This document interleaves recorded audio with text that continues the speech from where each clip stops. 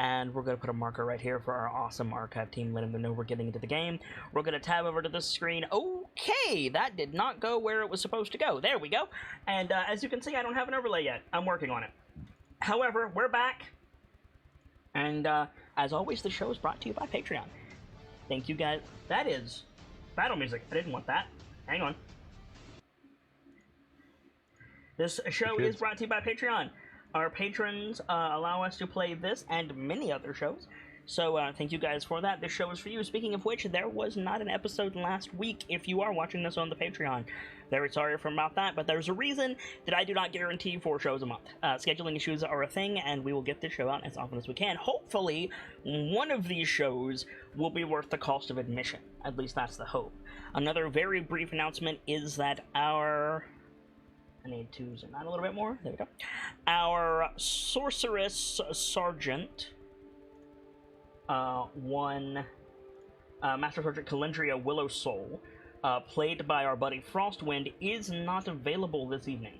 So I will be playing Calendria during the fight, but we have everybody else here. We have all of our Valkyries ready to go, and we left off on a bit of a cliffhanger. Now, do we want to use the, how do I put this? The tradition made by some other DA shows of when leaving on a battle-based cliffhanger to take some time at the table before we get started and talk strategy so you guys don't get got, or do you want to jump right back into it? Are you guys ready? No, let's follow tradition. Thank you. Okay. Please, God, save us. Okay. So, then the floor is yours to discuss whatever you think you need to do. So, the first key thing is positioning. Mm-hmm. There's no way we're getting to the stairs before we're dogpiled. And the stairs are not that good anyway. It occurs to me, I should probably catch up the story where we left off before I let you guys go nuts. Yeah, by all means. I just realized that I didn't do that, and that's my bad. New show! I'm still getting used to things. That's my bad. So, our heroes, the Valkyrie Squad, were dispatched from Elturel, the capital of Eltulgard. I'm gonna say Eltulgard because of my accent, but it's pronounced spelled Eltugard. Eltugarde. I'm gonna say Eltulgard because that's how I say things. Anyway, Elturel is the capital of Eltulgard, and a very high class dignity. The ruler of both the Flaming Fist and Baldur's Gate writ large, the sister kingdom of Eltulgard, is in town, and so we want everything to go perfectly smoothly.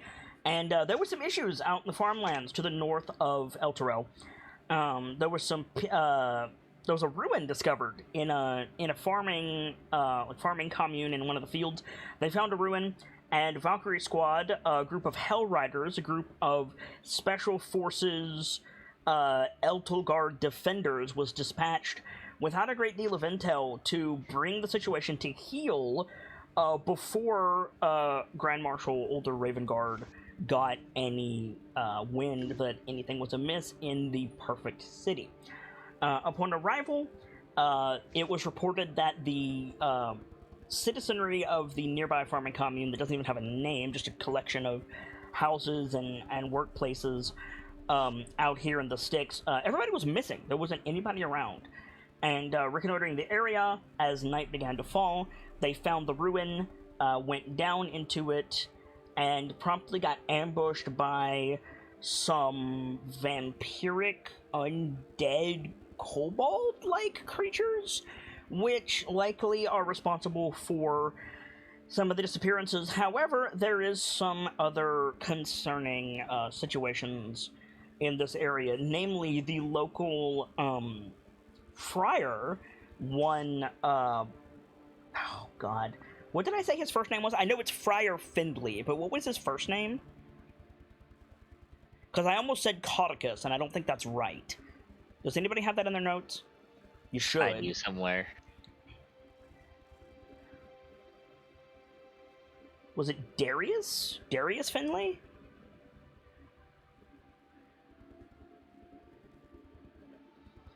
I feel like it was IOUS, but I don't remember what it was. Regardless, Friar Finley was found in one of the fields, dead, and had been turned into a vampire spawn, camping out in the shade of a tree during the day to take refuge from Elturel's undead-killing second son, known as the Companion. So something here was able to turn Father Finley. Something here is able to hold these vampires in thrall, and I hear a puppy whining, so I'm gonna go see what that's about. You guys talk amongst yourselves for a minute. It was Darius Finley, for the record. Oh, my neck.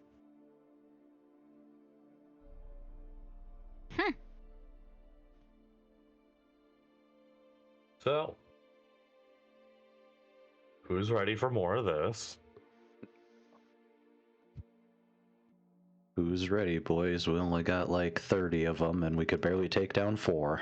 No, there's more than that. There's 5 groups of 5. 25, and I think I see another group on the edge of my vision. This is gonna be interesting. Oh god, I picked up my oh god.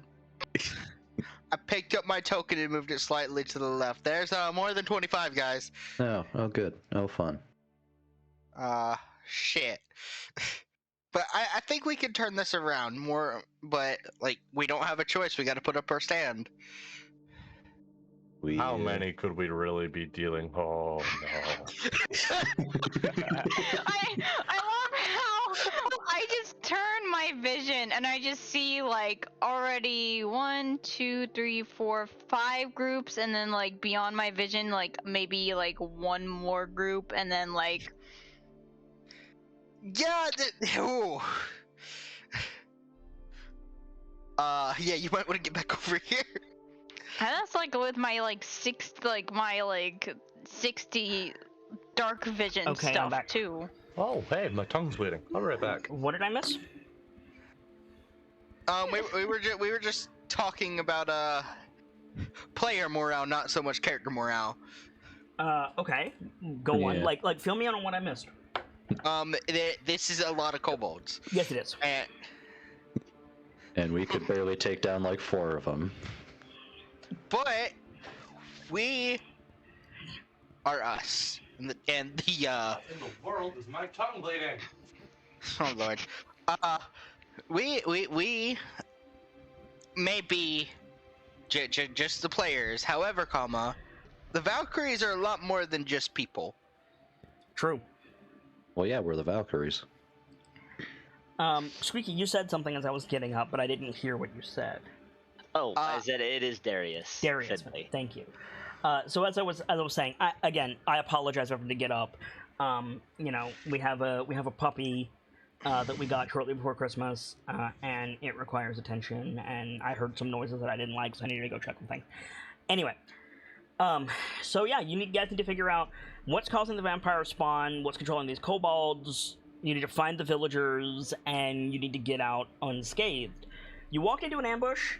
You turned the kobold vampires that originally attacked you, and in so doing, kicked the hive. And we ended last session with you guys seeing a whole lot of kobolds coming down from every direction in the cavern that you're in. So, do you guys need to talk strategy? Yes. Okay. Yeah. Okay. So as I was saying before, I got so graciously cut off. I apologize for that. You're fine. I'm just messing with you. The stairs are unviable. It's even worse if we're against this back wall. Because What makes the if stairs unviable? the kobolds are small and they can climb, and it's a tight fit for us. But that if it's a tight fit for us, that means that they can't also be on the stairs with us, so they would have to climb.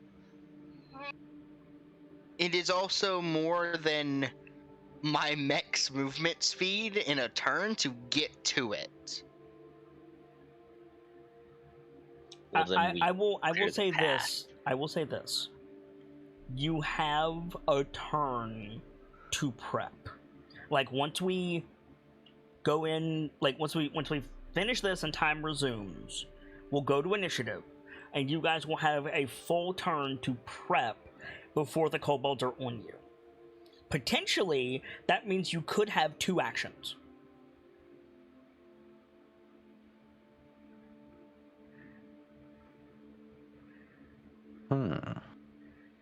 Depending on how you roll for initiative.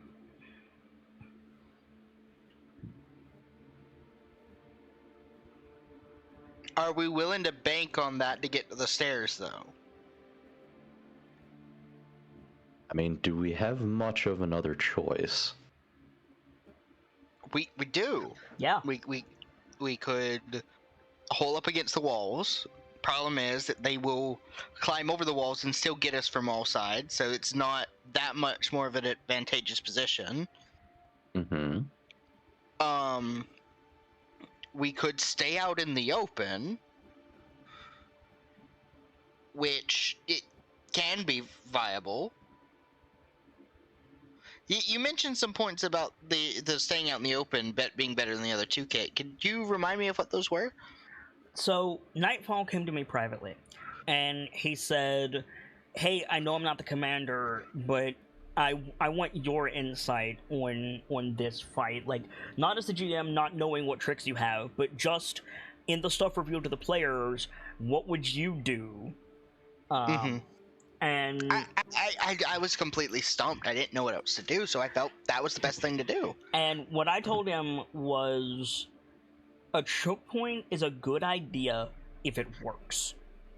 Strategies should evolve with the opponent.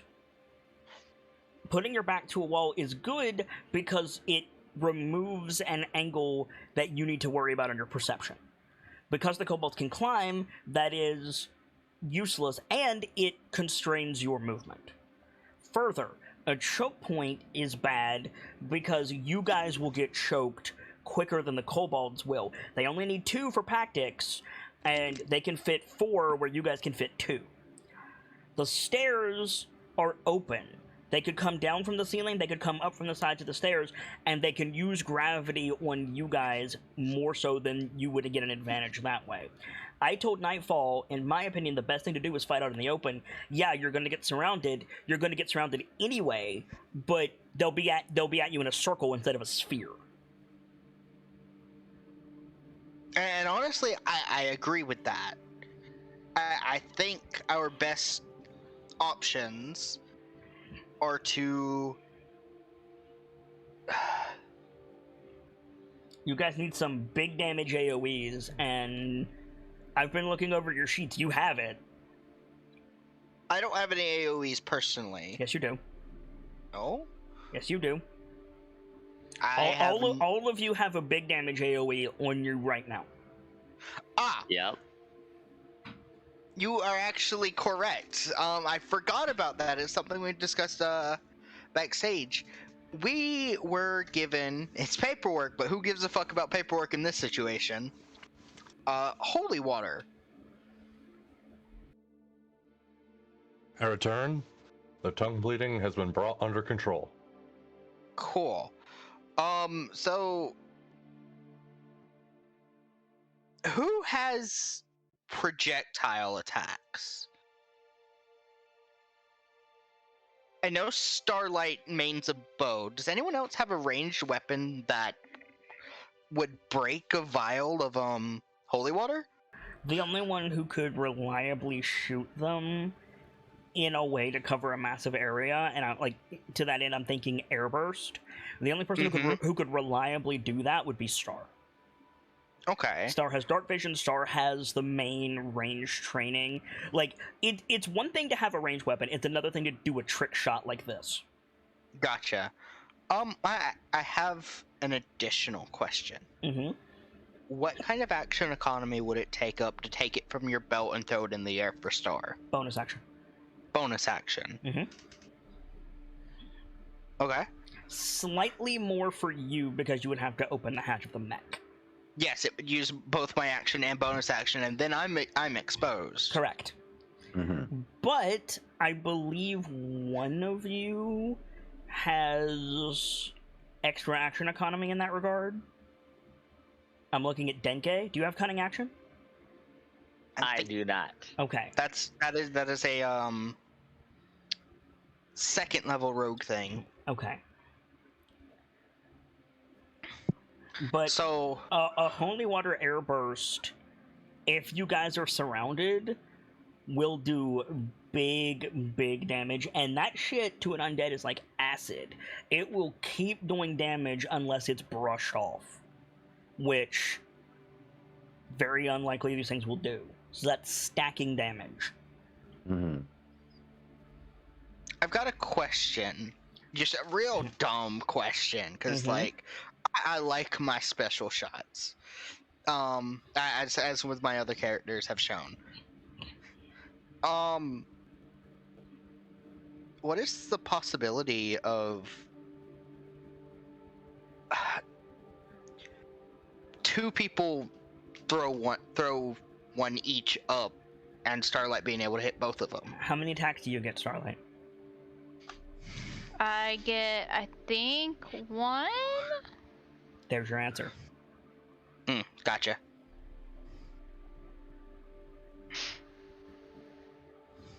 Is the commander back yet? Yeah, I thought I'd said something. Did I miss that? I think they said they got back, but they didn't say anything else, so I didn't think anything of it. I thought I had sat down and said I return. Tongue bleeding has been brought under control. I didn't hear that. Definitely did not hear that. But I might have had my ears off because of Puppy. Yeah. I heard that one, but Okay. I heard that. Well, regardless, Commander, like, we need to hear from you. Like, all these guys can do is conjecture, but before we resume time, like, you need to tell these guys what they're doing. Right. Did you hear me say you have a turn of prep? I did not. You have a turn of prep. I'm personally, I know, like, I think positioning wise, like, the 3 tankiest get placed. Hang on. On the outside is the answer. Yes, on the outside. Like, you guys should form a ring around Denke and Starlight. Yes. Actually, wait. How is Kalindra tanky? Yeah. Kalindra, So we Kalindra has an AC of 20. So we have 4 people with considerable tanking Yeah. abilities. Duncan with the rage and his shield. Tordek with his 26 AC. Your Rev mech with his with resistance. and the massive hit HP pool. Mm-hmm. And Kalindria with AC of stupid. Yeah. Mm-hmm. Put Star in the middle, and Star can just snipe. If anybody gets, like, grappled by these things, Star can just shoot it. No disadvantage. Yeah. Yeah. I can use it if I use my bonus action to control the mech on my turn, which I probably will be doing anyway. My mech has a reaction called Deflect Attack. Yep. I'll link it in the chat. I think it's Whisper though. As a reaction, the defender opposes disadvantage on the attack roll of one creature it can see that is within 5 feet of it, providing the attack roll is against a creature other than the defender. That is so good right here. So it's like protection style fighting. Yeah. Yes. Nice. Yes, it is. Additionally, like tanking wise, I have the ability to repair hit points as an action to my mech. Mm-hmm. So that is also something to consider. I have a larger hit Like- HP pool. I also point out the fact that mending is a cantrip. Mending takes a minute to cast. You might want to invest in Metamagic Adept, just saying. Okay. Noted for the future. Having an emergency mending would be useful. Just saying. That would be very useful. Like, yes, you do have repair, but also quicken spell mending. Yeah, that would be really strong. Just saying. Yeah, but yeah, that's really good. You can just heal the mech. So Duncan, what's the play? So I like the ring idea. Mm-hmm. I'm assuming the reason why it's Denke and Star is so Denke can get, so that they can get at our well, because they're the squishies, and so they can get our holy water and line up the shots better for Star. And that, but also because Denke is squishy. Mhm. And I do have a short bow, so I can do ranged if you don't want me to be in melee range. I think But I would having do more damage as You would do melee, more I think. damage as melee, but you should still form up around Star at first, and then if you guys make a hole, you can dip in there with your fancy footwork and start stabbing fools. Now I can say this. I'm gonna do a little drawing just to Mm-hmm. demonstrate. If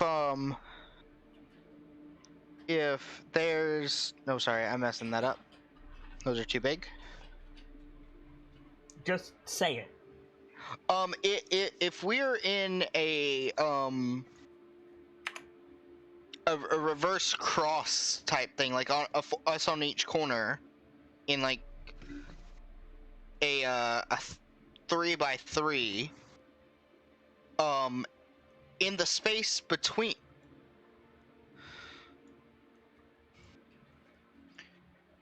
Probably In the more like that. In the space to get to Starlight, only one can fit. Yes, exactly. Mhm. And you guys can focus that one, and you guys will be flanking anything that gets close to Star. Yeah. Yeah. Another thing, which is kind of like a meta ability kind of thing. Tordek, any crits that come towards you, Mm-hmm. I can nix. Yeah. Because I don't have a natural 20 in my preparations. Tordek, why do you have wings? Heroism. I was On given the heroism by Rev. On the turn that these things jump us, he will have 30 temporary hit points. 30?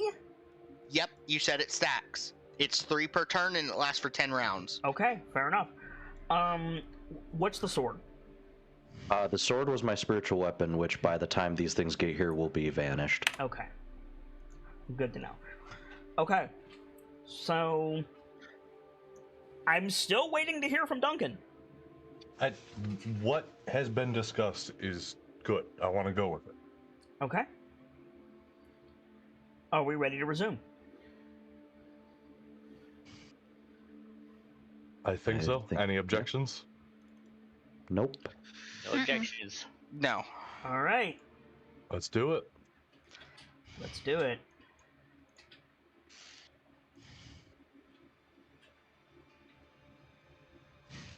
That's not what I wanted. Hang on.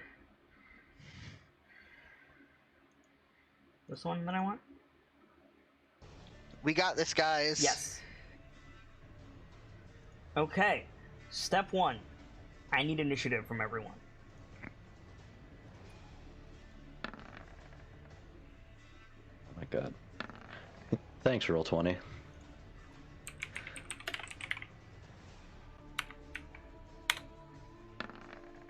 Oof.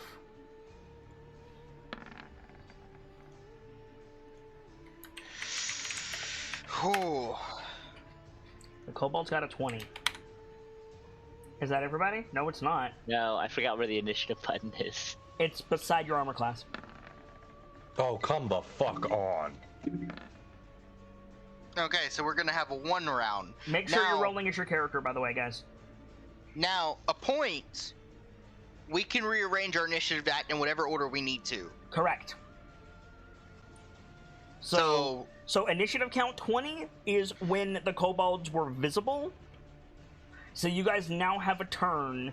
This is your situation. However, at the start of initiative, I think everybody readies their weapons and looks around, and Calendria looks over at Duncan and she just says, "Commander?"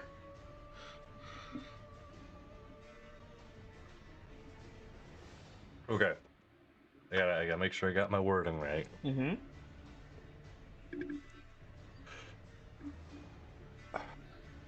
First, sorry, I gotta fiddle with my audio because I can't hear a damn fucking thing. You can't hear anything?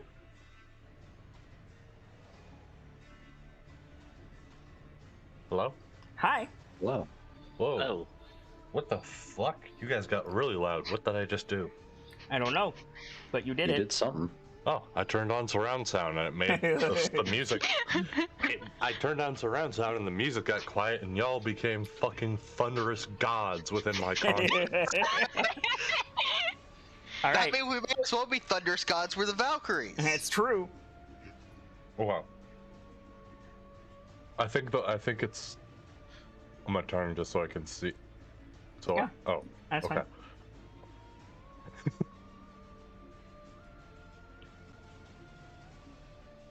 We've already got. Is this not the formation we wanted? That's up to you. Like, I'm asking the others. Is this not right? Because this. okay,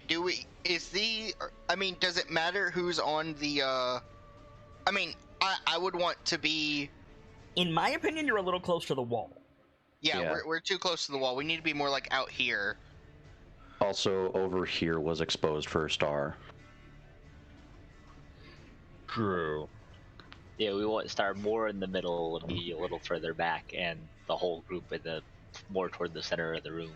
To get Mhm. away from I the would walls. prefer to be near, both Starlight and Denke so I can do the impose disadvantage thing. Okay. Mm-hmm. I mean, you guys can work that out. All Duncan needs to do is give the word. Yeah. This is something you guys already know how to do. You could discuss it out of character, like who is specifically where, but like this is a strategy that Valkyrie has already employed. Duncan just has to give the word. So what do we call this formation, Duncan?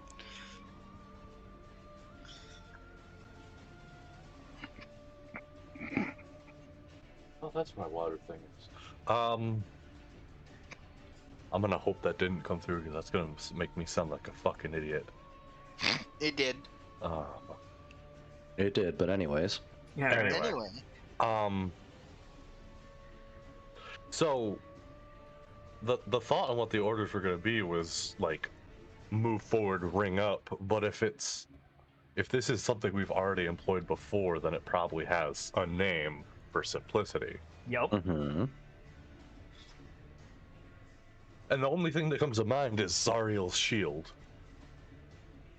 I mean, yeah. Like I you're like that. you're protecting Star, who is basically functioning as a turret. Like yeah, like Valkyrie Zariel's phalanx or something. Mm-hmm. May I offer? Isn't Zariel depicted as like angelic? Yes. Zariel's halo. Yo! There we go. I like that. Just so that you know, just like Avernus is the first level of hell, Celestia is the first level of heaven. Whew. For reference. Potentially useful information. So, you giving the order, Duncan? Mm-hmm. So give the order. Hokudo. He's got a mouthful of food. I did. Valkyries. Zariel's halo. Okay, yeah. So immediately, everybody starts moving at once in your preparation turn. So, Starlight, it is your first and only preparatory turn as Calendria speaks up into the darkness. To Hell Riders retreat! No, sir. What are you doing? Hang on. Are we rearranging our initiative? Good question. Like, personally, you're all going to go after the kobold, so your order is the thing that matters. However, Star, in my opinion, should go first, so that the rest of you know where to make the halo. Yeah. I was gonna say, right now there's only one person who can't change that around, and that's me. Yep. Oh wow, you. So should I go like here? That is up to you. It is your job to find the most advantageous spot for the Valkyries. Zoop. Okay. Oh.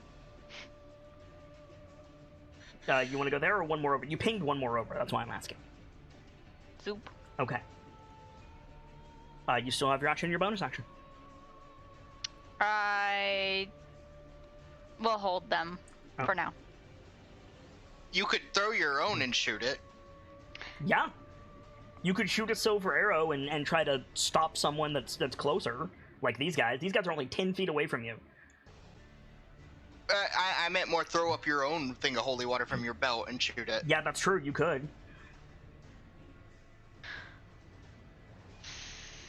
Start laying it on and free up everyone else's action economy. Correct. I'd say go for it. Let's do it then. Okay. Where are you throwing the vial? This way. You're gonna get way more coverage if you throw it to the left. Oh, wait, you're right. You wanna throw it over there? Yep. So you run into position, shout "No, sir" to Calendria, grab the vial off your belt, throw it up, with the same hand, pull an arrow out of your quiver, knock it, shoot it, make your attack. Beautiful. The arrow shatters the vial, the holy water rains down in a considerable area. So if you throw a vial of acid, it does a 3x3. Basically one square from a center point. Because Star is airbursting this, it's a 9x9. Oh. Oh. Yeah. I was gonna say, it should be a little bit bigger inherently because this is water and acid tends to be a little bit more viscous. So 1, 2, 3, 4, 5, 6, 7, 8, 9, 1, or 2, excuse me. 3, oh god, my initiative is in the way. I hacked it up. Oh well. 1, It's gonna 2, go all the way 3, down until 4, 5, 6, 7, 8, 9. So you're hitting Damn near everything. those guys. Ooh. Could somebody make this square for me, please? I need to roll some saves. I got it. Thank you. So that is 1, 2, 3, 4, 5, 6, 7, 8, 9, 10, 11, 12, 13, 14, 15, 16, 17, 18, 19, 20, 21, 22, 23, 24, 25, 26, 27 kobolds. So Oh my gosh. they need to make con saves. What did I say? 26? 27. 27. Thank you. That's a lot of kobold It saves. is a lot of kobolds. No, I meant saving throws. Yes, it is. I wish okay. you luck in tracking all of those. Thank you. I'm gonna do that now. So, this boy passes. This boy fails. This boy passes. This boy fails. Wow. Okay. The next... This boy passes, excuse me. And then the next 4 fail.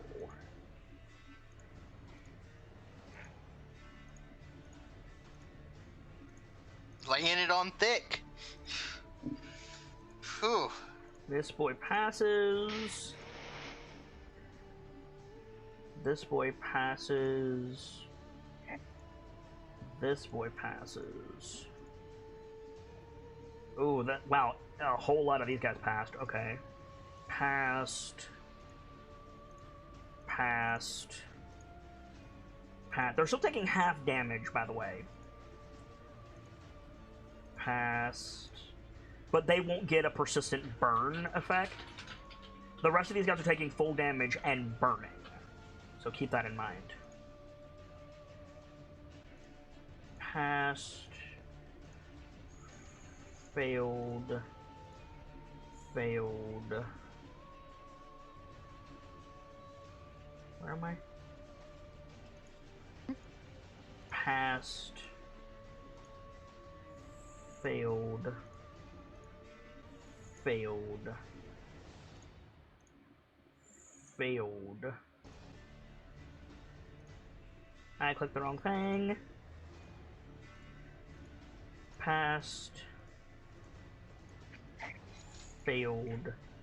And failed. Okay. So, what is the damage of holy water usually? 2d6? Is that right? I think. Let me double check that.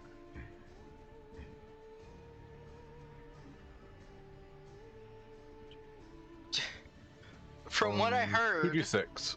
2d6. So, Starlight, could you please roll 4d6? Mm-hmm.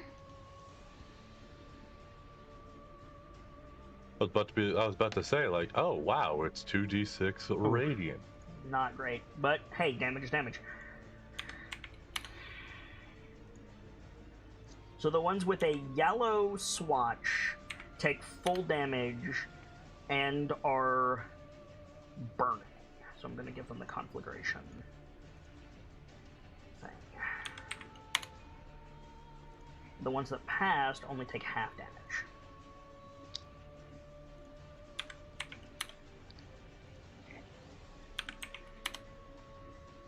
By the way, Denke, you're on deck. Be thinking of your turn. So as you can see, this is effective as hell. like, I know you said that was a lot of passes, but I counted 13 passes and 14 fails, so about equal. Well, yeah, that's how dice work.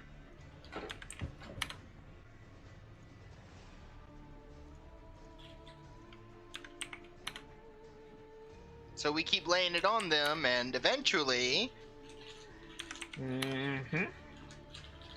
and once they swarm us, this will be much more effective because they will be right up in our face. Yeah, and but Stark can just shoot it straight up. you will also be in danger, though. Yes, this is true. We're gonna be in danger regardless. Fair. But when Stark can shoot it straight up and it hit all of them, this will be much more effective. True. Which I feel bad for you having to roll all those dice. Oh, yeah. Could you imagine rolling this many dice in person? Yes, it'd be so much fun. But it would not be easy to keep track of all of this stuff. I would have to have individual sheets, which, oh god. Oh god.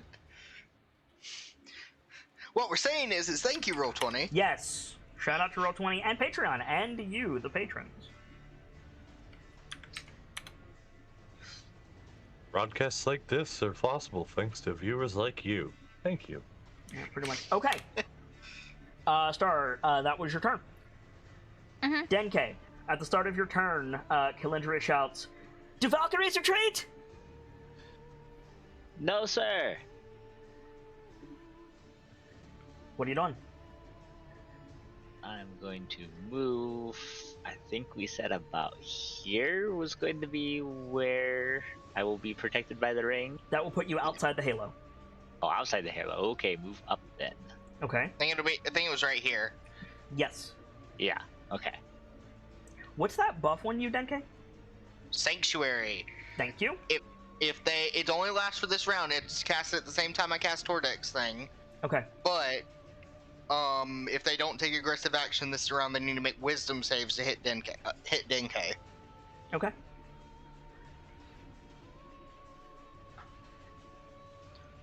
Yeah, I think the smartest play here is going to be, see, who's going to benefit the most from Bardic Inspiration. I mean, you do have a holy water vial and a sword. Just saying. Well, yes, that's. You've also got your own holy water and bow. True. That's true. Yeah, and I guess, I mean, I also have dark vision, so it's not like I wouldn't be able to pull off the shot because It'll be a of the little bit harder darkness. for you, but yeah, you could try it. I mean, yeah, because anything else I do is single target, so that might be. And let's see how many are. Oops, I want to do The that. more of this that we can get going around, the better situation we can put ourselves in the immediate. Say they're too spread out to hit up top, but if I hit about the same spot again, try to get the ones that were missed, or maybe a little bit further north. No, I think probably yeah, I think just the same spot. I'm gonna throw up my vial. So same motion, right on Star's heels. Grab the vial off your belt, throw it up, pull up your short bow, grab an arrow out of your quiver, fire it, make your shot.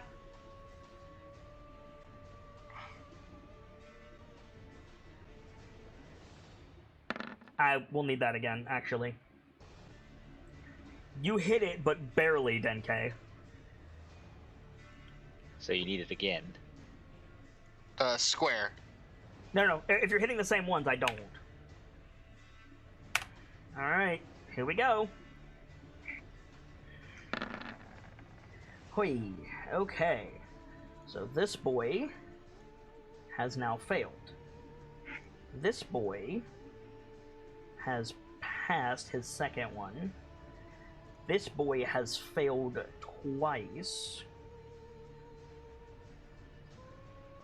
This boy has passed twice. Jesus, that one kobold. Yeah, right. This boy has now failed.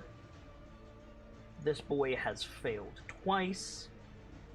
This boy has failed twice. This boy has passed. This boy has failed twice. This boy has now failed once. This boy has passed twice, as has his... Oh, get back up there. Get back up there! Has passed twice. He says he was just sneaking off to get lunch. Yeah, right. This boy has now failed. This boy has now failed.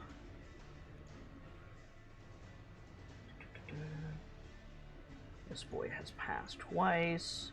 This boy has passed twice. Have your 46 ready, Denke. This boy has now passed. So he is no longer burning.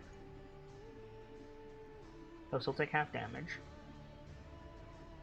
Wouldn't he still be running from the previous one, just not this one? You're right. That's gonna be really confusing, but you're right. There we go. Let's see. Frick, I lost my place. Doot. Oh no, this boy failed. Never mind. Doot. This boy failed. Doot. Then the next 3 have passed. Doot. Doot. And doot. This boy has failed.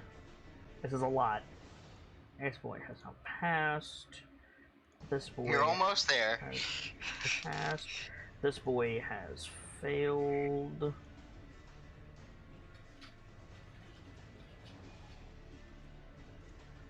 Wait.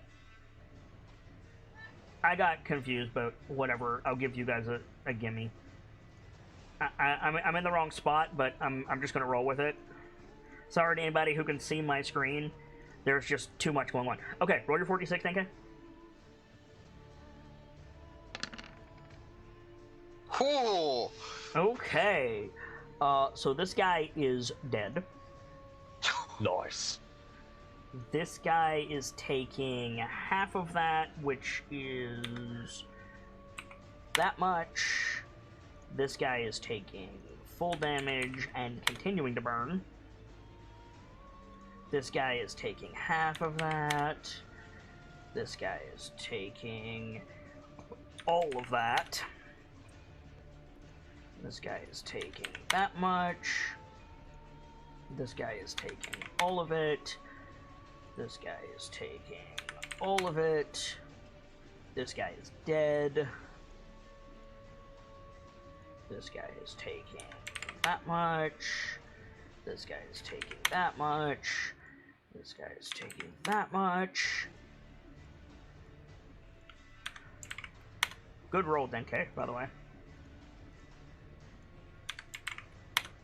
These guys need to be conflated now as well, because they failed.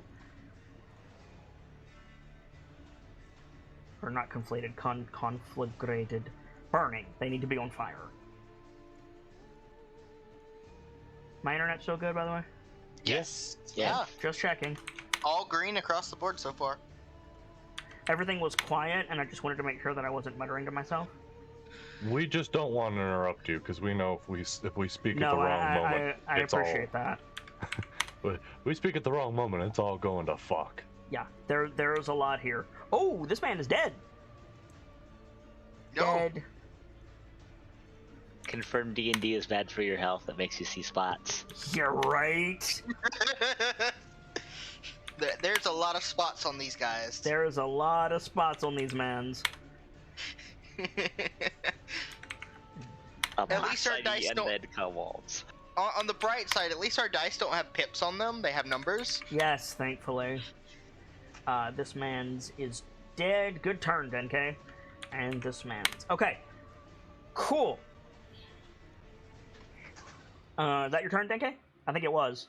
That is my turn. Okay. His sanctuary goes away, by the way. Thank you. At the Being start, fair. Yep. At the start of your turn, Calendria says, "What do we do?" As the group sound, Mm-hmm. as in the voice of the collective, raise hell. And Rev goes, I think to here, Okay. and he's using his bonus action to pilot the mech. Yep. You still have your main action. Yep. One of these boys is getting radiant cannon. You want to shoot the boy that's resisted everything so far? Yeah, this guy needs to get fucked. Okay. Yeah, blast him. Motherfucker. Make your attack.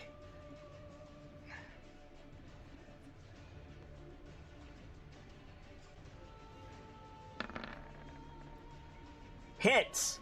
Roll your damage twice. He's vulnerable. Yes. Oh, shit! Fuck! Roll it again.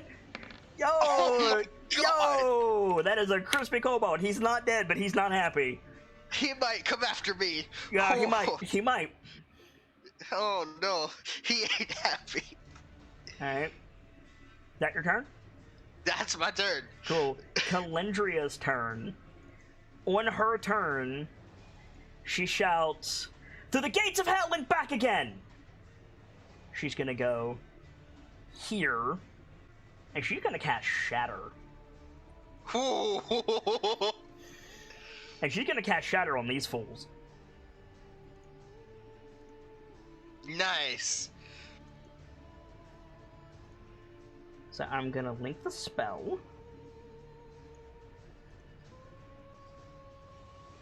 I said I'm gonna link the spell. There it goes.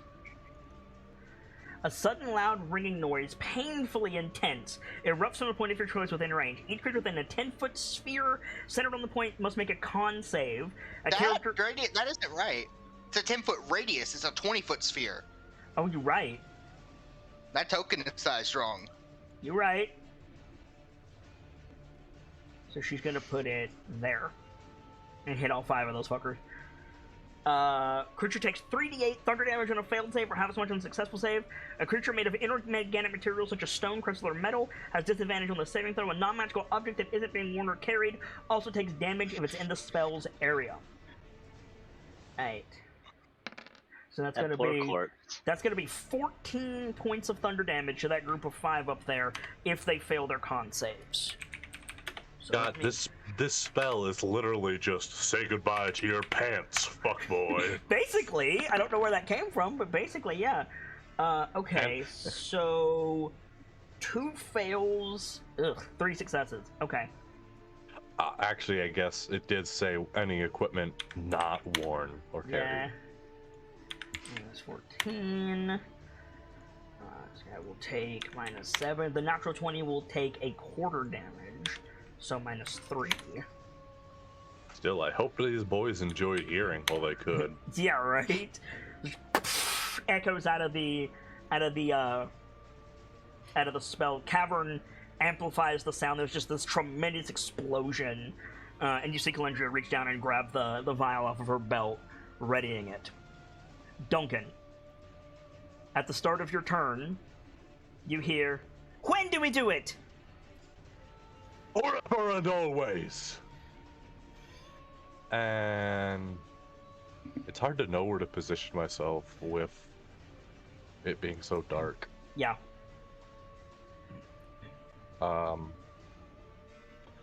That's because I can't see Rev's lights, but I don't know if he Can you not see Rev's light? We had this problem last time. I can't see Rev's light either. Motherfucker! Hang on. That's why I keep turning my token I around. can see so I my can light on the right side. He I is can Am I see pretty... it. the only too. one who can see it? I can see it too. Okay, Oh. Calendria, or not Calendria, Duncan and Denke, you might want to refresh.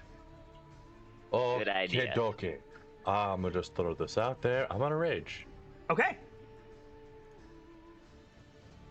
Goblin Slayer style, eye light up underneath the helmet. Yeah, right.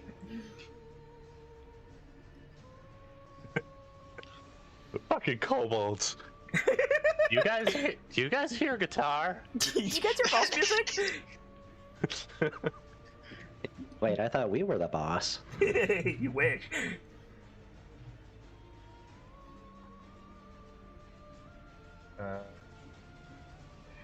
While I'm refreshing, Wait, I What's thought I was dead. I'm not supposed to feel fear. once he's into position, when you get a chance, Starlight, take my holy water and do that again. Yep. Yes, sir. That should be it. I can almost guarantee you'll be attacked next turn, Duncan. It's fine. Okay, and then Tordek, at the top of your turn, you hear, "What's our goal?" A light in the darkness. Loop. Mm-hmm.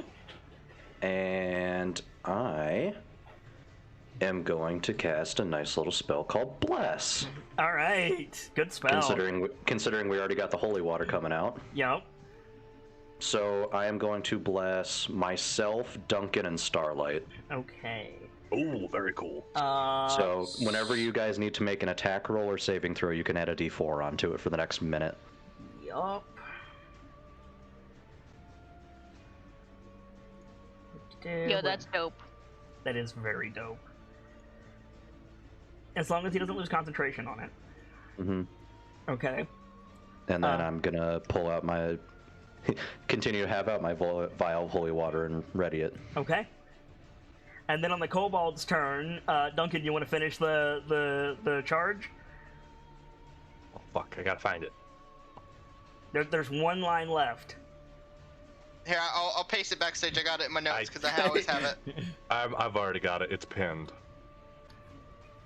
Company, forward! On the kobold's turn, they swarm out of the darkness. Tordek and Calendria get attacks of opportunity against that guy if you want them. Yeah, why not? Yes, Calendria hits him hard. Calendria bonks him with the shillelagh, something fierce. Oh, I just Close casually like turn that. around and just see a kobold next to me. That's Is your fun. Warhammer magical? No. Okay. Had to Sorry. ask. Not right now. Yeah, noted. Just This guy's coming clotheslines in. the fuck out of that dude. This guy's coming in, this guy's coming in, this guy's coming in, this guy's coming in, This guy's coming all the way in. Duncan getting an attack of opportunity if you want it, as can Denke if you want it. Oh no, Turn him to Denke, paste. you wouldn't get this one, Denke. Sorry. No problem. Suffer, you little beast. Never mind. Would Wait the a D4 minute. help you? Wait a minute. Does not hit. All right, there goes my bless. I'm gonna move. I believe it. No, it's continuous for the next minute, friend. Yeah, Bless is continuous. is continuous. Oh, these bitches are fucked. Rev and Denke, you get an attack of opportunity. Or no, Denke, you don't get that one. Again, sorry, my bad. But Rev, you get an attack of opportunity on that one if you want it. I'm not gonna attack of opportunity, because I'm saving my reaction for something else. Understood?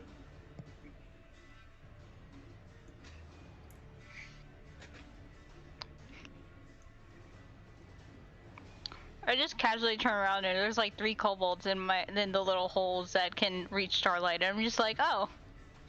Casually, nothing. It's fuck. Yep. Yeah. Don't worry about it. casually. We'll take care of it. I'm gonna roll their tick damage in just a second. Don't let me forget. Just shout tick damage at me. I will yell tick tick boom at you. Spoon.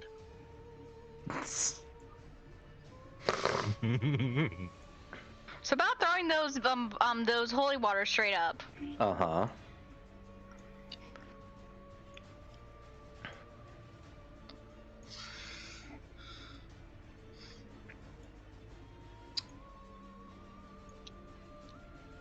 Okay. So... Oh, boy. I need 46 from Starlight and 46 from Denke.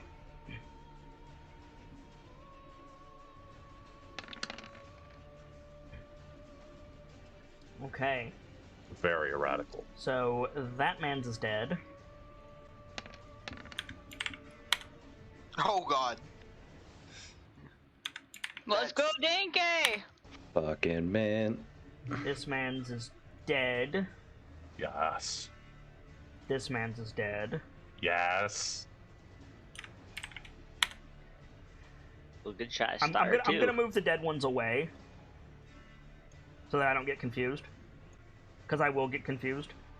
I said just, get rid of all of them. No. No, we gotta wait another 3 turn cycles for that. So actually, this guy would go here, this guy would go here. Let's see. This man's is dead. So this guy would actually go here, and this guy would go here. This man's is dead.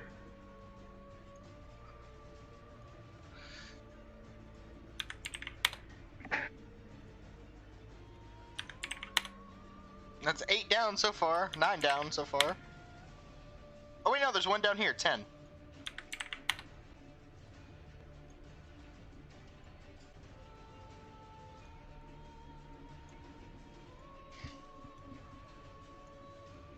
Oh, that's a lot Oh more. my gosh. Yeah, you guys are doing pretty good. I know a lot of them are dying, but now that they're all crowded around us, this doesn't seem like a lot of kobolds. No, it doesn't. You're right. Okay, where was I? Certainly reinforces what we think happened to the town, though. Jesus. Yeah, you're Yeah, right about like that. if commoners got swarmed by this, oh my god. Oh shit, that man's dead. Wow. Oh. Okay. Okay, so, yes, so now... Oh boy, let's see. Calendria is going to take... Do these have multi-attack? No, they do not. Calendria is going to take 5 with Tactics. Star is going to take 3 with Tactics. One's gonna be at disadvantage to Star. Okay. Let me do this one at a time. So Calendria is going to take 5, so let me do that first.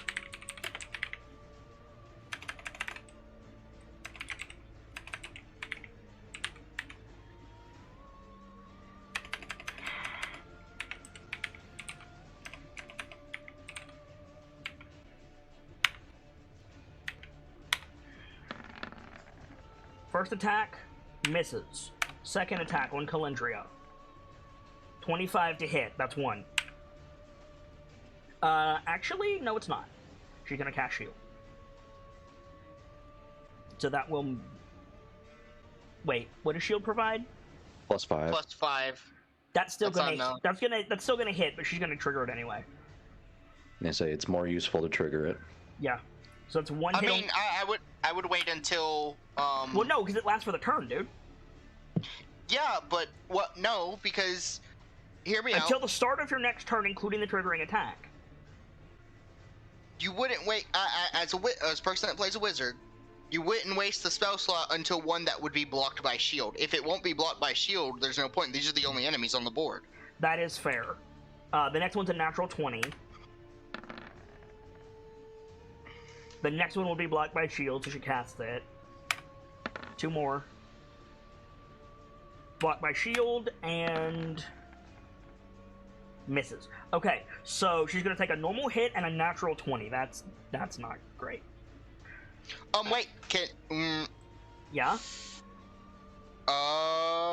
could I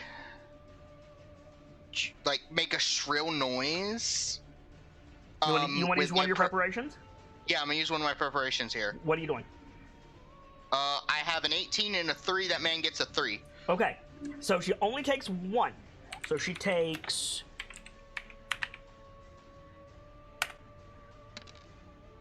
five points of piercing damage, and...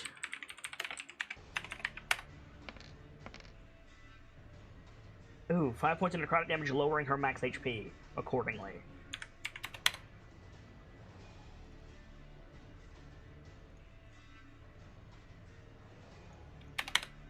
Okay.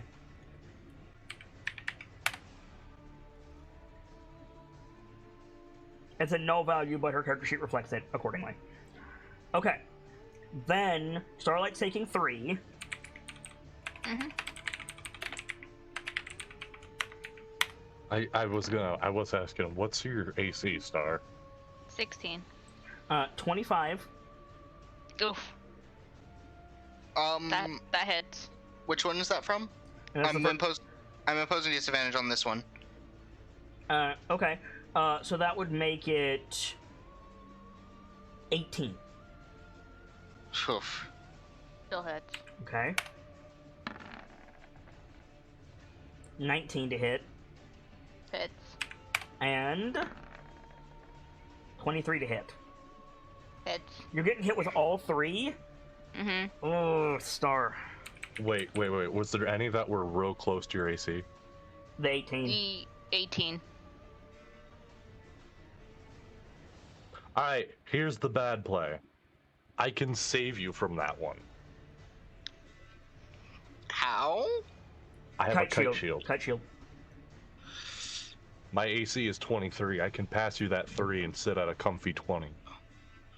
Yep. You could. You're raging, Duncan.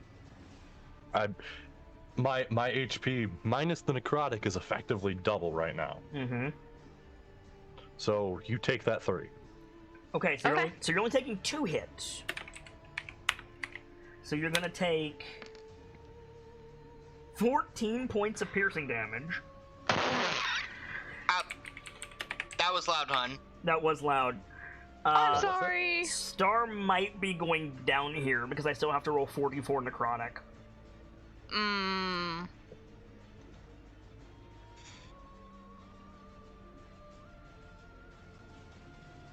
Well, let's see. And 12 points of necrotic damage. Wait. I didn't do that right. You Hold set on. your health to 14 instead of reducing it by 14. Yeah, no, I got it. Yeah, so That's you're the right one. Yeah, so you're at 0 and your max health goes down by 12. So Starlight is down. This is not good. No, it's Okay, not. wait. I have an. We need Star for this. I could use my other preparation in 18 to turn one of those to below the below the AC that Duncan gave her. No, you can't. I couldn't. I rolled a already rolled 13 and damage. I rolled a 13 and a 17, homie. You have to call those before they happen. Yep, that's also true. Oh yeah, because it's Oh, God. modified. That's Mhm. right. God, what is it with Tabaxi and getting fucked by reduced HP. Well, Star's not dead. Star's not dead. Star's just down. Yeah. I'm still Okay. right. Okay. Tordek, Uh-huh. you're only taking 4. Come at me, bitches.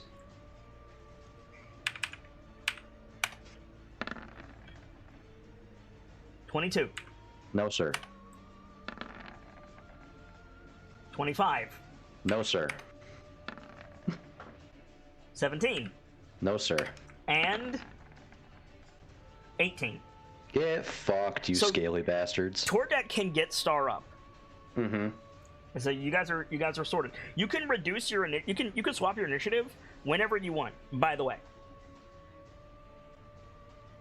so you're not locked in. If you guys want to like switch up after the Kobold's turn, you can. So, Hold like on. Starlight delay until after someone Tordek? that can heal Yeah, her? for example, yes. Mhm. It's just the change is permanent. Duncan, Mm-hmm. you're taking 4. All right. 23. Fuck. Okay. That would have hit me anyway, but That would have hit you anyway. 25. It's like if it's... yup. 9 Nope. God, why are these kobolds rolling so well? Jesus. and 25. What the fuck? Okay, you're taking 3 attacks, Duncan. So you're going to take half of this. This is the piercing damage, which is 22, half to 11. But you're taking 64 necrotic damage, sir. You ain't gonna stop me, bitch. We'll see. You ain't gonna stop me. 17 I'm everything. 17 points of necrotic damage. And your maximum health is reduced by 17. Hold on. Oh, okay. Now's the part where I do math. Minus 11, then minus 17, 9. My max HP is reduced by 17. by 17. My max HP becomes 20. Yep. Fuck you, I'm still up with 9 HP. You can't kill me, bitch. Denke, you're taking We've 1. got to get more holy water on them. Denke, you're taking Oh. 1. Okay. 23. That hits. You're taking 8 points of piercing damage. Dad, go on these kobolds! And 6 points of necrotic damage, and your max health is reduced by 6. Rev, How much piercing was that? 8. 8 piercing, 6 necrotic, 6 maximum reduction. Rev, Okay. you're taking 2. Would it not be 3? No, it's 2. That other one attacked Tordek. Calendria took 5, Tordek 4, and then there's only 3 left to hit me. There's 2 left to hit you. 2 left to hit me. Oh yeah. 24 That hits. and 24. Jesus. Okay, both hit. Yep. Okay, so that's 4d, or excuse me, 2d4 plus 4, or plus 8. Excuse me. Oh, am I gone? Yeah, I'm gone. Okay, hang on. Switch over to the other method so you guys can hear me. Mm-hmm. Okay. So you're taking 12 points of piercing damage.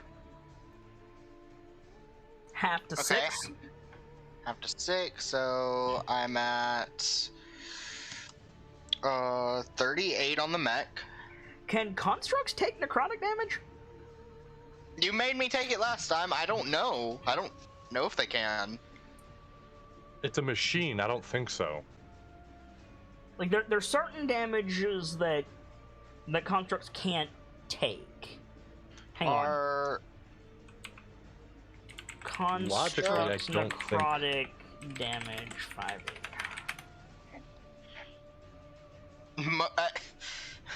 I've looked it up.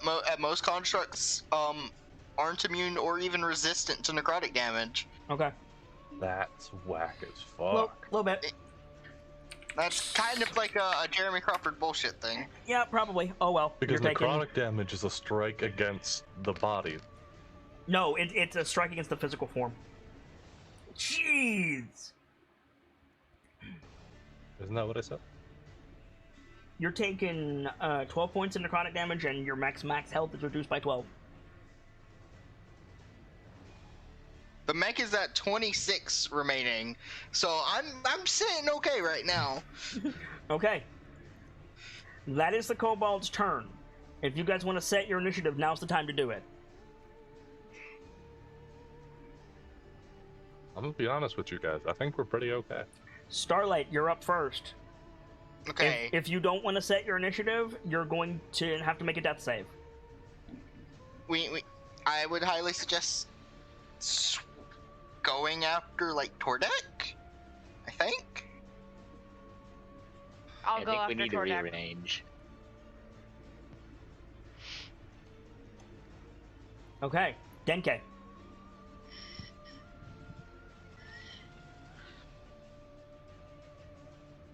You want to rearrange or you want to go? Sorry. I think I want to rearrange Yeah, too, because I would want to be able to toss up something for Star or do it myself. Okay. Well, unless we want to hold one in reserve, but either way, I should be going After Star? after. Yeah, let's go after Star. Okay. Rev. Can I radiant cannon this one? You'll have disadvantage. The guy. I'd have disadvantage on the ones right here anyway, Yeah, because they're true. within 5 feet. So, and that one is the one I hit it before. You're taking your And he- turn? I'm gonna ask the group, is there any reason for me to delay?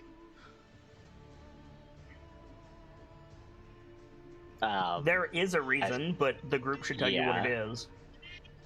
Well, I mean, I think for from one perspective, you have spells, and the tank. Well, some of the other tanks don't. So you have more reactionary things than the other group members do. That's true. If your That's turn comes probably up, not you would the get another reason. reaction.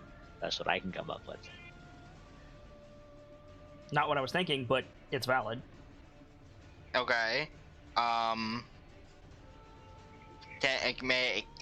got no idea what Kit may be hinting at. You have inspiration? If you want to No. give me your inspiration, if somebody wants to give me an inspiration, I'll tell you. Well, I don't know if any of us has inspiration. No, we I thought- burned it all last night. Oof. No, I've still got. I've got inspiration. You want to give it to me?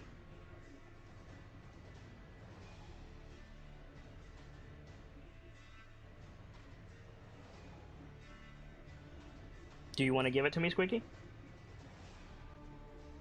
Could I Unless argue? anybody else has an argument for him delaying, I know there's got to be a good one. Could I make an argument for Rev making some kind of insight check? Because he puts things together on the battlefield. Yes, if Correct. somebody gives me an inspiration. Okay, well. It's less worth it at that point because then it's a check. No. But Like, that's how we would rationalize it fictionally. It's not a check. Yeah, I'll go ahead and give the inspiration. If you delay, Rev, some of the kobolds around you might be vaporized and you wouldn't have disadvantage. that's a good point. I would delay until after Denke? Denke and Starlight. Yeah, Okay. Denke. Kalindra is going to delay until after Duncan.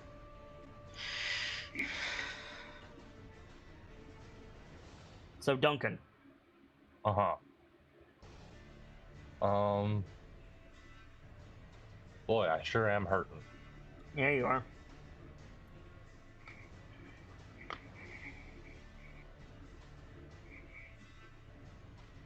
I'm gonna dump.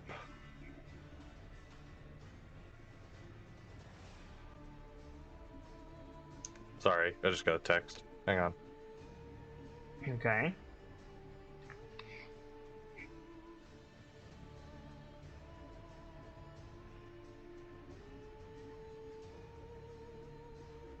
Sorry, I'm watching the house, so my old man's been checking in. And if I don't respond, he gets No worries. antsy. Half tempted to dump my. Oh,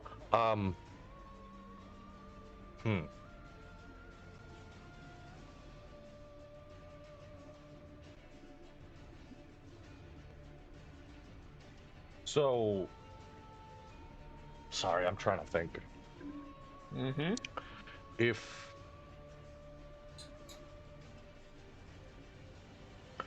If I get my holy water ready to throw, You already did is that. that gonna?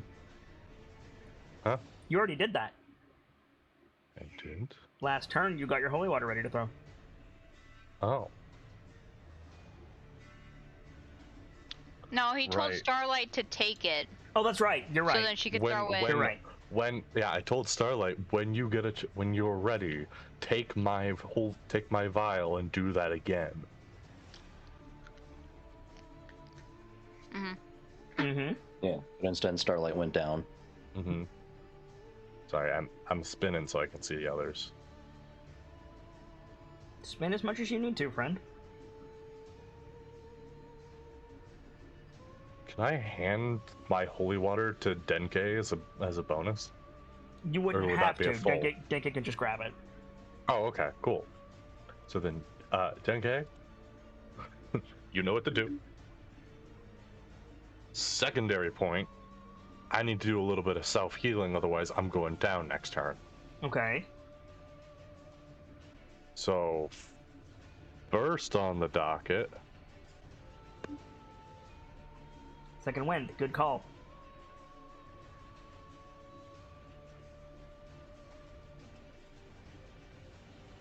that's gonna be D10 plus my fighter level. Just throwing this out, by the way.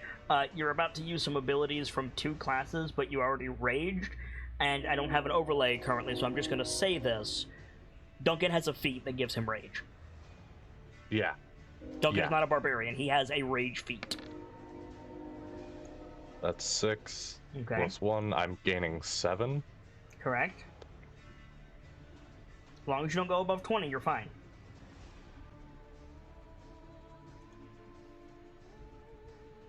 And then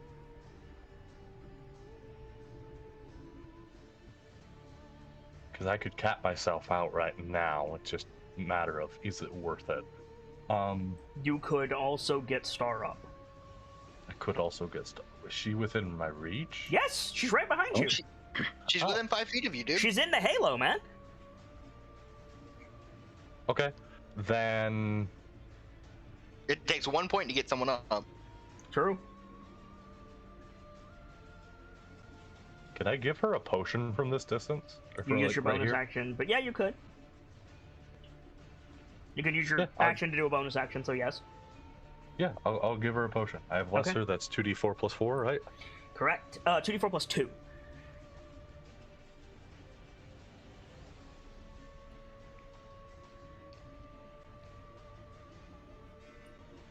Two D4 Plus 2. just T.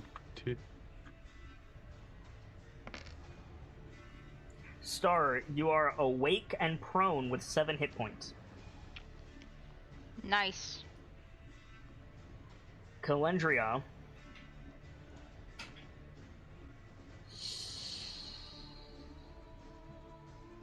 Do I have any reason? Does she have the? Where's the thing? Is it this? She doesn't happen to have another shatter, does she? She does have another shatter. I'm checking if she has that. I'm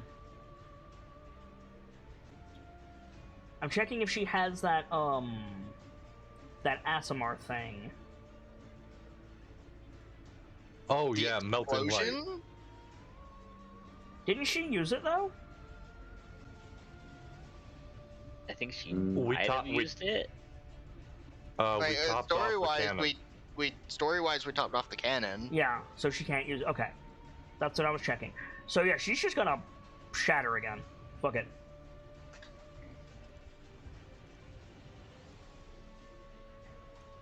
Pull this out. It's not big enough. There we go. Actually, let's see. Where does she need to put this? If she puts it here, it will do the most damage, but Duncan is also the most durable. She could clear out the area around herself and then provide support, which is probably the better move. So that's 1, 2, 3, 4, 5, 6, 7, 8, 9 con saves versus Calendria's spell save DC.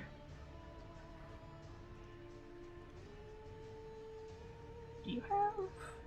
No, you don't. Okay.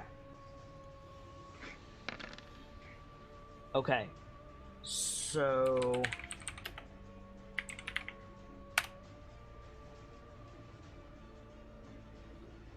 14 points of thunder damage to Calendria and them 14s. Yeah, right. Not many of these guys, unfortunately. This dude takes half. This dude takes half. This dude takes half. This dude takes full, but he's not dead. This dude takes half. This dude takes full. This dude is dead. Hooray, Calendria killed one. Yeah. And this dude takes half. Okay. So then, bonus action.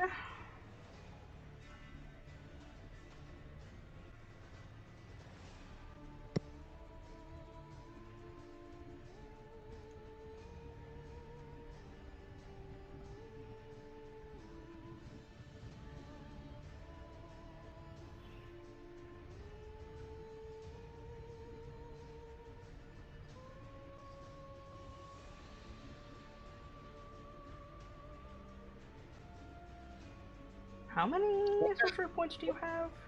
You have 3. She's going to spend all 3, and she's going to give herself a second level spell slot back. So that she has it.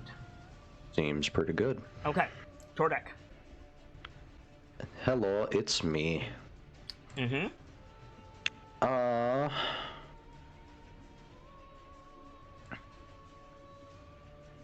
Is it just me, or is Cookie sounding fucking crisp today? No, he's fading in and out, actually. That's a little weird. I might need to fuck with my settings after my turn, but if I toss up my vial now, would Starlight be able to shoot it on her turn? I think fictionally that's fine. Okay. And it's what to throw at a bonus? Yep. Okay. So you throw your thing up in the air as Star is getting to her feet. Yep. And then main action I'm going to use to bonk the boy. Okay. You have advantage on this attack. I do. Ba ba ba. Smash this man's skull. Heal! That is a natural 1. Oh no, you have advantage, so it's not natural 1, but it doesn't hit. Damn. What's the +1 coming from? Bless. 8. Bless, yes. You also have heroism. Does that give you a bonus to attack? I It don't just know. it just gives you a immunity to frightened. Okay. I said so. Unfortunately, that you don't drop your warhammer, but it doesn't hit. Unfortunate. Star, you are awake and prone on the ground. There's a vial in the air. I stand up and shoot it. Okay, make your attack. Oh. Anybody got inspiration? I'm gonna fuck. How do I do this? Did No you one had. add, No, did you did add you roll bless the- onto it? did you add the bless? It's a nat What's 1. the bless help? Oh. Ooh. Then. Fuck. How do I do this? How do I use the preparation 18 for this? You shine your spotlight on it. Yeah. Cool. Yeah, Like Star jumps up, grabs her bow, looks around, doesn't see it immediately, and Rev just goes. Yeah, totally. I think I do the line from the Creed. A light in the darkness. Yes. So you fire the arrow. It shatters above Tordek. So, oh goodness, 9 squares in every direction from Tordek. That's everyone. It's not quite. Is it everyone? Yeah, that's 8 squares out for this line. Goodness. Okay, how many kobolds are alive? Let's see. There's 6. There's 6. So 12 plus 7, 19. 22. 25. 28. 28. 32. 33. Thank you. Wow. Holy vey, here we go. Starlight MVP. Yeah, right. Okay. So let's see. Pass. Fail. Burning. Pass.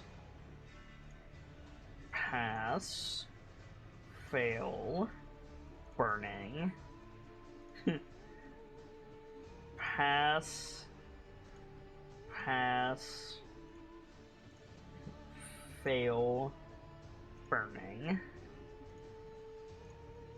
Pass. There's so many of these. Well, whose fault is that now? Y'all's. Clear the board faster. Make the board smaller. Make the board smaller. No! Don't blame us for being slow if you're gonna put a fucking wall in front of us and give us I wood think there's pickaxes. a total of 45. You're shattering it, homie. He passed. Yeah, there was a that This guy man. passed. How many times is that man gonna pass? All of them, apparently. So we found the leader. Yeah, right? Let's that one see. is just the demon in disguise. This man also passed. Oh my god! This man That man- passed. Funny how it's the one right next to me. Yeah, It's the right? one I shot. It's the one I shot. You motherfucker. Nightfall is upset. Nightfall is upset about the man. He's gonna burn. So most of these guys are already burning, friend. Sooty Spagooty. He's going to get a directed beam of burn. Okay. You know, this fight is so much better when I'm eating popcorn. Yeah, right? Most fights are better when you have popcorn. There's also fried lizard if you want any. You're right. Okay. Failed on Nightfall, I'm giving you fire. the biggest Pikachu what face right now. I swear to God. I'm gonna suggest against eating that lizard. It's gonna be a little stale. Yeah, a little bit. A little bit. I have to agree. Okay. Cool. I think I killed Nightfall. If that's It's your been left style, down a little too Nightfall, long. Right, okay. This man's passed. It's somehow stale and overcooked. This man's failed. It's definitely all dark meat. This man's passed. Okay, roll 46. Fuck. Okay, so at least that's easy to count. Doot. That's about average damage. It is. Holy crap, okay.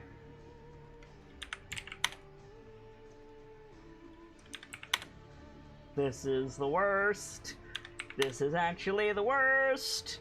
It would be so much easier on you if you put less creatures on the board. Shut up. We're just putting the dots and damage The over time. fact that you assholes are beating this encounter tells me I put exactly the right amount of creatures on the board. Thank no, you. Needed, You needed more of them. Come on now. No. No. So not that holy water rain.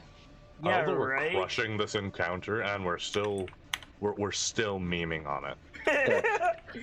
Remember 2 weeks ago when we had the fear of God put into us because of all this? Yeah, right? It's okay, I only went down once. What's funny about it is I could cast through my mech. I've also got a cure wounds. Yeah. I'm sorry, I love that thought. Just a delicate little boop from the mech, casting Cure Wounds. Yep. Well, you may still get the chance. I'm only at 5 HP. Ah, he'll be fine.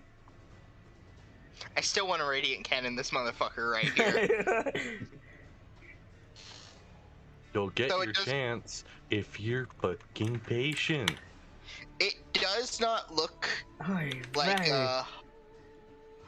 all of these guys around me are going to die. So No, it does not. Although Denke still has his turn. Yeah. Yeah, oh, yeah, he can take Duncan's. yeah, I've already got Duncan's water on me. So we've used 3 holy waters so far. I want to make sure I'm on the. Okay. 3 and then 4. That means Kalindria has 1 left and I have 1 left. Yep. But mine is a bitch to get to. It would take someone's action to get it out of the boot. Yep. Is it the boot? No, wait. No, it would take my bonus action and action to get out, throw it out, and I wouldn't be able to get back in. Yeah, there you go. Okay. So, I was about to be so fucking mad if you left that in the goddamn boot. Actually, wait, I have a dumb point. Yep. Mm-hmm. Would it? Okay, so like, jokes aside, would it not make more sense for it to be in the boot for someone else to get a hold to it?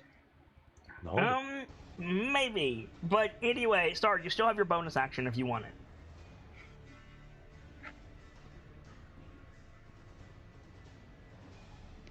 Starlight. I don't know what to do. I have a question. You got potions on you? Is Hail of Thorns a bonus action? I don't think so. No. Last I knew, it's not. Hang on.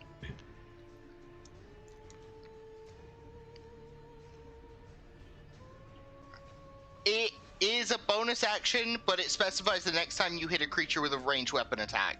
So she can prep it. Yes? I'm just saying she could prep it. Okay, I'm gonna prep it. Not use it. Yeah, okay. Denke.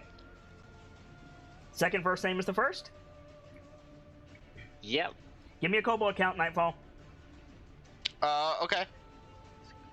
5, 11, 16, 18, 20, 22, 26, 27.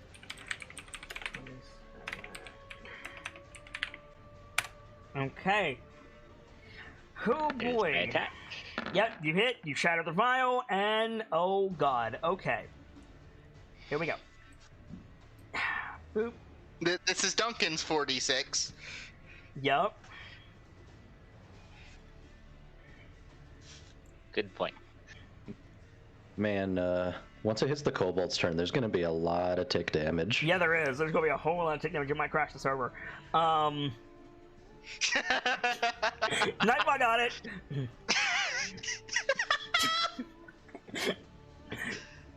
Close your window, you're letting the ping out. I tried to close the window, but I'm gonna have to get the adult in the room. Task manager!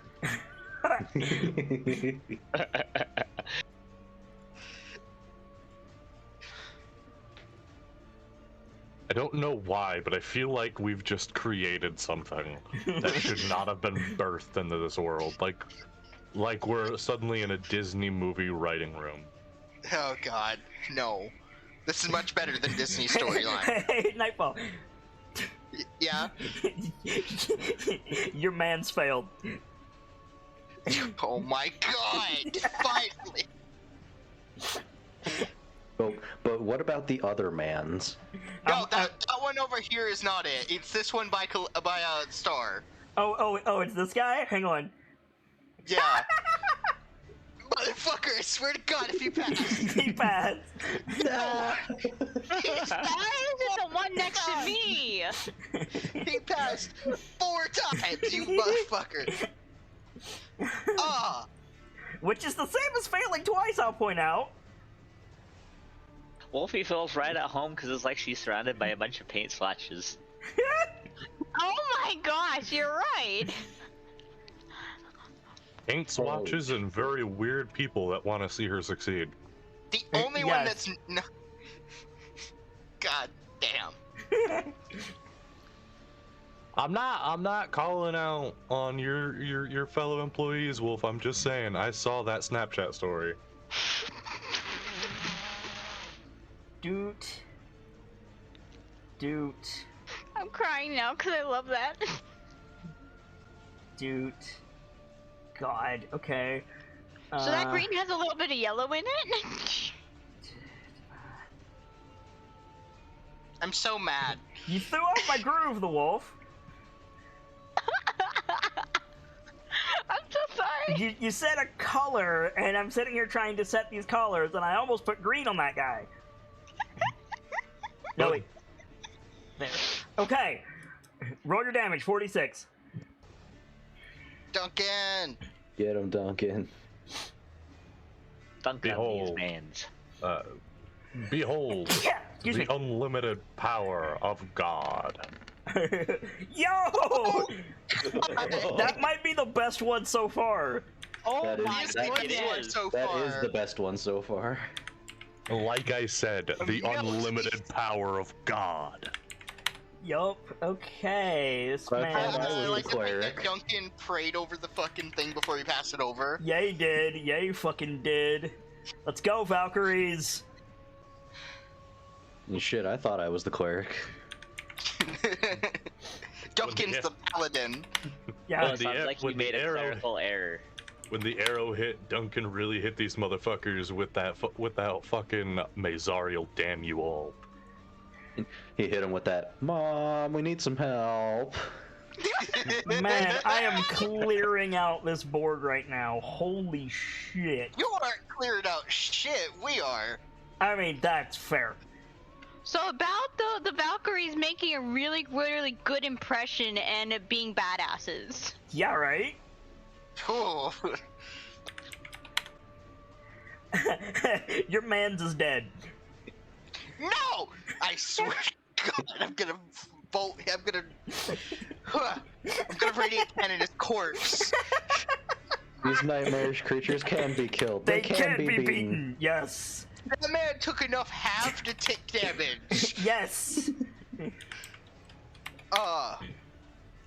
I softened him up for you guys. I softened him up for you. Oh my god. Yeah, sure you did. Just like you softened up the pickle jar. Why am I reminded of the fucking ogre from Voices of the Mountain? Because you didn't kill that either. Someone had to save your butt there too. Nightfall is Angie. Every time, I swear. I just want you to know that even the ones that passed are fucking dying. Because of that. Holy fuck nugget. Okay. That man that I just moved over is not dead. I'm a dingus. Okay. Cool. Good. Zariel damn them fucking all. Rev. This man's getting a leg. Punch. Okay. Get out of my house before I start invoking gods that I don't get exist yet. advantage. Yes, you do.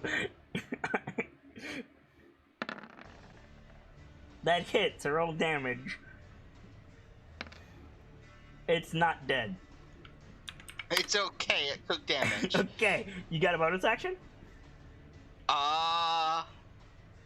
No. Okay.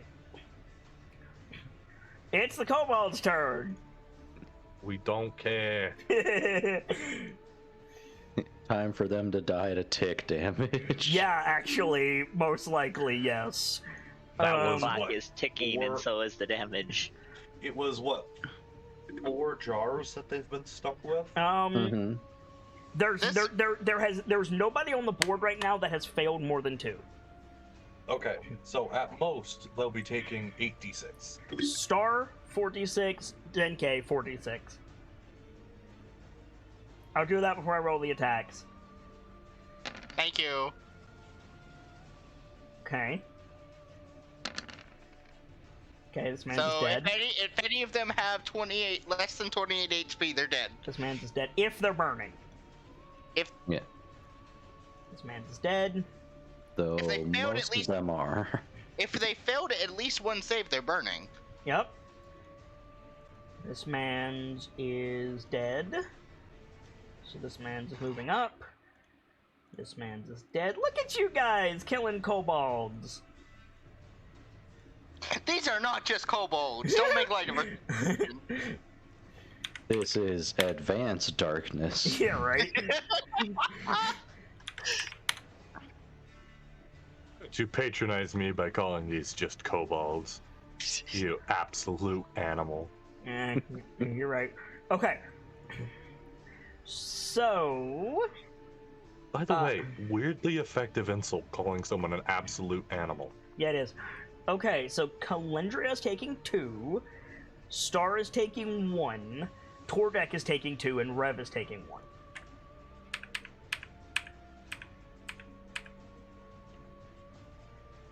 So Calendria, 24, shield, and 17. So Calendria doesn't take any.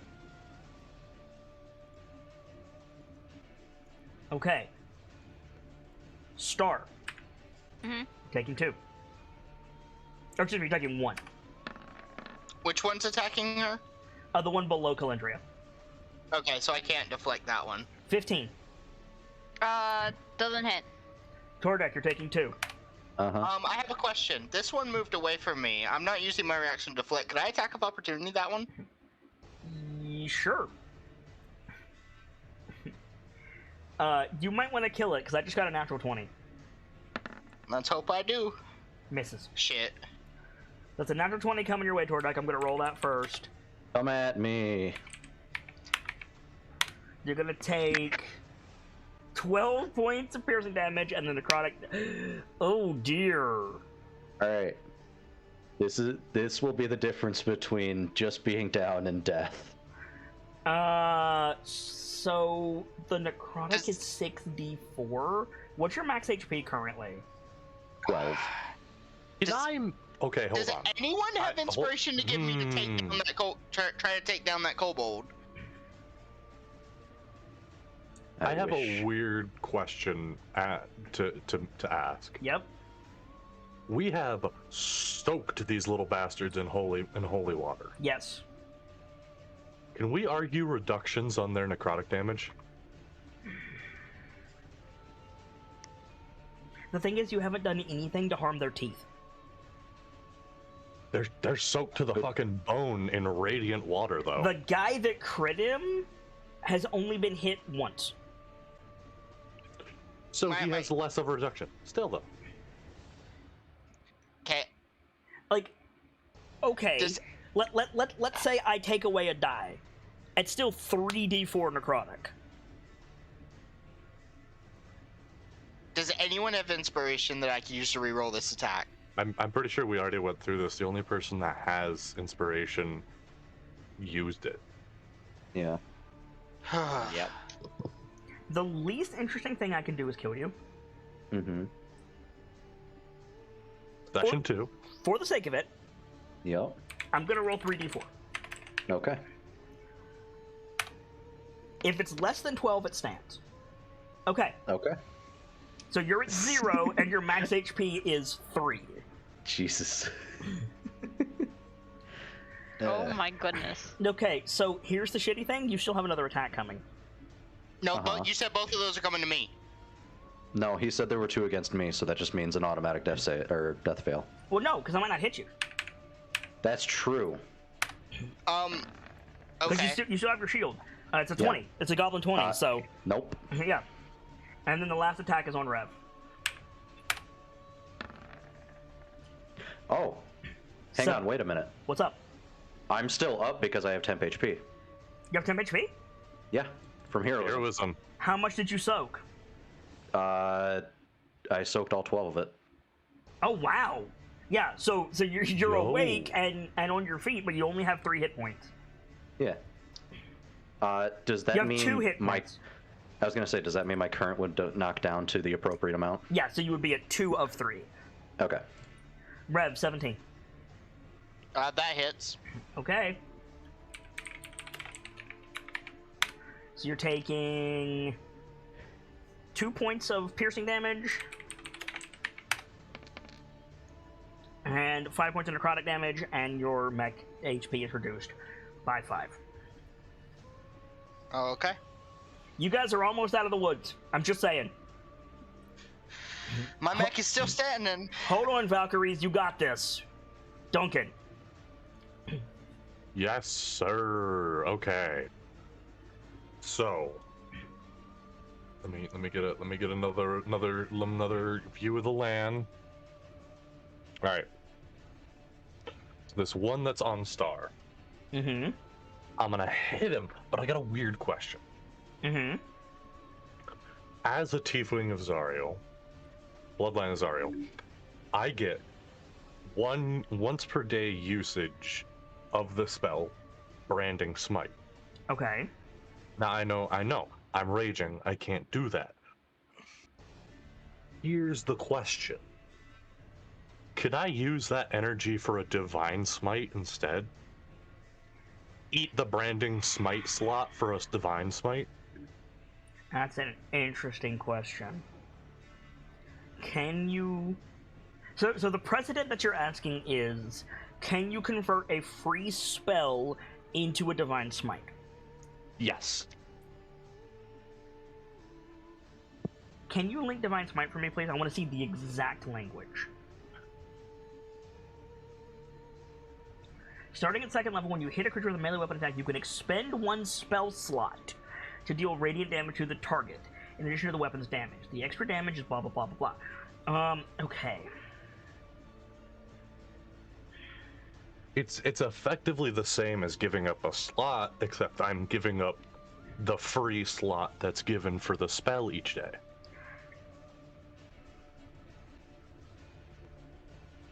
It will only ever be the base level for the spell. I mean, that's fine. Like, you can't do that and use it for a level 3 smite. You see what I'm saying? I'm sorry, can you say that again? Branding Smite's base level is 1? 2. 2. So, you will only ever be able to do that for a level 2 smite. It's not bad, though. I think that's reasonable. Go ahead. Okay. I'm beat the fuck up, so I'm gonna get rid of this fucking thing right now, because this is the only one I can see that can hurt me. This man's has a lot of health, too. This man's has resisted everything so far. So, it's 2d8 plus 1d8 for each slot higher. Well, you gotta hit his ass first. Yeah.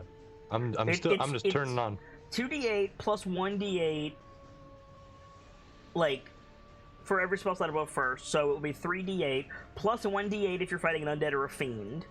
So 4d8, doubled because they're vulnerable. So this is gonna be 8d8 if I hit. 8d8 if you hit, yep. Which hits. Oh boy. Give me the weapon damage first. Is your sword magic? No. Okay. Give me the weapon damage first. In the name of Zariel, I command you to disappear. Okay. So it's gonna be 14 for the actual mundane damage. where's the 14? That's 10 slashing plus 2 from rage plus 2 from technique. Rage is true damage, actually. Oh, okay, so it's gonna be 12 mundane damage. Okay, so that's... And that's not halving it for their resistance first. So that's that much, and then how much of that is magic? So rage plus the radiant. That's gonna be 30. 30. He's dead. Nicely done. And that's all my possible divine smites I'm for gonna now. be real with you. You barely killed him, I'm well aware, honestly. but you got him. Good job. And then I'm doing pretty okay at the moment. You could move up and help Calendria. I could and will. Okay. Speaking of Calendria, Calendria is in a bad spot right now. Calendria is not doing great. She's out of spell slots for shield. Or, well, she has a second level spell slot, so she's just gonna shillelagh one of these guys and hope for the best. Does not hit. Damn. Alright. Bonus action, she's gonna throw her vial into the air. Tordek. Okay, so remind me the exact rules of flanking. If you can pass a line from your character to another character through an enemy, you are flanking. As I am showing right now. And flanking gives advantage on all weapon attacks? Correct. Does that include magic? If it's an attack roll, yes. Okay. I'm glad I made that clarification. I do not recommend casting Inflict Wounds on an undead. Oh, that's not at all what I was going to cast. Okay. I was gonna say you will heal it with any necrotic damage. I know. I think Kit rules it heals it. Correct. Yeah. You're right. I have Inflict Wounds prepared today, but these things are too good for Inflict Wounds. Okay. The one time I ever want this spell to hit. What in the fuck? Guiding bolt. Okay, so you have okay. You have disadvantage because it's a ranged attack and you're currently marked. I have disadvantage because ranged. But you have advantage. But you have advantage because you're flanking. So it's a neutral it would be a neutral roll. 11 does not hit. Damn it! Wait. Can't you add bless to it? I already add bless to it. Oh. Now, what you might consider, this is dangerous as hell because you have 3 hit points. But if you back up 10 feet and then cast it, you're going to suffer 2 attacks of opportunity, but you could do something with that. You're right. But if I back up, that also means this boy next to me can get into Starlight. Yeah, that's true. It's like how Then badly... you're break. I'm what? Sorry, go ahead. Like, is Tordek willing to break the halo? Yeah, well, I mean, here's the thing. There's already one in Star's face. Yeah, and I don't want there to be more than one. I mean, that's fair. So no, I'm gonna keep my turn as it was. Okay, then unfortunately that guiding bolt misses, which means Starlight is gonna have disadvantage to shoot that vial.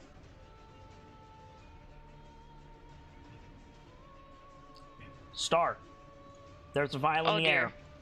Hmm. You're at disadvantage. Let's hope I can hit it. You get add a D4 to it. True. Roll the D4. Just slash roll 1d4. Hey, you got it. Cool. Shatters down. What is it? 5 kobolds? 5 kobolds, yes. No, we've killed 40 of these things already? Yeah, you have. You killed more than that. Technically, we've killed 43. Okay. No, 48. I swear. This man's failed. This man's failed. This man's passed. How dare you pass? This man's failed finally. And this man's failed. Roll 46. That would be Calendria, wouldn't it? Yes, thank you. Yeah. Oof. Ooh. Oh. Dead. Dead. The one by Tordek is not dead. You might die to tick damage, though. Dead. Dead. There is one kobold left, Valkyries. Go, Gadget, get that bitch. You still have your bonus action, Star.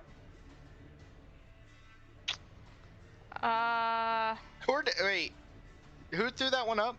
Calendria. Lendria. Oh, so the Hail of Thorns wouldn't be able to go over here. No.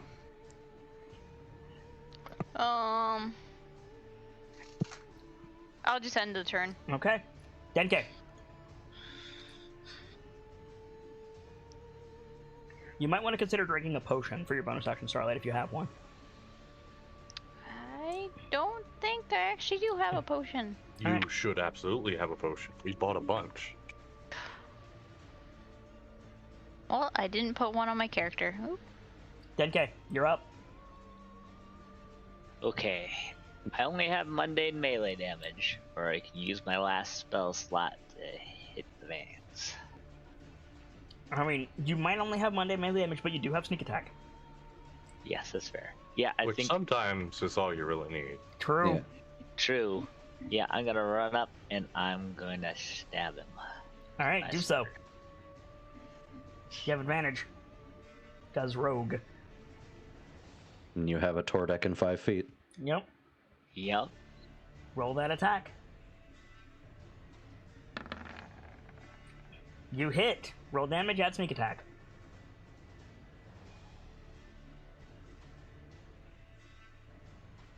Let's see if this works. Click the word rapier in the chat log for damage. Oh, Yep, wrong no, way, wrong button. no worries. And your sneak attack?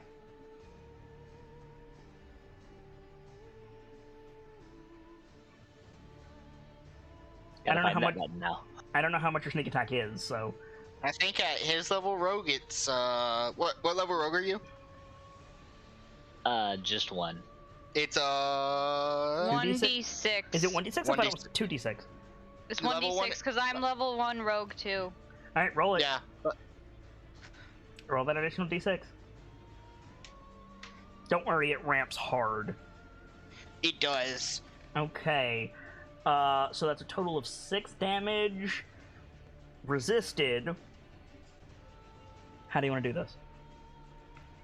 Yes.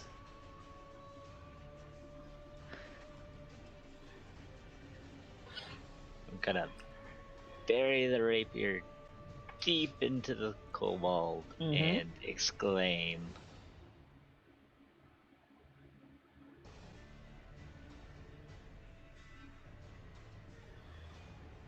And exclaim.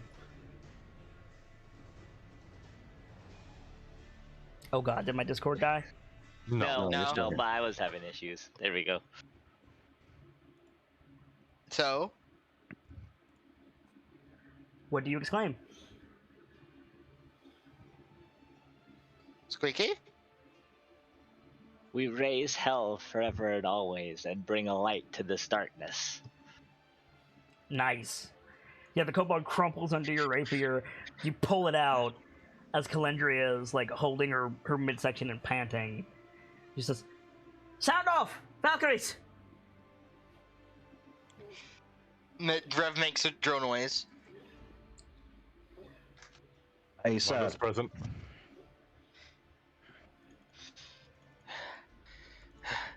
I'm gonna use the mech's ability repair. Yeah, good plan. Alright. I Good. might use 2 charges of it, honestly. Honestly, good plan. Who needs a medic? I do. So Tordek, I'm I gonna think we all roll do. 2 charges of it. So 48 plus. What's proficiency bonus at our level 2? You're level 3, yes. yeah. Duncan, what do you speak?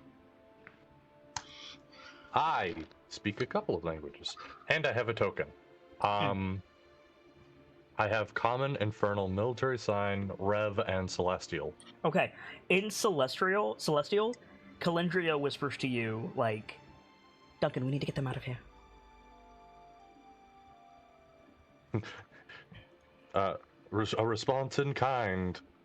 You're telling me I felt a big brunt of that dark energy. You see her like look at you and then look at like glance at the stairs. Like, are we going? Valkyries, we're going on a retreat.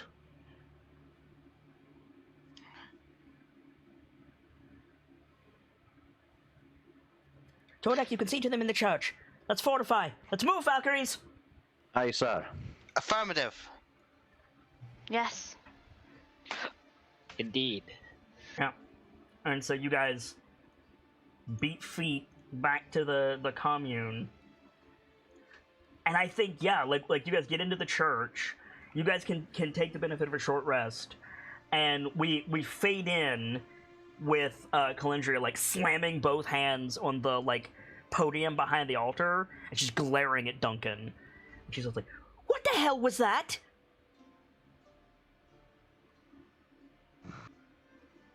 Quick question, Kit. Mhm. I know the HP max is reduced. Could I use mending to fix that shit, or is it? Yeah, because the mech can't take a rest, so yes. Okay. So I'm gonna get the mech back up to full with mending. Okay.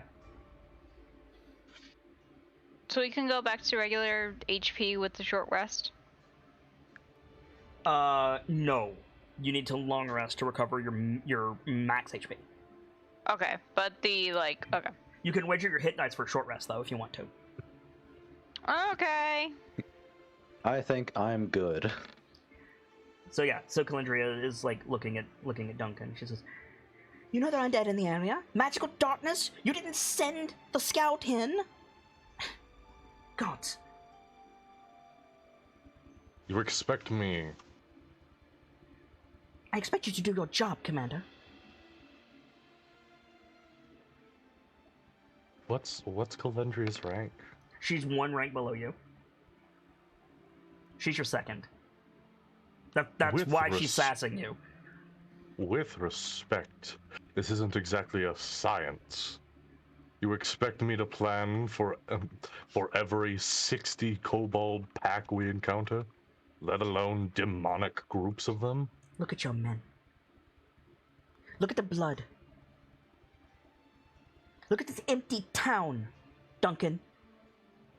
We're better than this. You're better than this. I am well aware.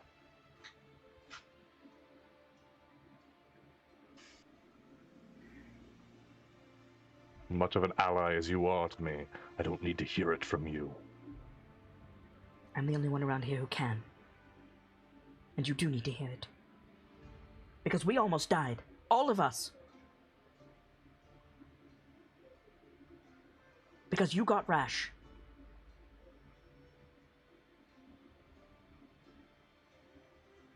You went into an undead crypt at night. Without the companion. Without scouting. No intel. Because people could have been dying. We're no good to them if we're dead.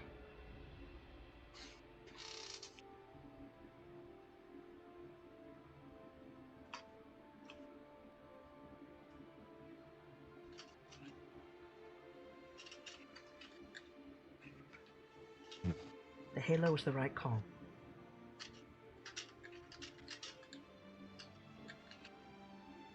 But your men need you now.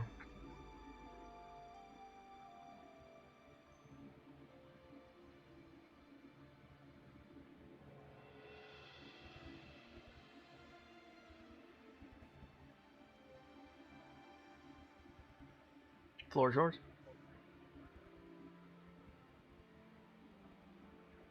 If we want to re-enter, we're gonna have to take a rest. Much as it pains me to say so, because we will be much less to those people as we are right now.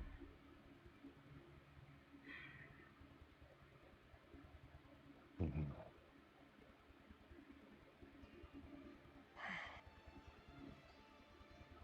All right then. Tolek, Aye, sir. I want a mid-op checkup on everyone. I want to know I want to know conditions, and I want to know recovery times for wounds. Then I want no extra work out of you. Rest right after.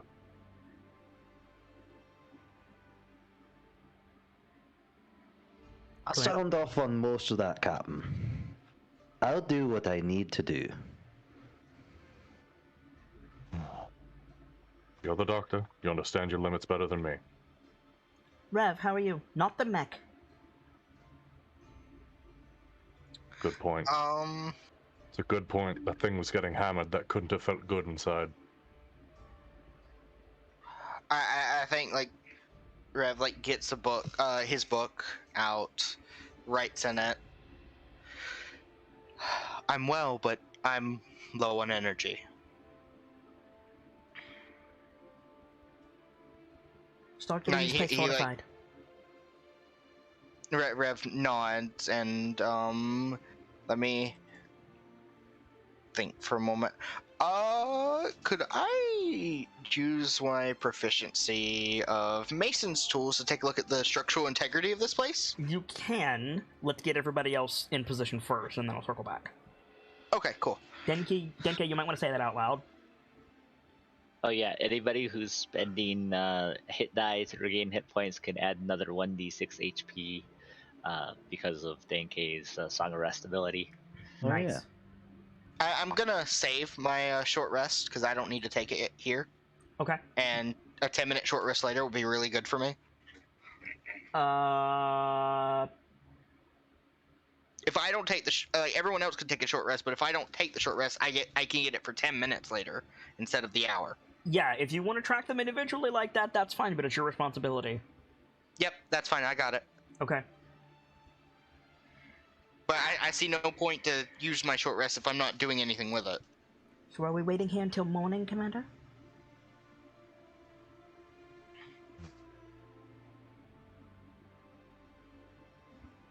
That's what I would think would be best, but we've seen where my thinking's gotten us so far today. What do you think? Corporal! How are you? Let me look at my lines. Not you. The other corporal. She doesn't call you corporal, she calls you Rev. Ah. Yeah, your rank is Rev to most NPCs. Fair. You're... Well, I'm the engineer. You're a little bird man. Yeah, corporal is Starlight. I'm fine, just a little scratched up. Are you fine or are you fine? I'm a little startled, but other than that, I'm fine. She glances at Duncan. At first light, I want you in that hole. I want you to get any information you can, and I want you to get back with your tail intact. Do you hear me? Yes. First light. Starlight nods. Good news is, most of that place should be clear for you. Though, that's a pretty basic assumption. We have no idea how deep it goes. By the way, Gamzee, I'm doing this to give you an example. I caught it. Okay, good.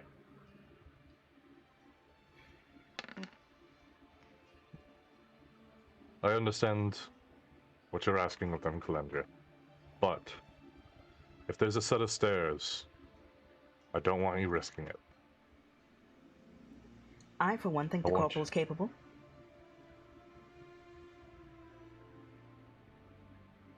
She's faster than the rest of us. I don't want you risking it, but if there's no sign of danger, then I trust your judgment.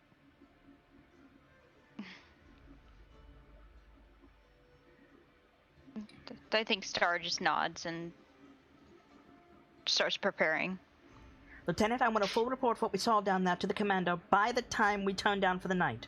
Second watch, no later.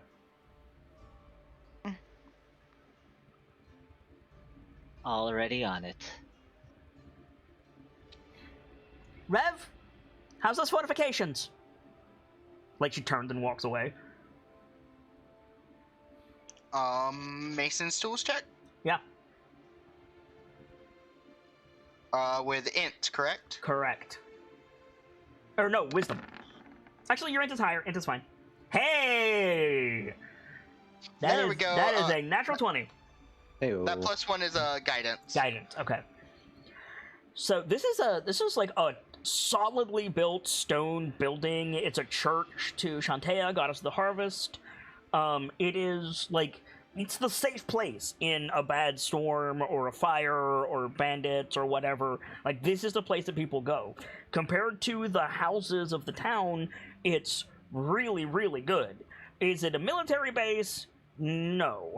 But the windows have metal shutters, or not metal shutters,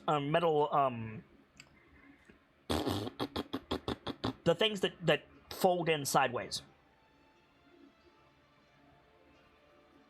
I gotcha. They don't go down. They come together in the middle.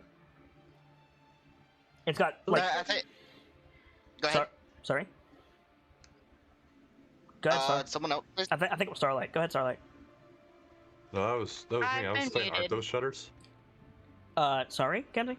Are they what? Aren't those also called shutters? I guess. The point is they have like two halves that fold inward and latch in the middle, and they give it like iron slats, not slats, bars, like a cage. The pews are made of stout wood and can be moved.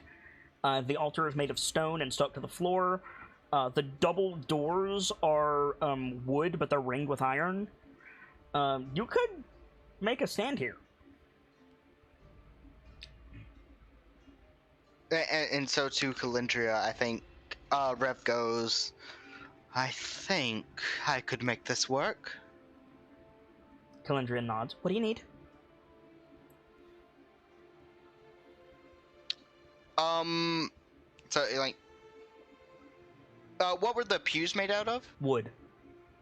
Wood. But they're big fuckers. They're designed to sit like 6 people.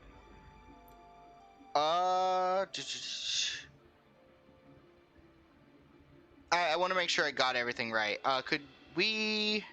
The building Run through is made of stone. Yeah.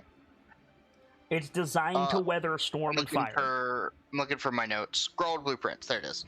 Okay, so building stone. It's designed to withstand storm and fire. The windows have iron cage shutters. The pews are made of wood and can be moved. The altar is made of stone and part of the floor. The double doors are wood but ringed with iron. And they lock. Okay, so let's see. Pews of wood.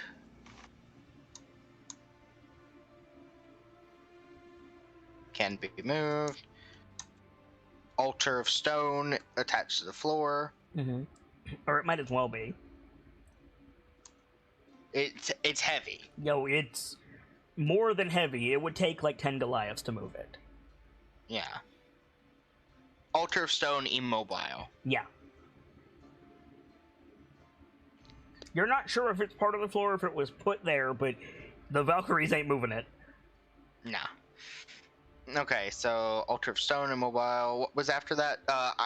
Wood door. The main ringed with doors. iron? The main double doors are wood, but they're ringed with iron, so they're reinforced with iron, and they lock.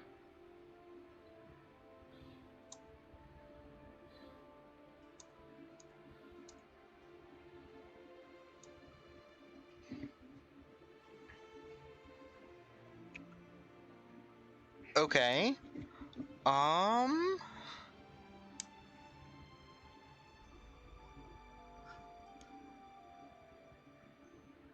I have a question. Mm-hmm. Getting like some stuff from the houses, could I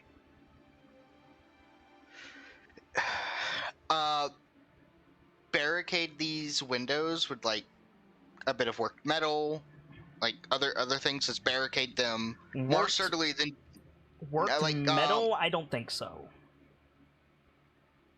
not like a pan or anything like that. That's not going to be any Or- good. Pants are thin.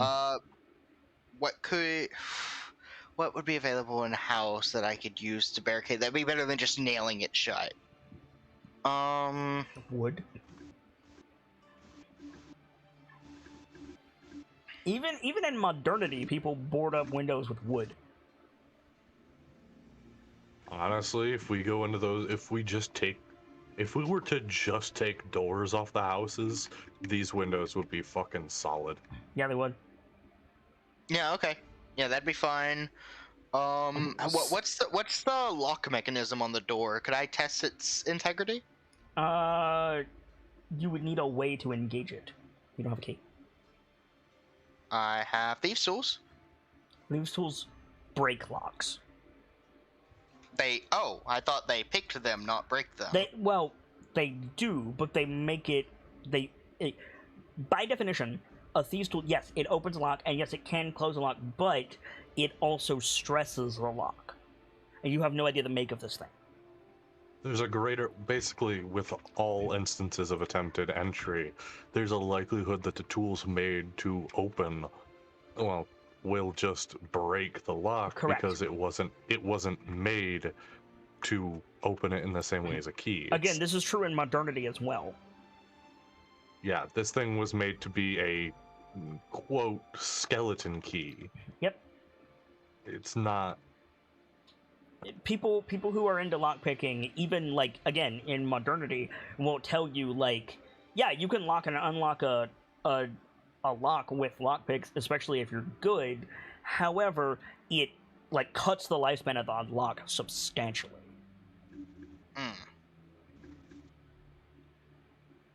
That's why people use keys.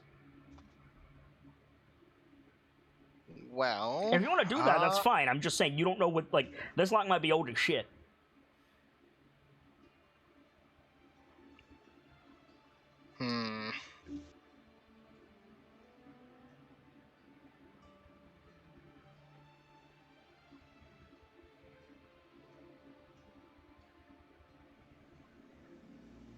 Which direction does the door open? Inwards or outwards? Outwards. Outwards. Harder for somebody to get in, easier to escape instead of a fire. Somebody throws a Molotov cocktail into the, like, chapel to fuck people up, you could just shoulder the door open. Yeah, that's fair. Again, this place is built for defense. Yes. That means I could not... I mean, I guess I could park the mech in front of the door to, like, barricade it from being shoved open. Like, the mech would then be outside. No, I mean, like, on the inside, like, they can't, like, they would have to break the hinges and move the mech. I mean, yeah, but by that logic, you could also just stack the pews. Yeah. Is your, like, I feel like your mech is too valuable for that. No, yeah, you're right. But I'm trying to think of other ways to barricade. I mean, I guess just stacking the pews is our best bet and figuring out how to lock it. But we don't have a key, so... I mean, you have all the pieces on the board to get the key. You're right, there was the house that the friar supposedly came from, as well as there's his corpse over there in the field. We could search him for a key if it's possible that it's there.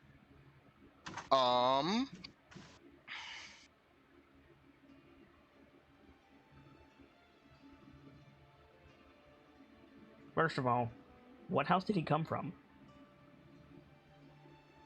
Okay, I don't have that information. You're right, you don't. Why'd you say it? I mean, actually, you do have that information. You don't have it in the way that you said it. No. I know that Starlight knows which house he came from. That's about it. No, that's the thing. No? Like... Okay. I'm confused. First of all of you have inspiration. Well done for that fight. First of all. Second thing. You know where Friar Finley came from. I didn't say shit about a house. He's a cleric. He came from here. There you go. I'm a dumbass. Which means he probably has... A spare. And not what I was going for, but yes. I mean... More to the point, he probably has something in this building. A room. There it is. Ah. Sorry. That's another point to probably look into. There's usually a back door There's usually for places two. like this. One that leads to the office and one that leads to the living quarters. I meant like a back door. Back door. Oh, no. Not in here? Okay. Mm-mm. Okay. I was just making sure because I've always seen them structured as you go left, you can usually find a storage. You go right, you that's can a modern usually capture thing. someone's room. So I think in his book he writes, I need the friar's quarters searched for a key. I need some wood from the houses to board up the windows, and we can stack the pews to barricade the door. Calendria nods at you. Corporal! Yes.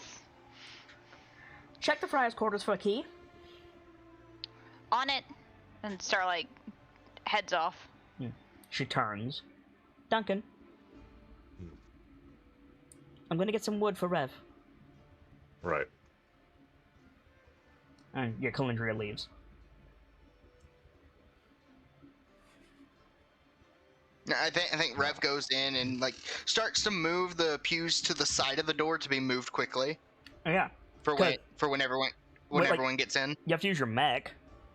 I mean, yes, that's what I would be Yeah, using. totally. So Tordek and Denke, what are you doing? Star, we'll catch up with you in a minute. Duncan also, what are you doing?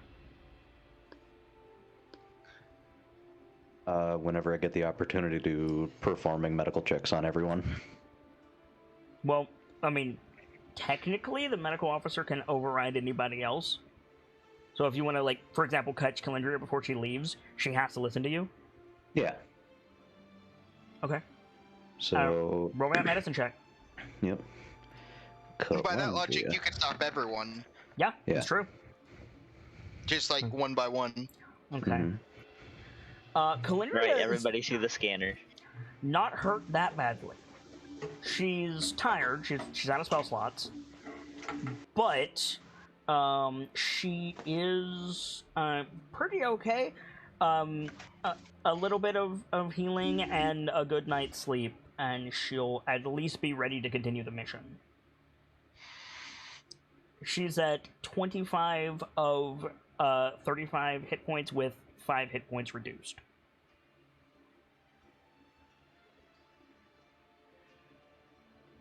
Okay. Next we'll get... Why can't Denke? Okay.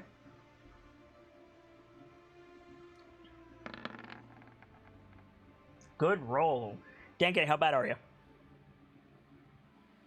I am at 13 out of currently 20 with 6 hit points reduced. And I think I've got 1 spell slot left. How many inspirations do you have? 2 of 4. So, Denkai could probably use a heal if you have one. Though, there are probably... I think stars hurt worse than that. I mean, we have plenty of healer's kits between what I have and what's in the boot. That's fair.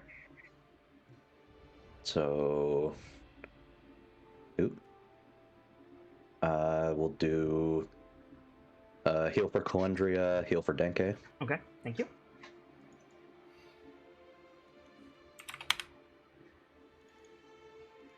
So Denke, you've got 7 heal. Remember, you can't go above your reduced maximum. That put me right at. Who's next? Next will be Duncan. Okay.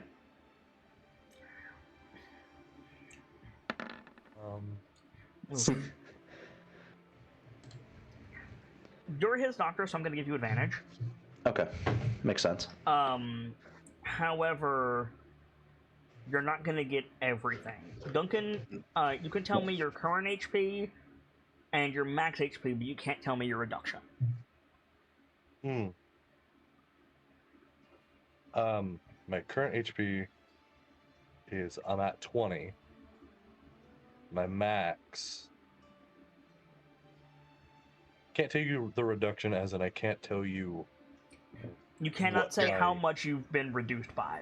Yeah, you can tell me your current max. No, you can tell Okay. you can tell him your max. Oh, okay. My max is 37. Okay.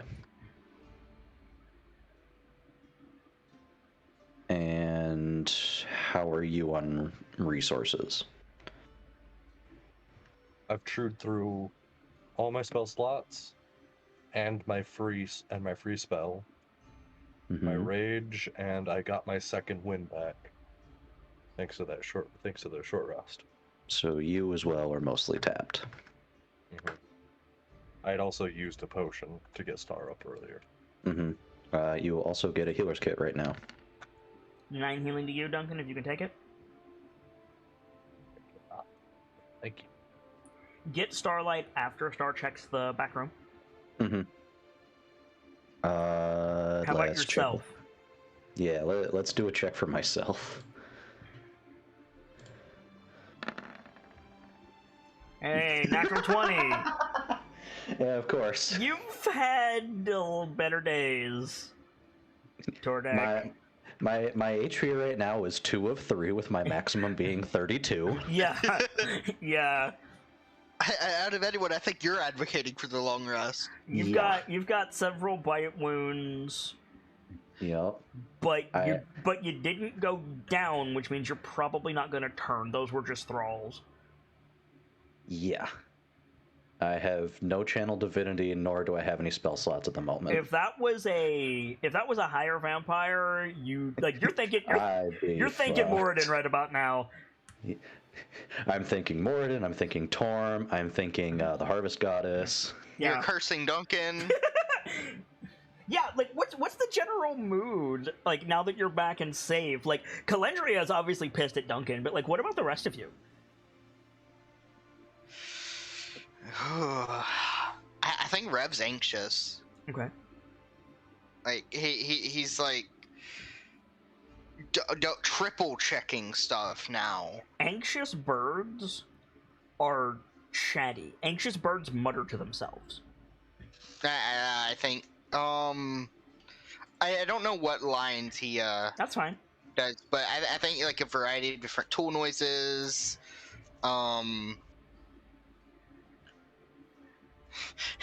There's the occasional ... fuck, and he turns around to go back to check something. Yeah. Denke, what's the mood? I think Denke has already taken so many notes, he's already almost done with the report. He's just dug right into identifying all the information he can pull from that fight to pass on and prep for. So you're throwing intervention. yourself into your work. Yep. This crew is your family. What does that mean? It means that he's got to do whatever he can to make sure that they reach their full potential. So They already have it's the tools. anxiety coupled with acknowledging failure is what I'm hearing. Yeah, I think so. Okay. Is that they didn't have enough. They need more. Star, what's the mood? I think Star is. I don't even know the word for it. I think she's felt confident from the fight, but the little mistakes that happened, she's like, being hard on herself for. Hard on yourself? Why not hard on Duncan? Like, that's a sincere question. Like, the safety, security, and success of the Valkyries is the responsibility of Duncan. I think she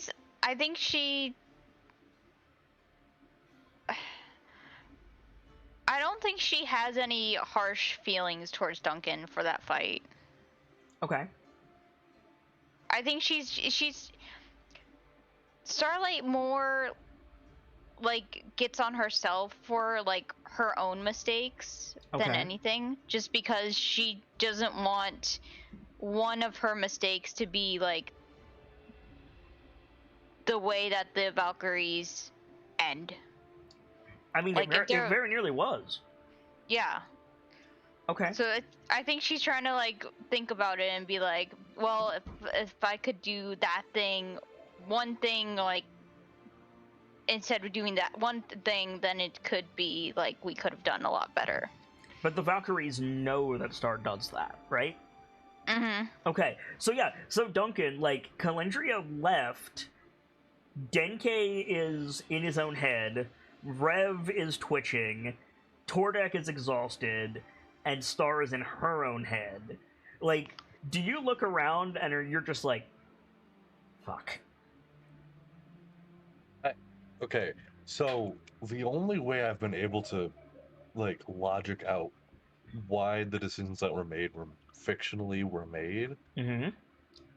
is Duncan underestimated the job. I think that's completely reasonable. Duncan hard underestimated the job. He was just expecting, like, Little Tomb maybe full of regular kobolds based on what Star found. Whatever. He didn't expect some madman would have turned to the kobolds. I mean, realistically, there's like 8 or 9 houses here, so you're looking at 40 to 50 people, and they're all gone. That should have been a tipping point. Yeah. He fucked up, and he knows he fucked up. Okay. And I don't know if this place is like that, but there's usually this seat behind where a priest of a church will be speaking at the plinth. Yes. I think he's like sat back there, like helmet at his feet, like just like wringing his hands and watching his crew. Yeah. Like thinking to himself, getting ready to start playing some, so to speak, damage control. Yeah. The first person to worry about in a regard like that is Rev. Okay. Because if someone gets nervous, their work is going to start getting sloppy. So you think about how to deal with the Valkyries. I'm gonna cut over to Star and help her with her search. Okay. So, Starlight. Hello, hi. You head into the back. You see Duncan sitting behind the altar, and on either side of Duncan there's a door. So there's 2 doors in the back here. Okay. One on Duncan's left, one on Duncan's right, which is opposite you because you're facing Duncan. Duncan's facing out. Right. So for ease, left and right. There's 2 doors. They're wood. They're ringed with iron, but they're smaller than the big, like, double doors at the back of the church. There's no windows in this part of the church. All the windows are in where, like, the people sit. Mm-hmm. There is a window, like, above Duncan's head, but it's, like, 12 feet up. Okay. What would you like to do? I will check the right door. Okay, you walk up to the right door. You grab it. You grab the handle. You pull on it. It does not move. I'll be right back. Okay. I'm guessing it's locked. It appears to be. Could I... Well, if I thieves tools it, then it'll be unlocked. But... You can use Thieves' Tools if you succeed to lock or unlock a door. That is true. However, the same thing that I told Rev applies. You don't know the quality of these locks. You could jam it. Getting in, jamming a lock is relatively fine. You're open and you're in. Like, most people don't care. But if your intention is to lock it back afterwards and you break it, you wouldn't be able to do that. Right.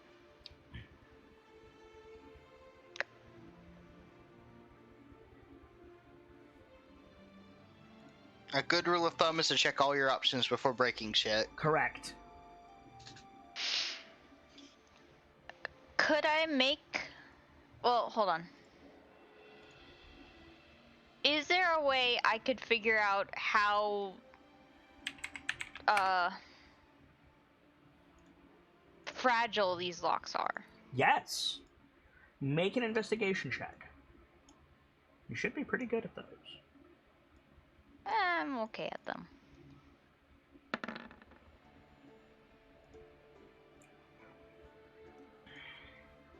Seems to be a standard, like, run-of-the-mill, like, basic security lock. Like, the type of thing that, like, it helps the person who has it to feel better, but for somebody like you, it ain't nothing. You could pick it in your sleep.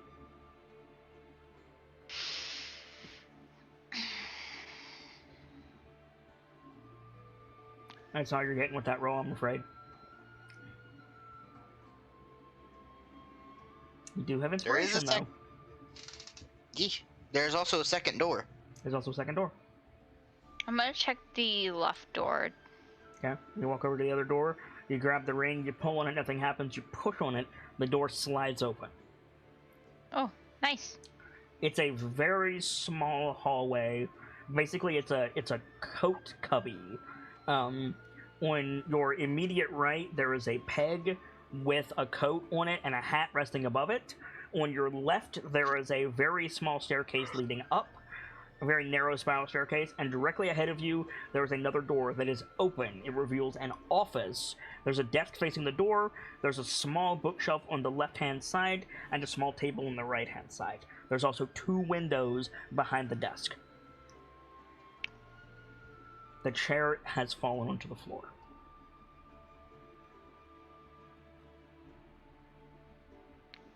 As if somebody ran out in a hurry. Ah.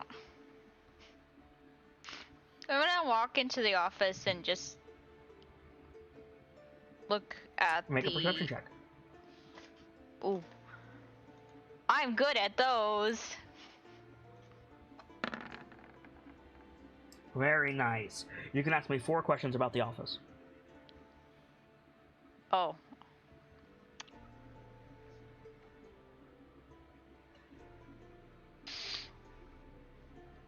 There's a window, a desk. There's 2 windows, a desk, and the chair. And the bookshelf, right? and the table. And the bookshelf. It's like, here, let me give you a little visual. It's not going to be great, but it's something. So, basically, rectangular room. The bottom part of this leads out into the church, right? Right. You have the little cubby here. The right is this area is a little coat rack, and this is a very thin spiral staircase leading up, right? Mm-hmm. The desk is here. There's 2 windows behind the desk. They're of equal size, just bear with me. Mm-hmm. There's a bookshelf here. There's a table along this wall, and the chair behind the desk has fallen over.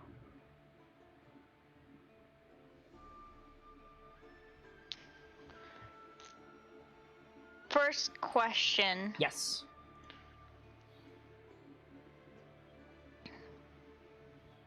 Do the windows look like they have been, like, Okay, let me give you some free information about the windows. The windows are kind of this shape. You know what I'm talking about? Those like triangular top church windows?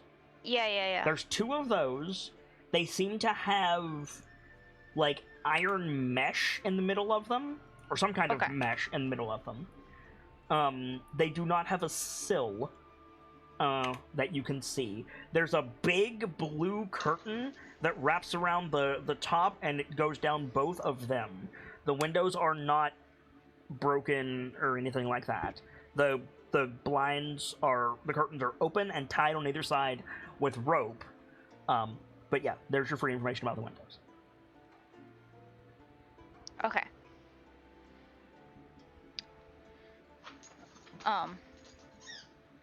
Sorry, Pup wants to play fetch, so you're gonna hear squeaking fine. as That's I talk. Oh gosh. Okay, questions. Yeah.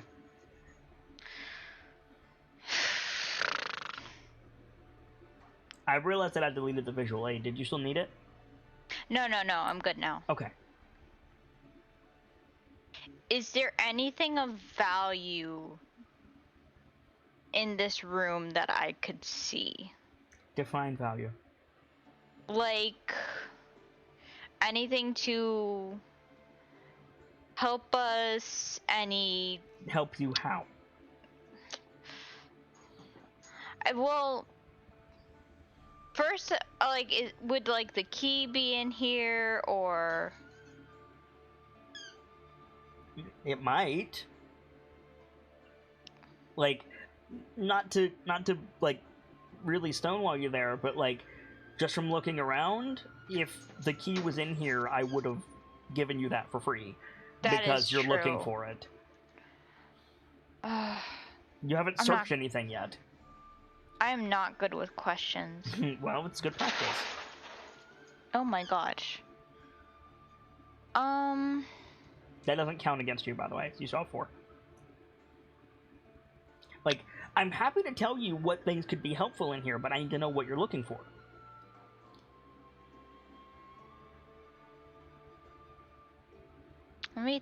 Oh gosh.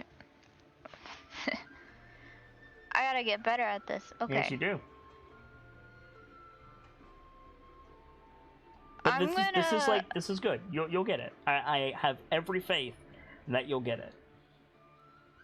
I'm going to walk up to the bookshelf. Okay. The bookshelf is one of those bookshelves that it's like 2 shelves that run the length of the bookshelf, and then it's got a cabinet on the bottom. Mm-hmm. It's one of those. It's made of like black wood. If it makes you feel any better, you haven't asked any questions yet, and you've got more information than I do most times. Correct. That is true. I use these questions to figure out what you guys are interested in and how to shape the narrative. So don't look for correct or incorrect questions. This is for me to gauge what it is that you're looking for and feeling in this scene and this story. You understand? Right. Okay, good. So you approach the bookshelf. I'll give you some free information on the bookshelf. The 2 shelves are covered in books, and the upper shelf has a lot of loose papers on top of the books on that shelf. The cabinet is closed, but it has brass knobs and does not appear to have a lock. I open the cabinet. There is a porcelain bowl in the cabinet, 3 glass tumblers, and various bottles of spirits in varying amounts, having not being in the bottles anymore. We'll say 5 bottles of spirits. Huh. There's also 10 sticks of incense, a tinder twig to light them, like half a dozen candles, and a couple bundles of herbs.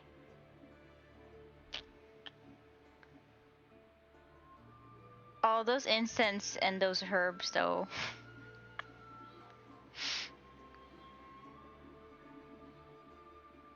I should not take. I feel like I should not take You still have those. not used any of your questions. I know. No, like, that's good. You're doing very well. I normally thought you should ask questions. You should, but if you could get information for free, you should get it. That is true. And there's nothing wrong with making sure you ask the right questions. Yes. Especially when you can get that information for walking 2 steps to your left. Yep. It's like that point and click Nightfall, games, you just should have take to your find own the right advice. Right? You're totally right. What's in the cabinet? You have to go up there and look. Oh. Like, look at the wolf taking initiative. I like it. Okay, I guess one question I have would be Mm-hmm. Is there any information from the papers or the books that would say anything about the undead or the... Boy, howdy, did you hit the nail on the head. The entire top of the shelf is binders and journals and loose papers of everything Father Finley has recorded about this commune in the last, 30 years. Ah, Denki would love this! Denki. Is it Denki or Denke? Denke. Denke would love this. That's Nice. okay, I've done it too. I still really like that name. Uh-huh. It's good. I've almost will- called my manager at work Duncan a few times because his name also starts with D. I will save that information and give it to him. You're gonna take all the Nice. binders off the shelf and give it to Denke? Yes. Okay. Let me reiterate. 30 years of binders. Think of Okay. what Wait, one wait. year of high school will do. Wait.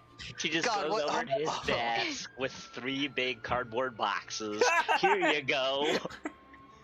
Denke, more What? for your report. Let me... Let me ask you something, Starlight. What is easier, to take all of that information off of the shelf to take it out to Denke, or to turn your head and go, Lieutenant, Or to go out there and pick up Denke, move him to room. right? Even better, just Denke, I found a desk for you to do your paperwork at. Denke, I found you a gift. What is it? 30 years of a grown man's pain. Like, I found if you a you, gift. if you What want is it? Paperwork. Oh boy. if you want to take all of this shit from the shelves and take it out to Denke, you can absolutely do that, but there might be a more efficient use of your time. I think Star is gonna just yell out, Lieutenant! And Denki comes in post haste. Mm-hmm. Yes, Star. And she points up to the shelf. There's 30 years worth of stuff that Father Finley has recorded. Starlight suddenly develops a Valley Girl accent. There's 30 years of material there? Damn, Wolf. Can you do something with that, or That's totally your thing.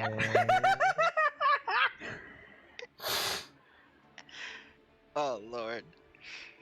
I told you to keep out of that goddamn catnip. It turns you into a Cali girl. And by that I mean Callum shit. Oh no, why? Why have we done this? This is cursed. Because the wolf said something as Star and started it with the word like.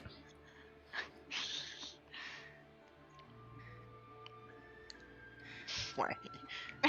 This is so cursed. This is so cursed. Alexa, play Metallica. You're right.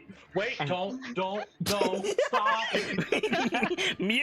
That will Mute. come up on my mic. Yes, No. I have to server mute you if you start playing Metallica. Holy shit.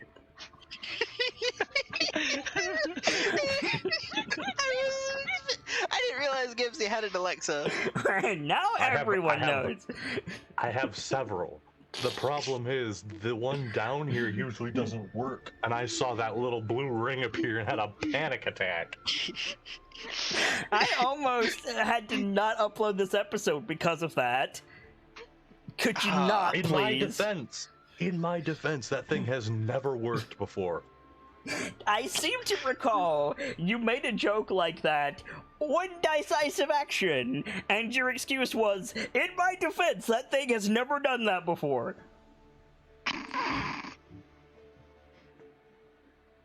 I don't know what to tell you. It played Cotton Eye Joe last night, and I was the only one home. So anyway, Star, you call Denke into the room. Denke, you see a bookshelf full of handwritten binders and journals.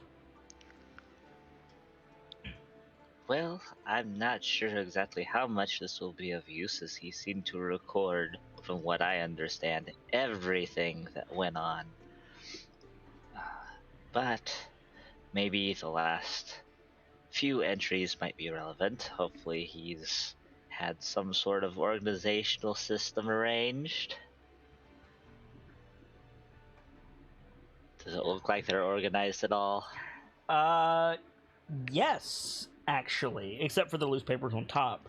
The binder on the end, which would be the newest binder, however, doesn't have entries beyond like a month ago. That's curious. Does it look like there's like regular entries? Yeah. Up to that point? Oh yeah.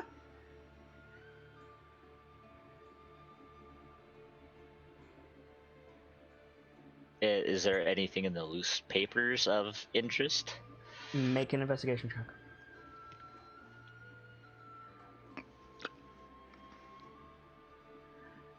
Start, you show off 3 questions. Yeah, you do. That is a natural 20 investigation from Denke. Oh, nice. Nothing relevant to where you currently are, Denke, but the good father did have opinions about parentage of the villagers.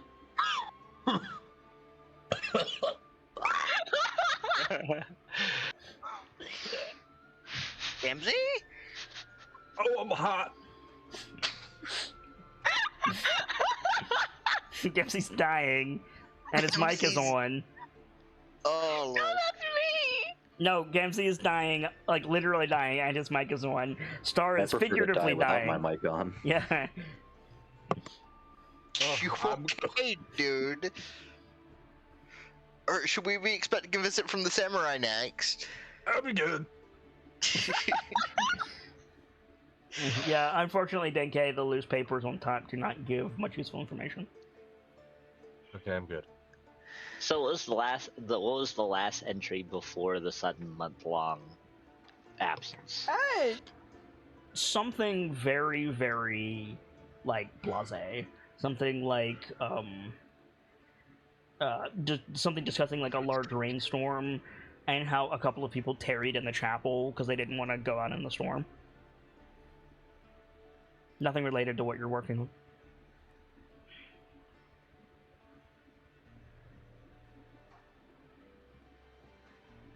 Yeah, is there anything at all that looks like it is not just mundane recordings of the goings on? No. That's what I expected. Well, there's some liquor in the cabinet under the cabinet. Under the bookshelf. Real shit? Has it been blessed at all? Blessed liquor, Is it- no. No, those are what we call spirits. God damn it! You stole my joke. No, fight you, little man. no, Nightfall. That's what we call holy spirits. Ah, sorry. Call that motherfucker Holy Ghost. Your joke, but worse. Anyway,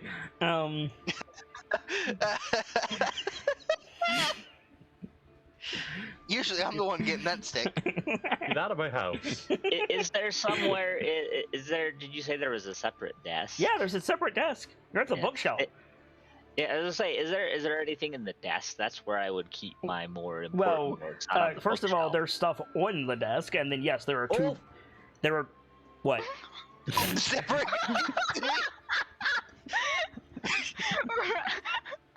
Real? Gamsey. Okay then. Yes, there are 2 drawers in the desk, and there's also stuff on the desk. I'm gonna walk to the desk. Okay. There are papers on the desk. Yeah, I'm gonna. Denke's look gonna at go the over and look papers. through the papers Okay. too. Yeah. It appears to be about a month of the same report. So he just didn't file the last month. Yeah, exactly. I'm gonna open a desk drawer. See what's The in top drawer is locked. The bottom drawer is open. What's in the bottom drawer? Sweets. Little like sugar candies. Bruh, keep that away from Starlight. Man got sweets all the way out here in Bumblefuck nowhere. Damn. It doesn't cost anything to boil honey and water together, motherfucker. You think he just shoots Star a look like don't even and closes the drawer again. Okay. Star just gives him like an innocent look and walks away to the table. Okay. Is there a key for the desk drawer anywhere obvious? Not that you can see. By the way, regarding the papers on the table, the last 2 weeks is not present. Excuse me, the last week is not present.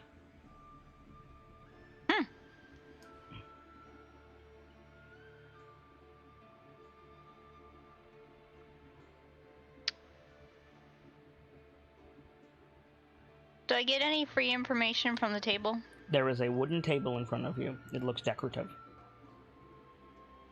There's nothing on it. No drawers, no nothing? Nope. Huh. Just a table. Yep.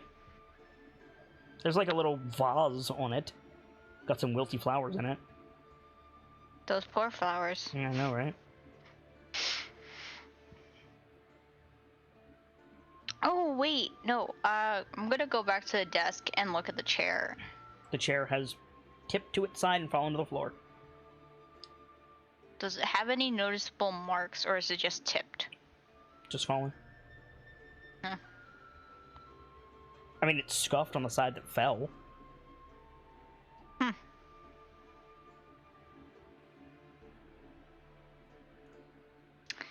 Do I want to pick the lock from the top of the drawer?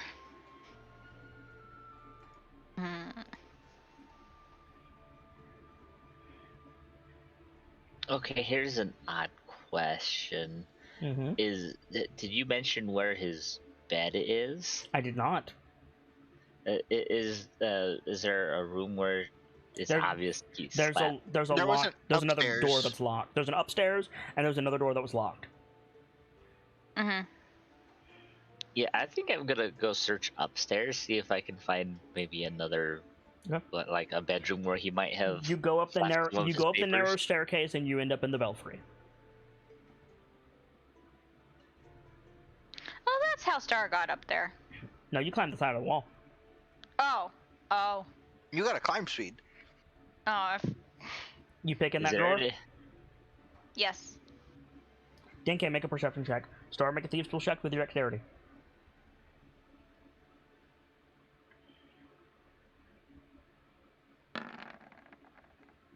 Okay.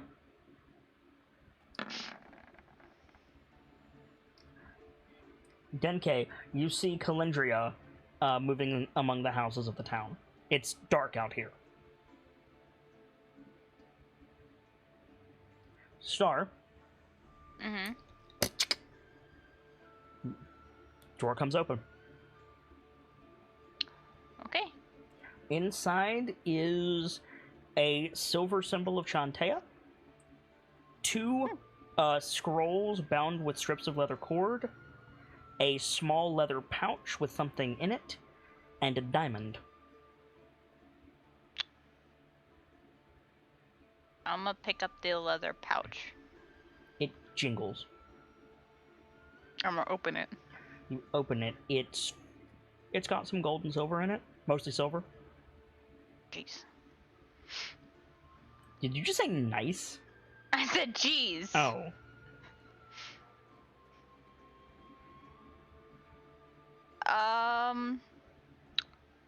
I'm going to pick up one of the scrolls after putting down the It pouch. is heavy. It's heavier than a scroll should be. I think she's gonna call up to the lieutenant. Lieutenant! Before I go back down, is there anything notable about the belfry itself, or anything that was left there? A small bronze bell hanging from the belfry. One of those four post squared off belfries, Spanish mission style. Nothing in particular up here. It's got a pole chain.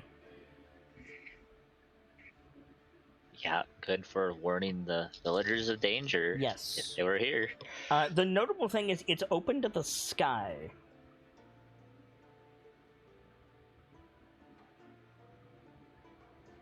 That's the notable thing. Mm-hmm. Yeah, he's gonna head back down. Okay.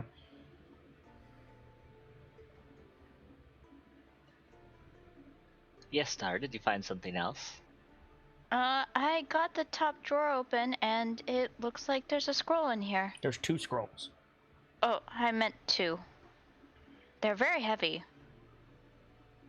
Heavy, you say? Mm-hmm. He's gonna go over and examine the scrolls. Do you unroll them? Very carefully. Make a religion check.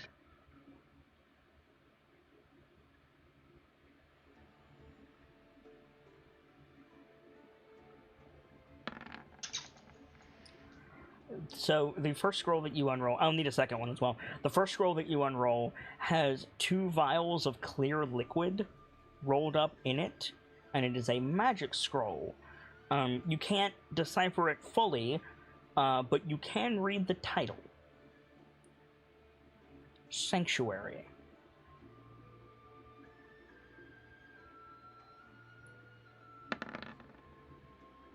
The other one also has 2 vials of clear liquid in it, and the scroll is titled Revivify.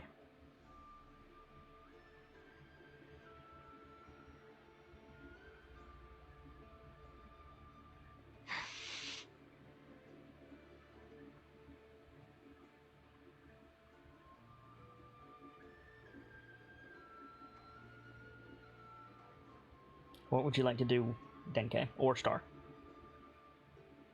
I think Star just looks at it. Those are very powerful and interesting.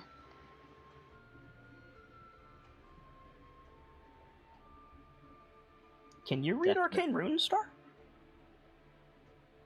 I think she wasn't even reading the ruins. I think she was just looking at the vials. Oh, the vials. Okay. You know what's in the vials. I think she just looks at Denki. Is it any of interest? It does seem to be resources we may be able to use. You'd need a diamond for the Revivify scroll, Denke. I think. And I was gonna say she left the diamond in the drawer. In where the I could drawer, see yeah. it. Well, you didn't. I thought scrolls didn't Yeah. need their material component. I thought the scroll consumed the material component at the time of making the scroll. Not. Well, here's the thing. Or is In some cases, you're right. However, this man has a scroll of Revivify and a diamond. Do with that information what you will. That means get that scroll and give that diamond to Tordek. yeah. I think Starlight speaks up. Is there anything missing? Also, Denker didn't roll that high, boys, so...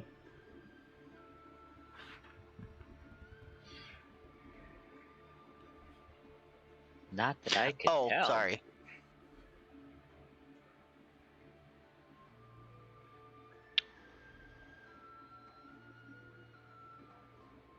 We still do need to. We still have a week's worth of records unaccounted for. Denker, make an insight check.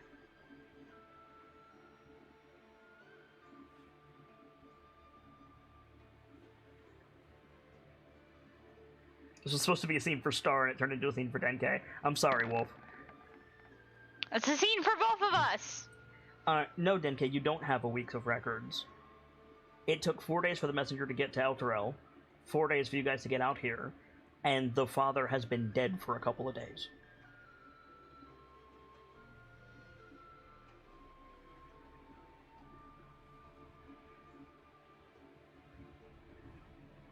The runner probably brought the most recent report to Elturel, and then Friar Findley died. So you're not makes sense. Yeah, you're not missing anything.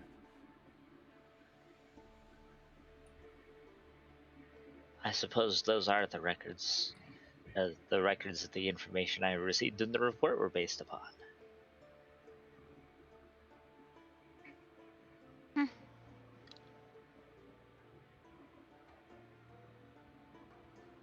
Well, there's only one other room to check, and it's locked.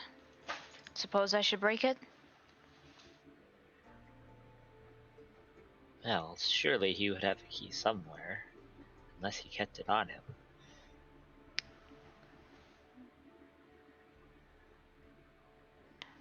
There was the coat in the Cubby. Mm-hmm. cubby. I think Starlight walks out and like checks the coat. Make an investigation check.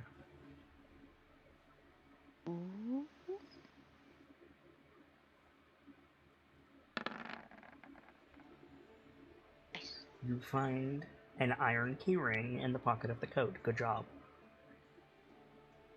Damn, nice. I found the key. It has 4 keys on it.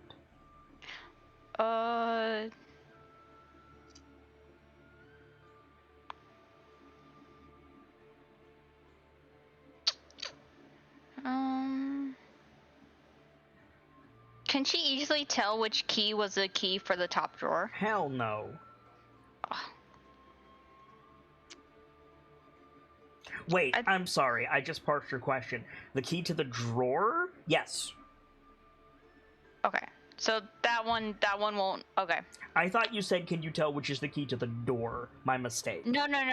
Drawer. Yes. Well, Yes, you're you can. narrowing down. You only have a 1 out of 3 chances instead of 1 out of 4. Correct. Yeah. Good job, the wolf. Yay! You're very proud. I think she walks to the left door or the right door and just looks at the lock and just looks at the keys. Make an insight check. You have advantage because you're an infiltrator. Yo! So you look at the keys on the ring, you look at the lock, you select one, you fit it in the door, you turn it, and the lock clicks. To push it open. Oh, it is a bedroom. A Spartan small bedroom. It has a bed, a shelf above the bed, a small window facing the door. The bed is turned sideways. Very small nightstand between the door and the bed, and a trunk at the end of the bed. It's slightly bigger than Harry Potter's room. Is the trunk locked? It doesn't appear to have a lock on it.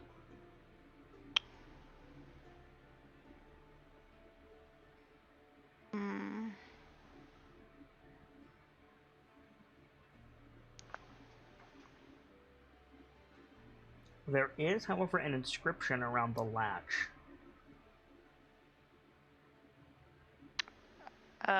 It's in common.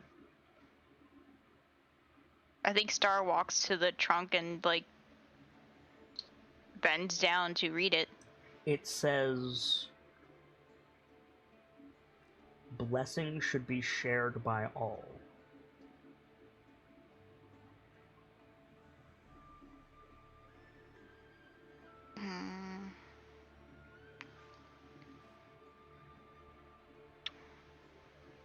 I think Star opens it. The first thing you see is several neatly folded vestments akin to what the corpse in the field was wearing. Mm-hmm. That's on the top of the trunk.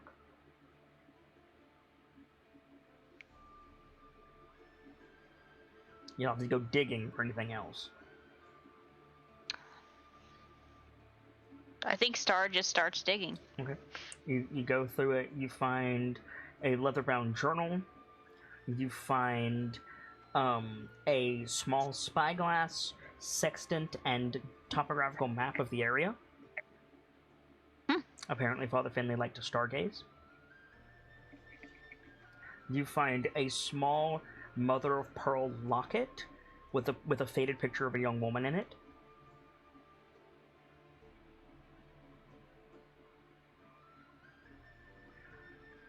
And at the very bottom, you find a shield and helmet. Sorry if you don't mind the quick interruption. Mother of Pearl locket? What's that?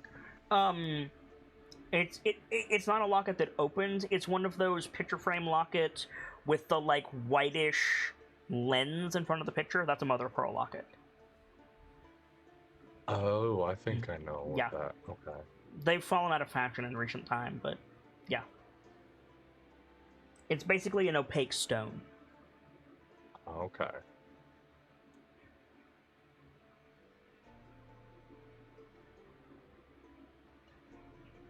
And Sorry, I'm readjusting. Yep. And at the bottom of the trunk is the shield and helmet. I think she picks up the shield and helmet. Okay.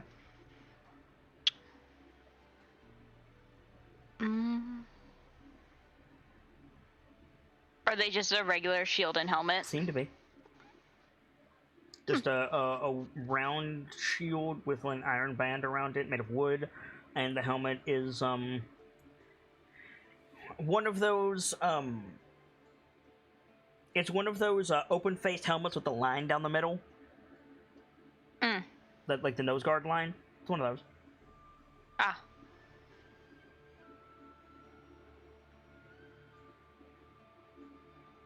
They look old.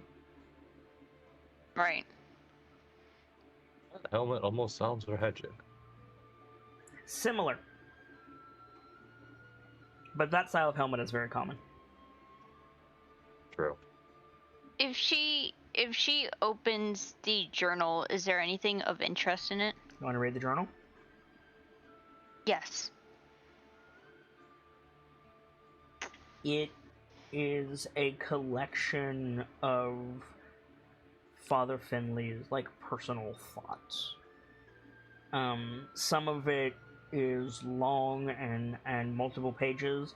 Some of it is just like one or two words at a date. There's one dated like 2 or 3 years ago, around springtime, that just said, "Bees through the window, damn the boy."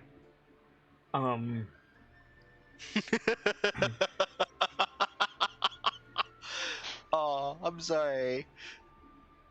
The last like 3 or 4, he's expressing worry about like various people, but the name Lucy comes up like 3 times. Like the second to last entry is something to the effect of like, Lucy's still missing and now Robert's getting worried.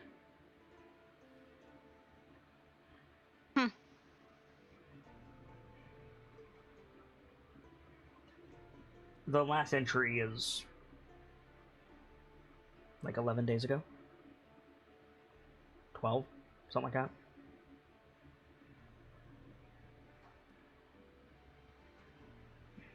So they've been missing for a while. That being said, you do find 2 interesting things in the journal that are not writing based. Okay. You find like a quill like pressed into the pages, and it's just a white feather quill. You don't really think anything of it until you notice that the tip is blue, like the color of Duncan's sword. And the other thing that you find is I don't know what it's called. There's an official name for it. The ribbon that priests wear around their neck. It's not a tie. It just hangs loosely off their shoulders. Oh. Oh, that thing. It's like a scarf or whatever. Stole? Is it a stole? I Regardless, you find that Father Finley was using it as a bookmark. It is called a stole. Okay, cool. Hmm. I Interesting. promise you, Father, I have stolen nothing. Yeah, right. Yeah. I promise I didn't look into your personal thoughts. It's fine, he's dead. So, Dead men tell no tales, but their books sure do. so yeah, that's what you see, that's what you find. Interesting. Though, when you mean like tip of the quill, you mean like the The bottom part, the part that you write with.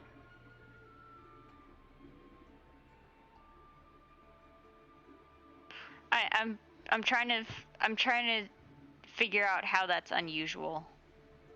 Well, if it was a quill, it would be black. Or if it was unused, it would be gray. This is blue. So it's been used. No, if it was used, it would be black. Blue is not a color. Oh. Colored. Blue is not a color on the spectrum that a quill should be. Oh. Sorry, I don't know No. much about quills. It's so. fine. You want to do anything else in this room? I think Starlight is gonna bring the quill thing up to, I don't know, maybe Duncan? Okay. Calendria has made a pile of wood by the door for you, Rev, by the way. Okay. After some time, I'm gonna. He's antsy, so he's bouncing between tasks. He's gonna go check on Starlight at some point, but I don't Okay. know if it's right now. Probably like as she's coming out of the bedroom. Mm-hmm. But is there anything else you want to do in the bedroom, Star? Last chance. No. Yeah, Rev, you can pop up to Star as she's coming out of the bedroom. Probably at the same time as Denki's coming out of the office.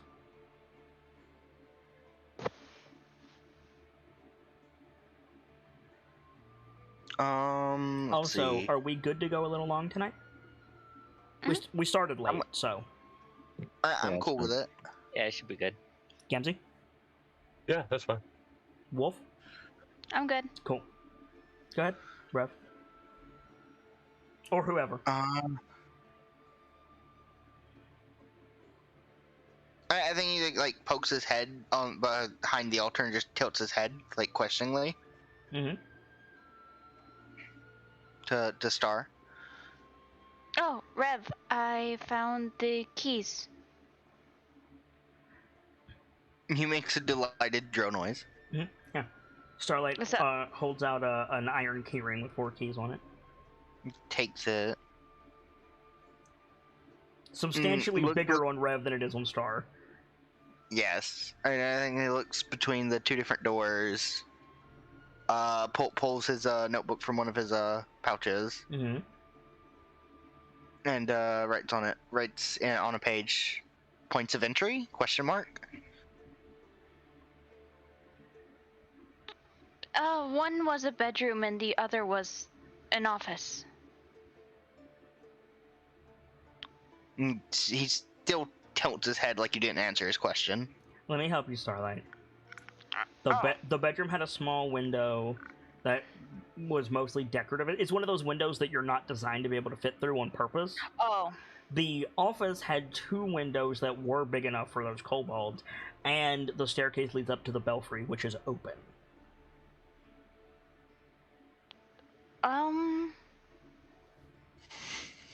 So I think Starlight said, this bedroom had 1 window, but not. It's decorative, so it's not made for entry. The office had 2, but it looks like the kobolds didn't try to come in through there. And there's also the staircase to the belfry, which is open. I think Rev nods. But is repeating that same line again. I think I can work with this. Mm. Is Calendria still nearby? Calendria is probably, like, helping Tordek check himself over at this point. Because you did yourself last, Tordek. Minus Star. And Rev. And Rev. I think Star also points out to Rev which 2 keys have already been used. Mm. So then it will help him narrow down the key for the front door. Yep.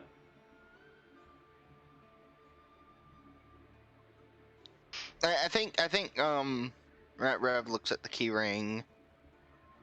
There's 2 keys not in use. Like, I'm just thinking him to himself. There's 2 keys not in use, but there's only one more door. Where's the 4th key go to?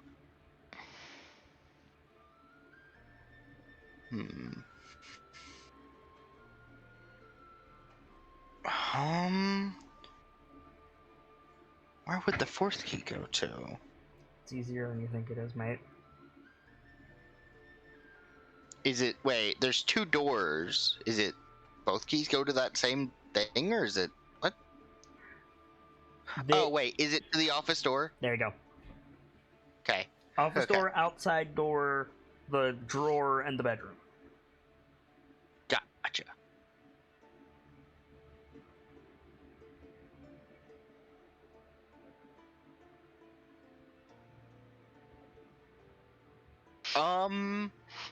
I'm gonna go and like investigate the points of entry, see how much wood we're gonna need for them. Okay. Make an insight check. Or you can use your I have carpenter's tools. that'll work. My int is higher. Is it okay if I use that? Yep.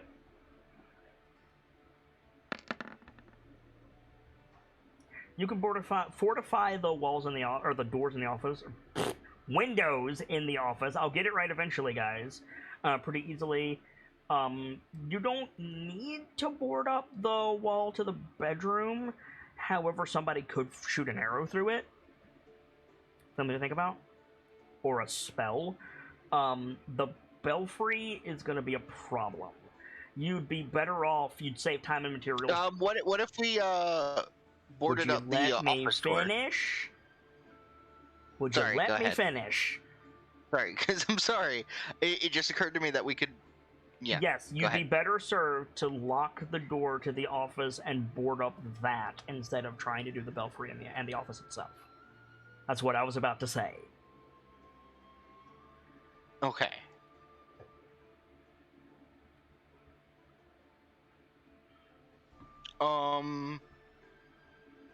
I think Rev pokes his head out of the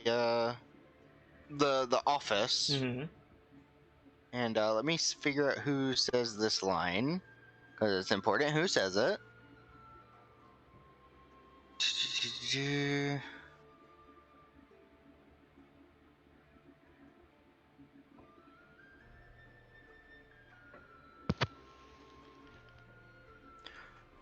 Okay. Mm-hmm. All clear? And then like tilts his head. And points back into the office. Like nobody's in there is what you're asking? Out of character, I know it's probably gonna take an insight for the other characters, but like, are we done in here? That's what I figured you were saying. Denke, that's your question. What did you take out of the desk and cabinet and bookshelf? I know I took the 2 scrolls and the 4 vials and the diamond. Did you take the bag out of of money? the desk. Last I knew, Star had that. She didn't 'cause take it. She put it back. Oh, she didn't. Oh, I didn't hear her put it back. No, I think I would have left the money. Okay, did you take the sweets? No, I left the sweet. Well, no, we've got plenty of sugar. No need Did you sweets. take the liquor? It might not be a bad idea to take the liquor. At the very least, it's flammable. Did you take Yeah, there's some- Did you take the priest supplies that were in the same cabinet? Remind me what those were again? Porcelain bowl, several sticks of incense, several candles, several 3 small tumblers like glasses, 2 bundles of herbs, and a few miscellaneous, like, priestly things.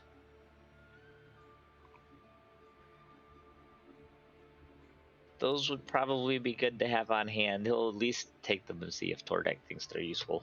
Okay. Did you take anything from the bookshelf?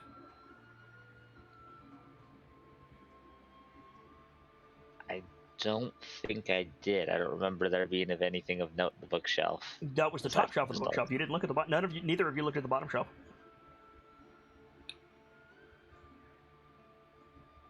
I think I'm gonna tell Rev then. Oh, I think I need to take one more look around. Okay. The bottom shelf is full of tomes. Tomes of religious practices for various faiths. Not just adherence to Trontea and Helm Tormentir, but, like, Father Finley has, like, a book for proper observances for, like, elven rituals, dwarven rituals. He's even got a small book on, like, orc prayers.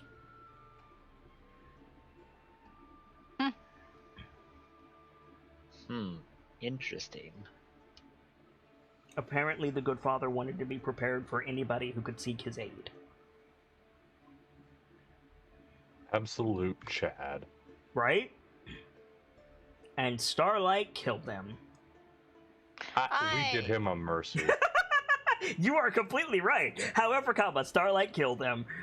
We did him a mercy. Starlight killed his hut. Hey, Starlight and Tordek killed him. Don't leave me out of this shit now.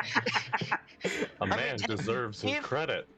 I mean, to be fair, Starlight only killed him. Cookie burned the corpse to make sure we couldn't cast Revivify on it. Fair. So Revivify only works within the last minute. Yeah, but there's your answer, Denke. I'm trying to think if any of that would actually be useful to us.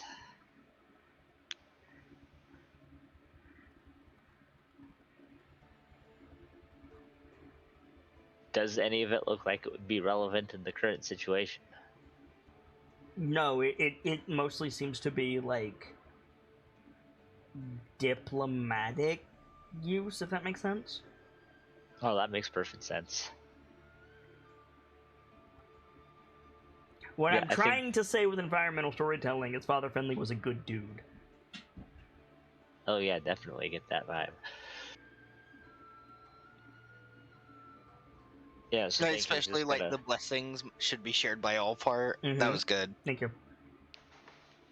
I love the thought of, like, just some dude rocking into the office. Father Finley, there's a group of orcs outside the town. Just sees a group of them outside. You found a friend of Kang. Come in. Yeah, basically. Denke, do you want to do anything else in the office? No, I think he's gonna walk out. And Did you take the money? I mean, he's dead, so I guess I might as well. Add 40 silver to your inventory. The blessing should be shared by all. We'll make sure it Did you gets take shared. the sweets? Yeah, let's take the sweets. We're gonna share those blessings too. Okay. If there are any children down there, having the sweets. Yeah, if the people down there are alive and there are children down there, the sweets will be useful. I hate Hell thinking yeah. about children down there. Oh yeah, steal this man's Werthers.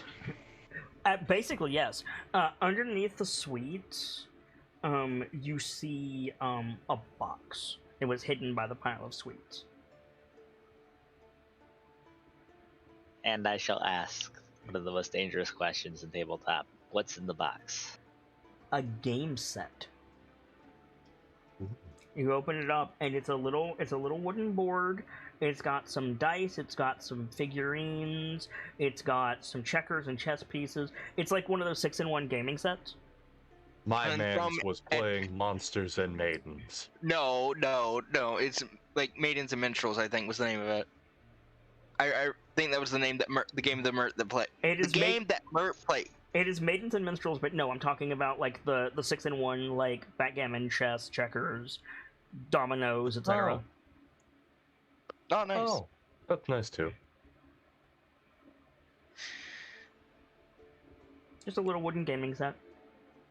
Denke found the morale boosting drawer. Basically, yes. Yeah, pretty much. I mean, yeah, take the gaming set. If nothing else, maybe get certain people out of their heads. I will say there's one other thing in this drawer underneath the gaming set. What's that? A folded blanket. Oh. Oh. Denki carefully unfolds the blanket. It's just See a if fleece there's blanket. anything in it. It's just a blanket. Mm-hmm. Blanket, gaming set, and sweets. Is it monogrammed or anything? Nope. That way, if Rest you had in to give, peace, Father Finley. you wouldn't. I don't think you'd want to monogram something like that in case you have to give it to someone. Mm-hmm. And Oh, you know, the poor children. if something happens, the person who has it can't be blamed for like theft or whatever. Oh, I was wondering if maybe it was something he kept that was given to him by someone special. It's in a drawer of stuff to give to people. Just saying.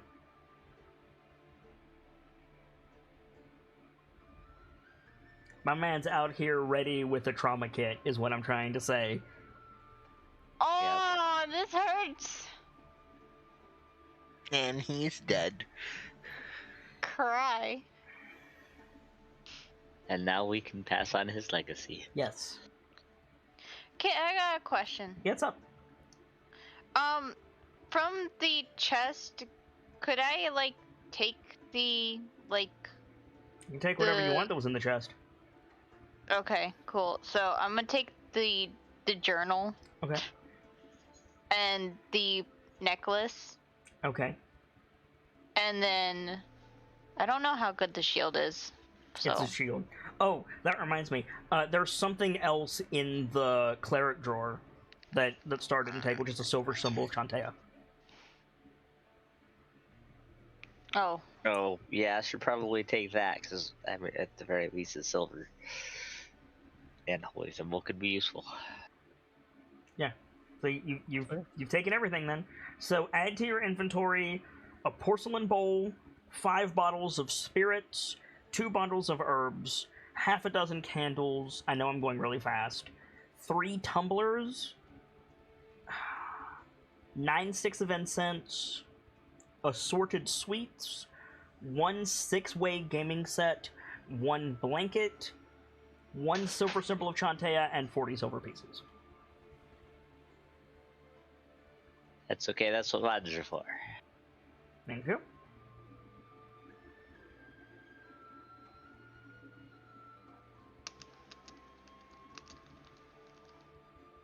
And do you leave?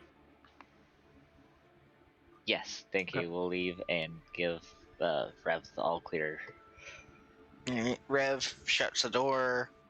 Dinka comes out with an fuck. armful of stuff. Like, he is encumbered. All of you notice this. I'll step over, give him a hand. Okay. Do you really have to take everything from the man? We are not taking from the man. We are going to give it to those in need. Duncan, you notice the trauma kit immediately. You've Let's probably given isolate. out similar. Let's isolate the blanket and this stuff. I don't remember all the stuff that was part of it. But It was a 6-way gaming set, a bunch of sweets, and a blanket. let's isolate the blanket, the game, and the candy. Might be useful if there's people still down there.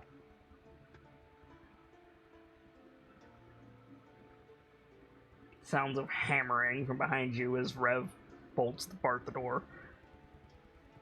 Yeah, he's locked it. Okay. Actually, wait, am I tall enough to lock this door? Yeah. Okay. I think like, when I'm like a foot tall though. Yeah, but like a standard door lock is about 18 inches, something like that. Not very tall. you've also got enough scrap wood and stuff to make a stool for yourself if you need it. Yeah, like you could also climb on something. That's absolutely right. It's more than Yeah. 18 inches, but still, yes, you can lock it. Okay. How much would that wooden shield give me? +2 AC. But you can't use it and your bow. Got it. But I can use it with my daggers and my rapier. Correct. So Star comes out of the other door carrying a round shield.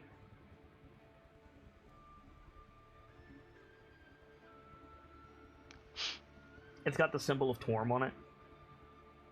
Oh, yes. My That's cool. boy.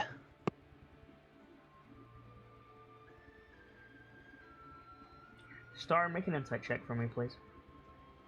Oh, okay. So what specifically did you take, Star?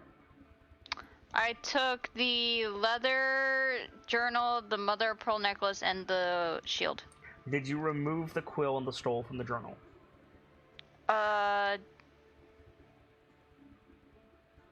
Yes. Did you? No, I think. No, well, no, not yet. So you have them. Yes. Okay. You did not I didn't take them out of the journal. They're still in the journal. You did not take the vestments, and you did not take the shoes, and you did not take the helmet. Mm-mm. Okay. 23. Something strikes you as odd, Starlight. Mm. The shield was in the bottom of the chest, but Father Finley was armed when you found him. Why didn't he take the shield?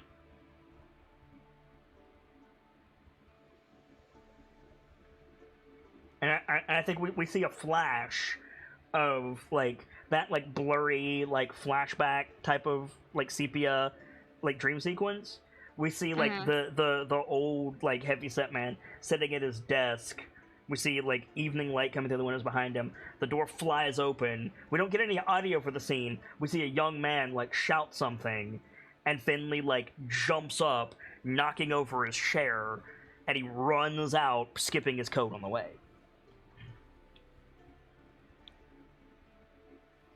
He doesn't go to the bedroom for the shield or helmet. Nope.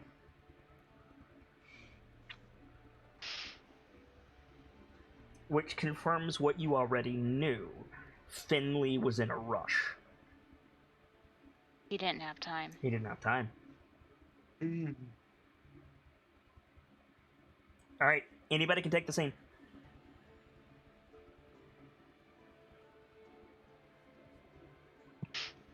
I'd like to finish up my medical exams. Yeah, so you wanna call Star over? Mm-hmm. Okay. So as you're, like, looking at the shield, Star, like, Tordak calls to you. I think Star walks over.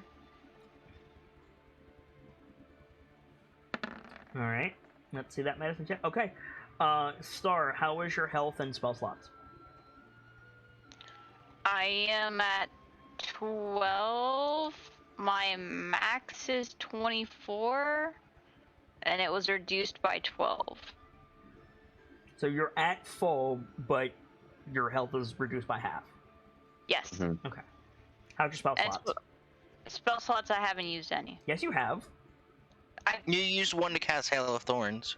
I prepared Hail of Thorns. That I never counts. casted. That counts. Oh, It's counted as casted for the purposes of. then You I've have to used call- one. Okay. Ow. I apologize. No worries. Still learning how to do the spells. Completely understood. So I have one left. Most of the squad got absolutely bodied by that health point drain, by the way, Tordak. So we definitely need a nice long rest. Yes. I don't think Tordek ever got around to Rev, but No, he didn't. I was gonna say after I'm done with Star, go to the back to Rev, let him finish up like The bolting board. bolting the board to the wall, and just be like, "All right, lad, you're the last one." I think like he when he finished, he just immediately turned to go walk somewhere else and just kind of stops with his mid step. Mm-hmm. I think it makes a protesting drill noise. Don't you have a heavy sigh? I think you have a heavy sigh. Yes, I do. Wait. There you go. Right now, I don't care if you want it. Everyone's getting it. And, like crosses his arms and sits on like one of the pews that are still intact. Mm-hmm. Yeah, roll that medicine check, Tordek. Yep. Okay. Rev, how are you spell slot wise and health wise? Health, I am completely fine. Spell slot wise, I have a single slot left. Okay. Rev is tired more Yeah, so so than he's tired. I was gonna ask this. The entire examination, he's like glancing around. He goes to move, and you stop him. Mm-hmm. What did you say, Denke? I said Rev sticks his tongue out and says caw. Yeah.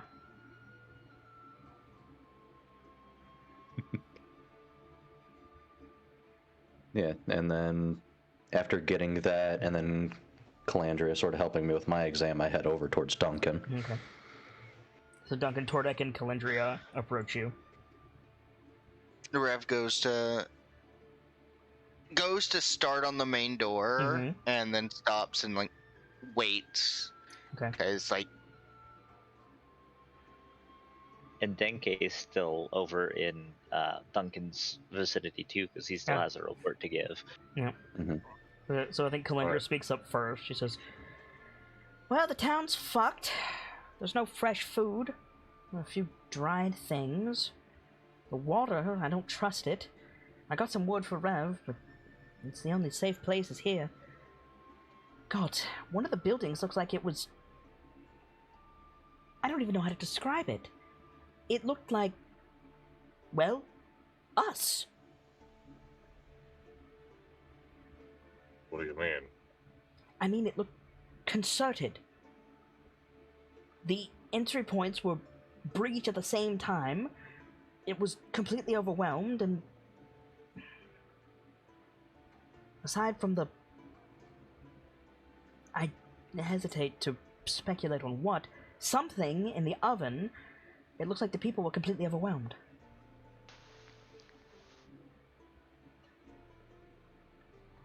Do you think these things might be taking orders, then? Given what we saw in the cavern, Commander, do I really need to answer that? They weren't terribly organized against us, just tried facing us with an overwhelming presence.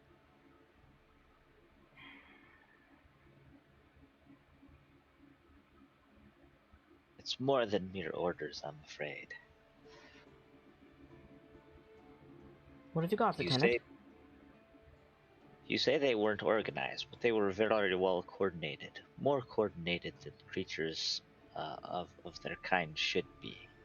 That and many other factors, I believe, indicates a much more troubling presence. Bloody vampire lord? Worse than that, I'm afraid. Oh, goody. We're all aware of the magical darkness. Aye. The very warping of the light in the caverns. And then the sheer number of thralls. That seems to indicate a demonic presence. God damn it! Given their undead nature, I believe it would be a servant of Orcus.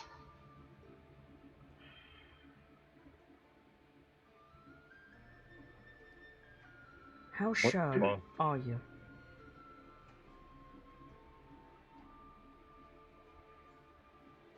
Given the nature of these creatures' attacks, the very number of the thralls, the way they moved in concert without needing to communicate.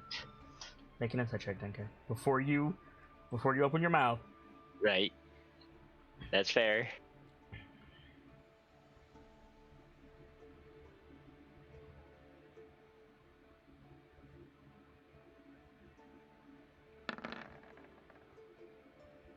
Orcus is a good guess, but it's a guess. If it is a demon, you need assurance of who it follows, if anyone. And you don't have it. It could be Orcus, it could be Lolth, it could be...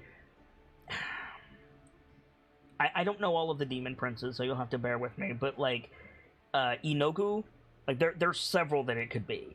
The Ravenous Hunger could be Inogu. There's one that's like a hunter, I can't think of his name right now, Baphomet? Oh god. Trapping people in a cave and sicking the hounds on them could be the modus operandi of the hunter. There's Demogorgon, Orcus, Grazit, Baphomet. Is Baphomet the hunter? Jublix? I don't believe so. I think he's the Prince of Beasts. Yeah, that's the hunter. Okay, yeah, Prince of... Okay. Then there's Jublix. So the short version Grazit. is no, Denke, you're not sure. No, to be fair, this is all based on information we have from one confrontation, so it's a guess, but it's an educated guess. But no, I cannot be certain. In Celestial, Calendria says, Duncan, we need to send her in. I'm gonna disagree. I want to wait till that first light, though. If we send her in now, she won't have the strength. None of us have the strength right now. In common, Calendria says, you're right, god damn it, but...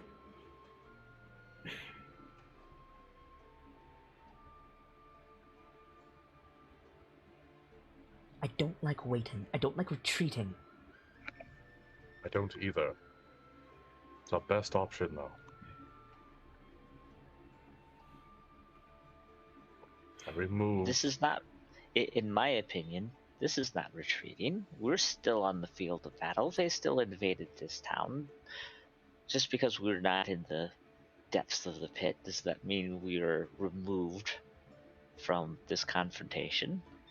We exited the OT in order to better assess our situation and recover. We need that information. Yes, fine, wait until dawn. What I'm saying is... Again, she switches to Celestial.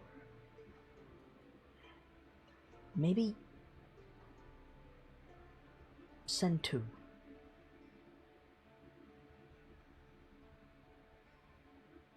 Your tone indicates you have a suggestion. She doesn't turn her head or her body, but her eyes trail over to Denke.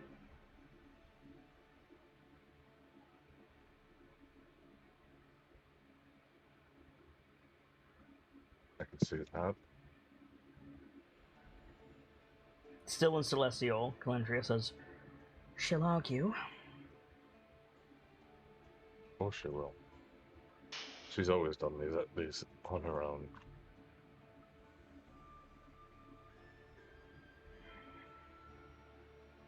Can't exactly give her room to argue, though, if what he's theorizing is correct.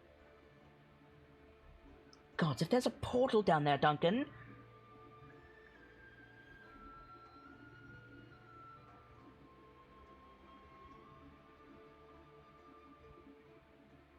We should have... Should have what? Died in that hole? You should have told the council to stuff it! Sending us out here with no intel? More people She switches to common in her... Like, she's still bitching, but she switches to common. She says, all of this just to get us away from the Grand Marshal? You know that's what this was about! I'm aware. Frankly, I'm hoping the Marshal enjoys the letter I left for him. She stops. You infernal jackass!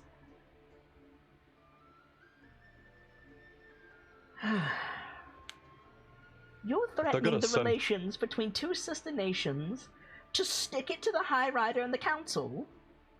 I knew I liked you. If they're going to leave us in a situation that puts us and an entire hamlet in danger, of course, I'm gonna, leave a little tack on their seat. Well, we'll just have to return victorious, hmm? We always do. There's no ballista in the world that could pierce these Valkyrie wings. Through the gates of hell and back again. A light in the darkness. Lieutenant, I want you to make sure that when Star goes down there, she has every piece of information, every theory, everything you could possibly have to get her back alive. And Duncan, tell her not to Considered approach the that. damn portal. Oh well, By the way, if there's a portal, what are we doing? there's a portal. We'll have to see if the people are alive. Chances will be very low, though. Hmm?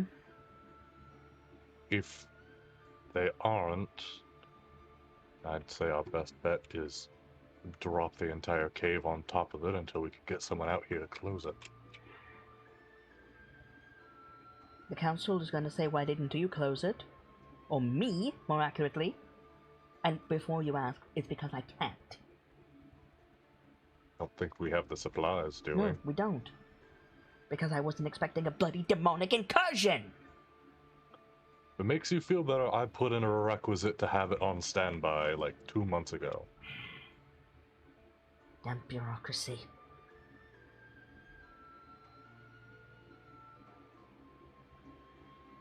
What? And all of this so that the precious Eltelgard remains spotless. She looks like she's ready to spit. Keep your mind about you, Valandria. I'm fine. I'm angry, Those but I'm are all- fine. Those are all people you're talking about. Your mother notwithstanding, there's not a brain cell among them.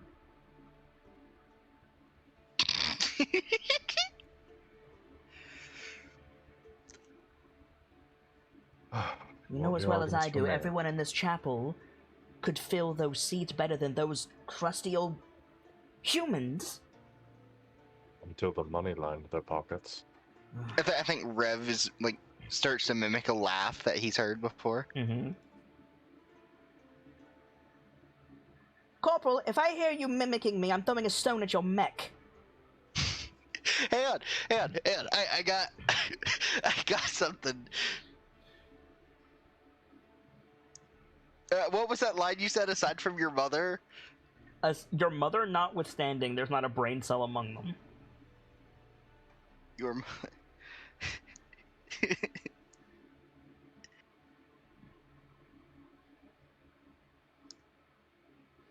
She will fucking magic stone your mech, dude. It's fine. I got mending. I keep forgetting that she has freaking some spells that sorcerers don't normally get because she is a stone sorcerer. It's Yeah. fine. I have a mending and a trait literally designed to repair the mech. And so I think Rev goes, your mother notwithstanding, there's not a brain cell among them. Clentrius And just stops. goes back to laughing. You see her just like conjure a firebolt and start to walk away. Oh shit. Never remember her rank. What the fuck? She is a master sergeant, I think. Yeah, she's a master sergeant. Quote Duncan's next words, don't fry the bird. Alright.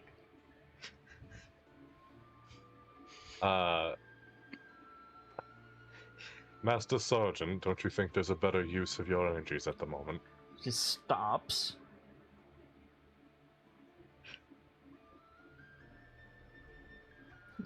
In common, she says, do you have an order for me? Don't fry our bird?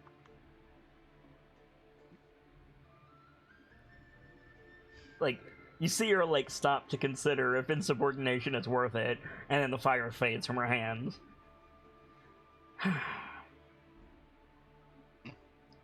You're lucky you're useful.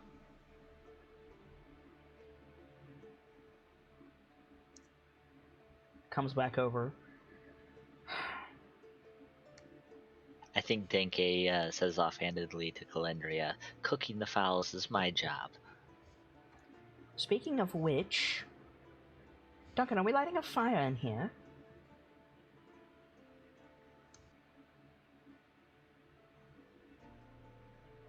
To Duncan, Denke says, I recommend I prepare one of my special meals. If we were taking a rest, we would do well to fortify ourselves for the trials to come.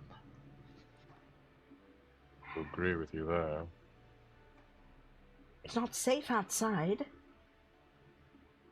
Rev makes a drone noise and walks over to the bedroom. And he points over to the small decorative window. What about it? Like, I as the Smoke game master don't know what you're trying to say. The smoke would collect in this room, but if we did it in there, it would go out the window. It ain't the smoke that's the concern, it's the flammable shit. Ow. Well, it's a stone church, isn't it? Yeah, but there's, like, tapestries and shit. Ow. And there's no kitchen in here? No, there is not. Oh, then ignore what I've done then. Okay.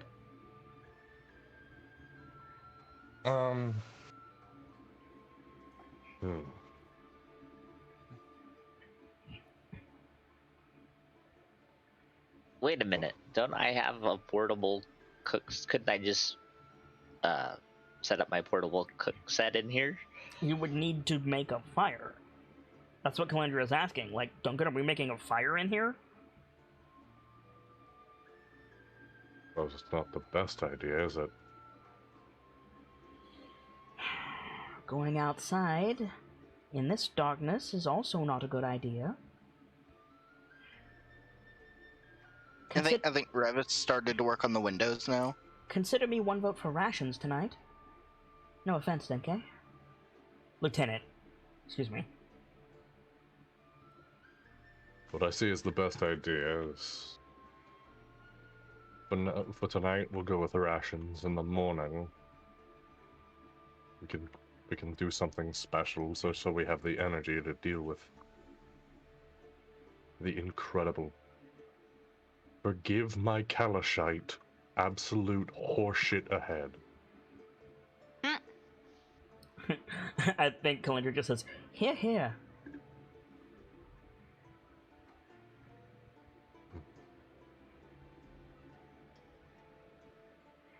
I think he starts like walking over to the boot. Hold on. Rev's got the mech. He got in the mech, moved it over, had one of its legs against the windowsill, and Yes. got out of the mech and climbed up the leg Yes. to get to the window. So like, yeah, you walk over to the boot, you pop it open, Rev glances up, Glances down glances down. because he's up high right now. He wouldn't be higher than Duncan though. It's a church window. Oh yeah, okay. The sill would be about waist height for a human. Okay, then it is glances up. Yep. What are you doing, Duncan? Where'd you put the rations in here, Rev? This thing isn't organized at all. Rev goes over, and, like, pulls them out. Mm-hmm. Rev's got a system. Yeah, he does. Perfect. I think Rev, like, what's your reaction when Duncan is like, "We're having rations tonight"? Like, everybody's already in a bad mood, and to her, Denke's cooking would go a long way. What, like, do you voice an opinion?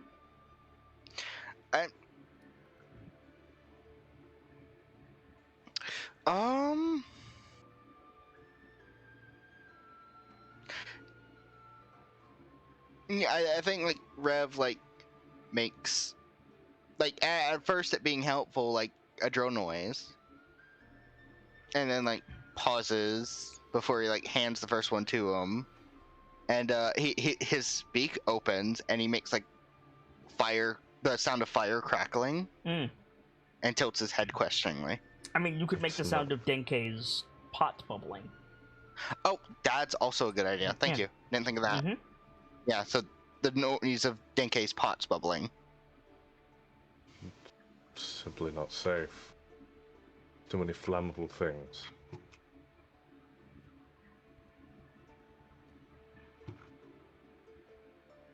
He makes the sound of something sliding against the floor. Yeah, we could move things around, but there's only so much that can be done. Well done, Duncan.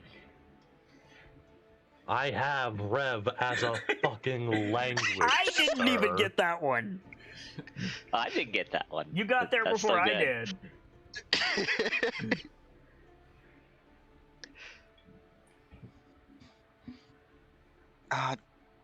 Do I have...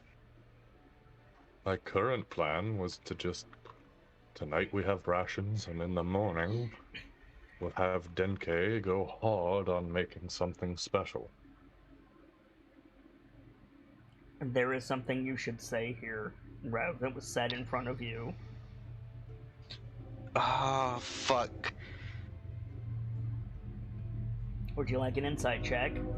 I would. Oh. Let me... Roll an insight check and give me your inspiration. Okay. You may have it. Okay. Let's... Earlier, so Duncan is talking about breakfast. Earlier, Calendria said, to Star, but she said it loudly, out at first light. First light, Lieutenant, you hear me? At risk of being fried. Yeah, right? At first Or light, Lieutenant, not do you hear Lieutenant, me? Corporal, sorry. Oh, yeah. At first light, Corporal, do you hear me?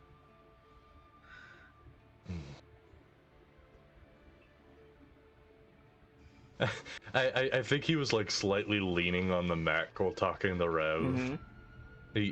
He mimics the phrase, and I think he just like slouches, leaning his head on like one of the wrapped rations. Mm-hmm. I think like Rev's eyes go to Star wherever she is. Mm-hmm. Do that, she doesn't get to eat breakfast, meaning she won't be able to handle whatever's she's being thrown at. I think Star's just like probably like laying And on like something. mimicking okay, so this was said in Celestial, but I know Celestial. Okay. I don't remember the exact words. But it was like, Denke, I want you to go with her. No, fuck. no. What she said. No, I want... What she said was, It's not- what do you think about sending two? And then Duncan said in Celestial, who do you have in mind? And Calendria did not verbalize anything. I could have swore that was verbalized, that She they looked wanted at Denke Denke. to go. She looked she at looked- Duncan. Yeah, she verbalized to Denke to make sure that Star had every bit of information. information. Mhm. Yeah. You can still say the celestial phrase. Yeah? Which was, I was thinking two. And then, okay, yeah, I was thinking And then in thinking of sending two. in Celestial, I was thinking of sending two, and then tilts his head and looks to Denke. Okay, now hang on. I will let you repeat that because it was said in your presence, but you were fortifying. Oh, wait. You did not see Calendria yeah. indicate Denke. Yeah, that's fair. That's fair. So it's just tilt head. Okay. My bad. No I worries. forgot that.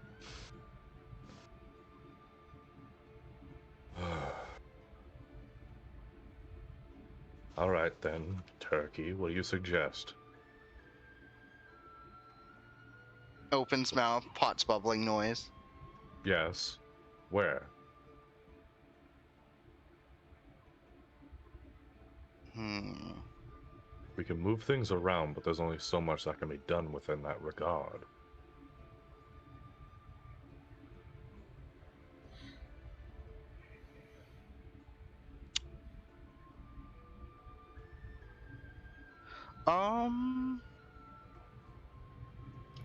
Is it so out of the question that Rev, being Rev, would suggest outside?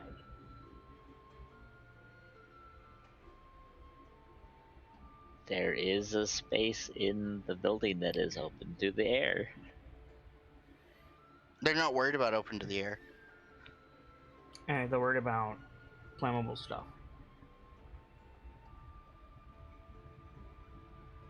I think Rev looks. Like, why wouldn't Rev recommend outside? Yeah.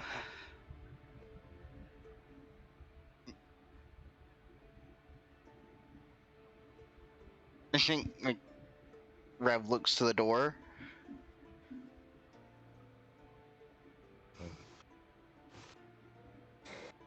You're really going to suggest that? With what we just dealt with? Take inspiration, Rev. Okay.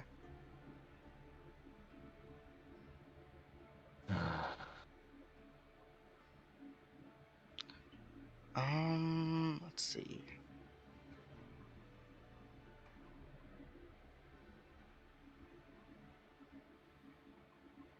All right.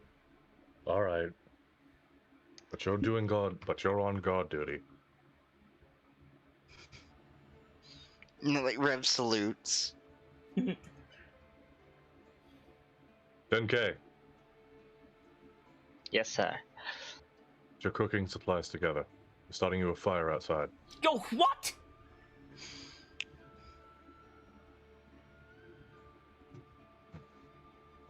Undead don't like fire, and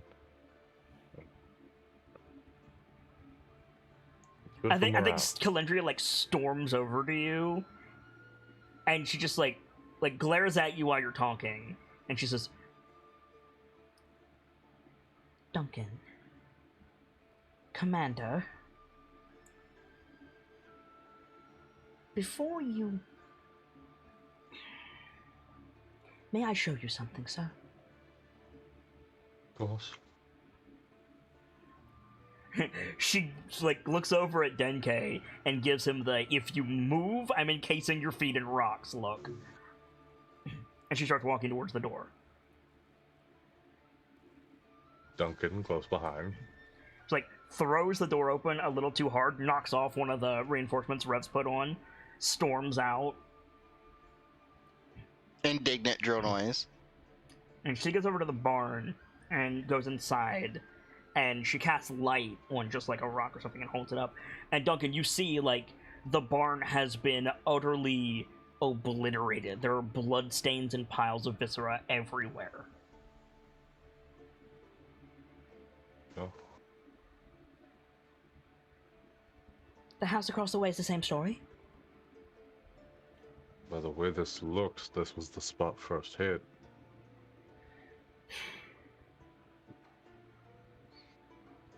Can Denke handle it? Yes, certainly. We're all exhausted, Duncan. I'm putting Rev on guard duty. Yep.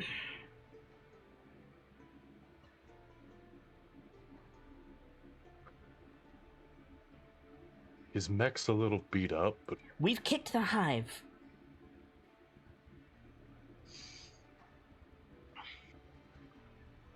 We don't know what's down there. Are you going to risk 2 of our men against an Elfeshne, or worse, because you want a bowl of soup? I'm not the important factor here. This is good for them, for the morale. If we don't do something good for them right now, they're not going to be in top form tomorrow. And what are you going to do if they draw the attention of something away from a fortified location that we can't handle, even all of us? A light is a beacon. It's the middle of the night, and they're unprotected outside.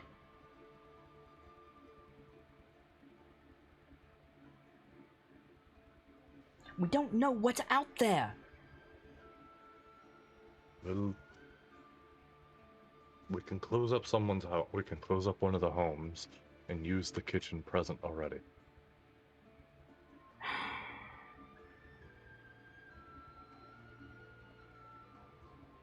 The kitchen, the houses, they're not fortifiable.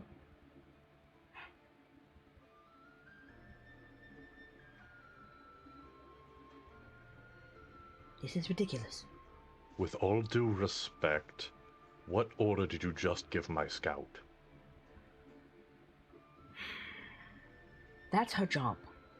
Do you really think these fucking measly little rations are gonna get her through the night?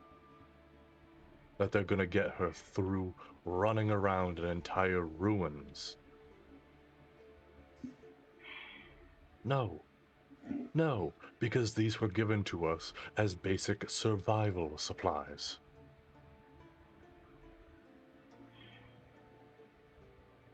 This is enough to live, not to be happy. You know what I think? She, like, presses the light pebble against your chest and lets go of it. A real commander would be the one on guard. And she walks out.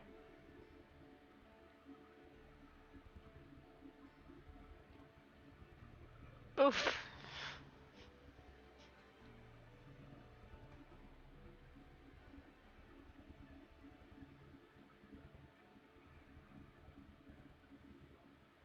So, Yeah, I've got a question. anybody can have the scene.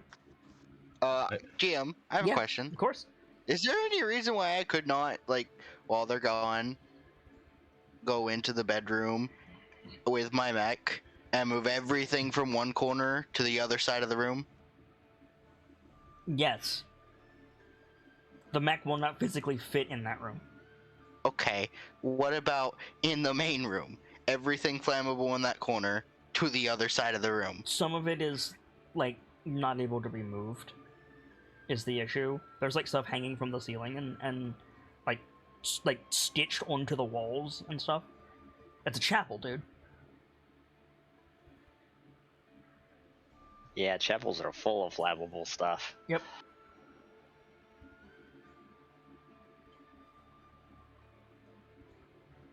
Like, if you want to desecrate the whole damn chapel and just, like, rip stuff down, that's fine. But they're not going to be, like, Calendria, at least, is not going to be gone that long. No. However, you might want to go into that bedroom, Rev.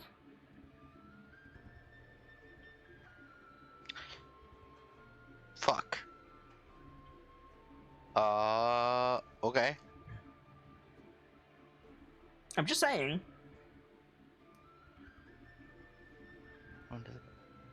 Okay. Sure. Unlock it. Open door. Okay. Yeah, the window isn't really big enough for anything except a really well-placed arrow to get through. This is the office or the bedroom? This is the bedroom. I was meaning the bedroom. Yeah, I know. I said you probably want to go in the bedroom. Make a perception check. Okay. Are you in the mech?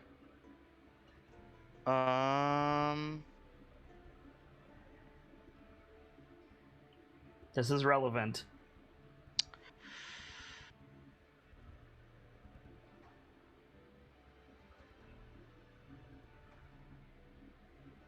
I'll be out of it for right now. Okay. Make that perception check.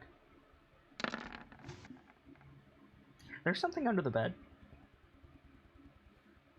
Okay. From your, like, tiny height, you can see that there's something under the bed. What do I see? Well, it's dark under the bed. But there's something there. It's not unbroken light, is my point. I go out to the doorway, position my mech in the doorway, but it can't get in probably into the door. Nope. But turn on the lights. There is what appears to be a traveler's cloak under the bed, but it's on top of something. Lifts up the cloak. Are you going under the bed to get it? Yeah. I'll get out of the mech and go over to. You see cloak. an iron ring set into the floor. And a square of boards that don't match the rest of it. Let me look at my lines.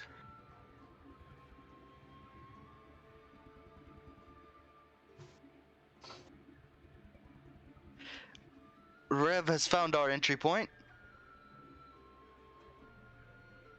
So Tordek, Denke, and Star, you could hear that. I think Tordek's gonna go check that out. Okay, Yeah, so well, is there's a Denke. mech in the doorway. Yeah, Rev like comes over, gets in it, moves it out of the way, jumps out, runs back in. Mm-hmm. I think Star He's goes under to the investigate bed. too. So there is now a gremlin under the bed.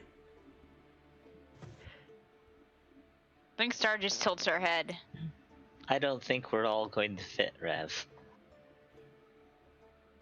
Sound of something moving across the floor. He can't do it. Oh, under the bed. Right. Mm. Tordek? It gestures to one end of the bed. Yep, Hey, let's go. one of you Let's can make give an it a shot. Yep, one of you can make an athletic check with advantage. Rev will move out from under the bed to avoid That being is crushed. a very good plan. What is your athletics, Denke? I have a 3. Okay, I have a 5. Do you mind if I make the check? Go right ahead. Cool. I'll give you guidance. I can give myself guidance. It would take a mine.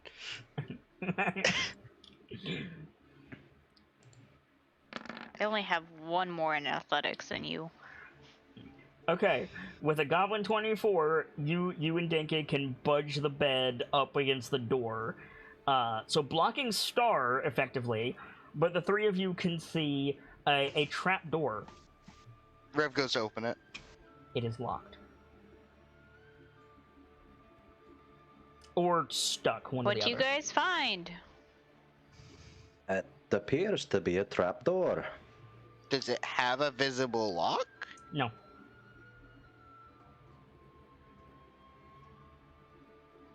Does the handle turn? No, it's just an iron ring. Okay, does the ring turn? No. Rev shrugs. Steps So it away either from pulls up or pulls down. Oh, it certainly need some pulls help? up. Do you need some help with that, lad? it. Rev nods.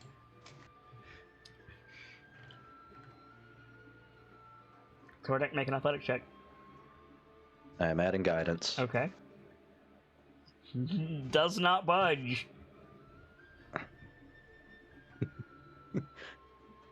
You guys put the bed in front of the door.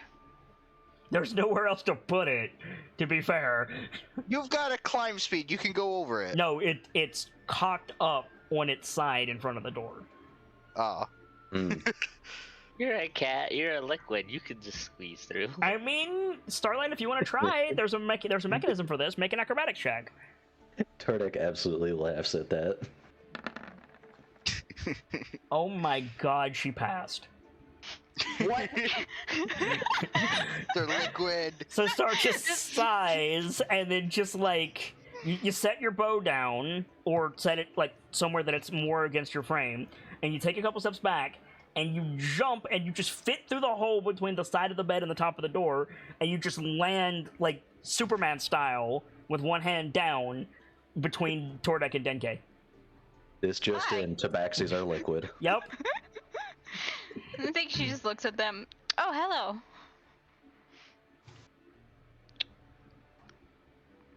Do either you lot want to give it a try? Rev makes a drone noise. Okay. Rev, Rev will try. okay, make an athletic check with disadvantage, Rev. I will give myself guidance. The DC is higher for you. Nope. Nope. I have an idea for you. Yeah, it's up. Just Can I take my drill to the hinges? What hinges? before Oh, you fuck, there's no try visible to hinges.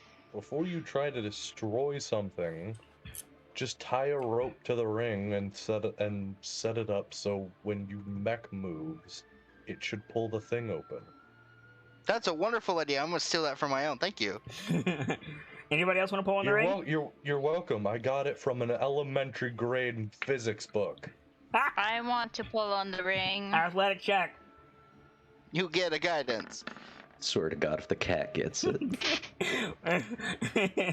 The cat gets it. I'm That sorry, was what's a that? You're trying to- noise. That was a noise.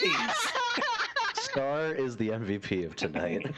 Yeah. What was that I heard? You're trying to keep the cat out of the room? I think not, motherfucker. So, Star, you grab this ring and you pull as hard as you can, and you feel something give, and you're not sure if it's the trapdoor or your shoulder, and then the trapdoor starts to lift, and like dust, like a huge amount of dust starts to fall off of it.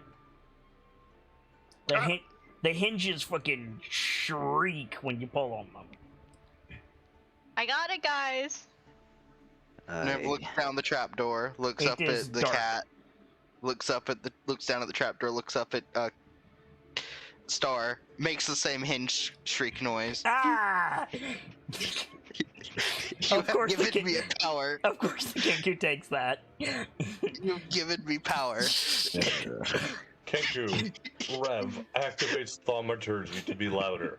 Also, Rev, freaky hinge noise. Also, Rev, cats are liquid. Rev has I got now have a better noise to do, like a fuck up your attack. you now have No, the he's middle- right. He's right. You in the now middle of- have the ability to mundanely use shatter. Okay, so looking down into the hole, you see darkness. I cast magic missile into the darkness. Does there appear to be a ladder? There appears to be a ladder. Yes, it's more like it's one of those stair ladders. Hmm. I do not have dark vision, so fuck. I have dark vision, but probably, well, You want to stick your head down there? Just yeah, let's stick my head in there. Do you have keen senses by any chance? I don't. I do not. Okay, make a perception check. Does I'm the good at perception those. check matter with a passive as high as theirs? Yes. Spooky. Okay. You Oh, see shelves and shelves and shelves made of wood covered in bottles. There's a lot of shelves down here. It's the wine cellar, presumably. There's a lot of shelves with bottles on it.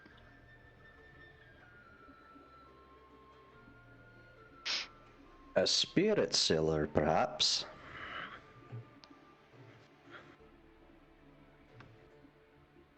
That Possibly. seems logical. Make an insight check, Starlight. Oh.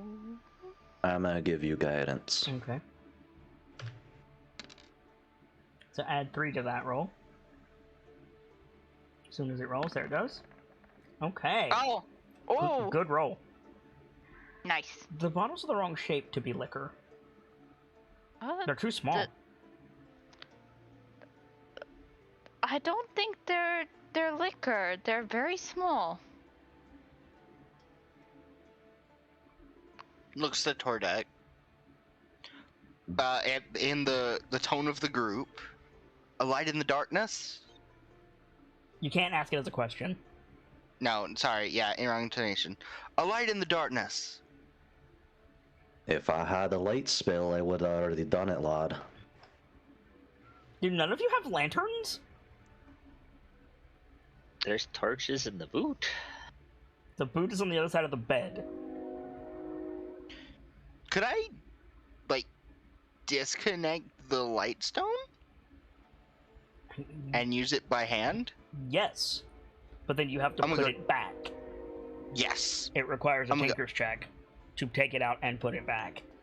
I will do the You tinker's check. could destroy the housing. Oh shit. That housing was expensive. Do not. Just send the cat back to get to the boot. Just send the cat down. She's a scout. Alright, Starlight. Go down there, get us one of them bottles, and bring it right back up, aye? Yes, sir. You And literally she- don't have to go down all the way to do that. You could go down the ladder like one step, reach over and grab a bottle. So she does that. She just Yeah. pulls Star comes it from. Star comes back with what, like, basically like a specimen bottle, like for alchemy. It's got a little cork on it. Inside are a few what appears to be like flower petals, like bluish purple flower petals, and there's a little paper tag on it. What's the paper tag say? It says Joanna with a date on it, and then it says for helping find her stuffed animal. It's trinkets. Aww. He has a cellar of trinkets. That little that people give him. How many of these did you say there were? There's several shelves. They weren't all full.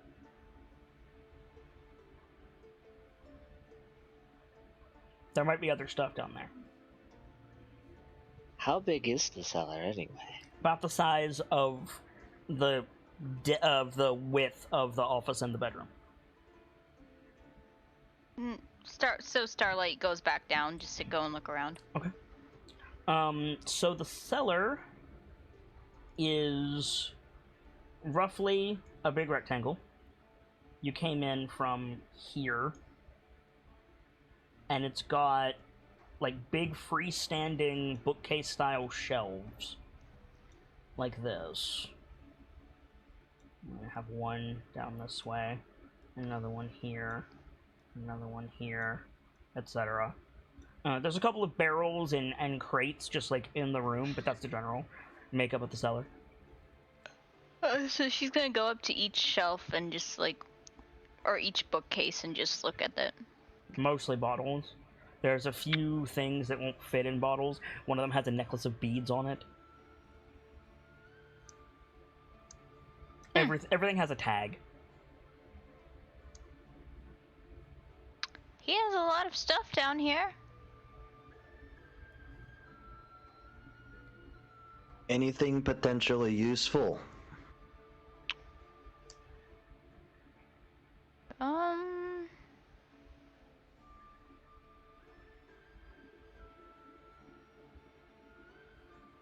You want to make a perception check?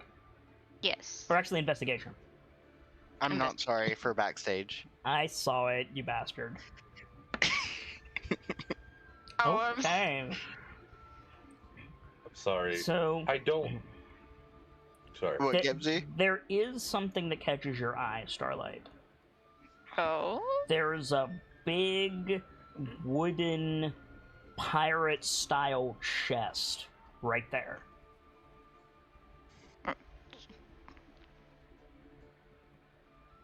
I'm gonna walk up to it. Okay. Does it have a lock? Does not appear to. I'm gonna open it. So you place your hands on the lid, and you go to push it open. We see light emanating from inside, and we see teeth around the rim. And that's going to be the last shot of our episode. No! No! What have you done? I was thinking that. Why do we never check for mimics? No! Why? This is the nightlights all over again. We He's have an getting excuse. slapped, getting thumped all over again. Listen, we have an excuse. We're a level 3 party, and mimics are like CR5. No, they're not! No, they are not. They're like CR2. Fuck you, CR2. You know that shit lies. Okay. That shit is CR2, but it's CR5 when it's against a bunch of teenagers. I mean, But also, there's currently 4 of us, and one does not have dark vision. yup. You know for a fucking fact that mimics are as bad as shadows. So we gonna I do? do. Are we gonna do some shout outs? Yeah. Here's my shout out. Fuck you. I don't have shout out slides yet, but I hope to have them before next week or shortly thereafter. But in the meantime, go ahead and give us a shout out, Squeaky. Hello, my name is Sir Squeaky. I am a sorry, it's late. I'm a member of the community. I am a keeper. I help keep people updated with interesting news. I'm always happy to talk about lore and storytelling in all genres and media. So you can find me in the Shrine on the Discord and in chat when streams start up again. Hopefully soon. Gamzelis? Ladies and gentlemen, my name is.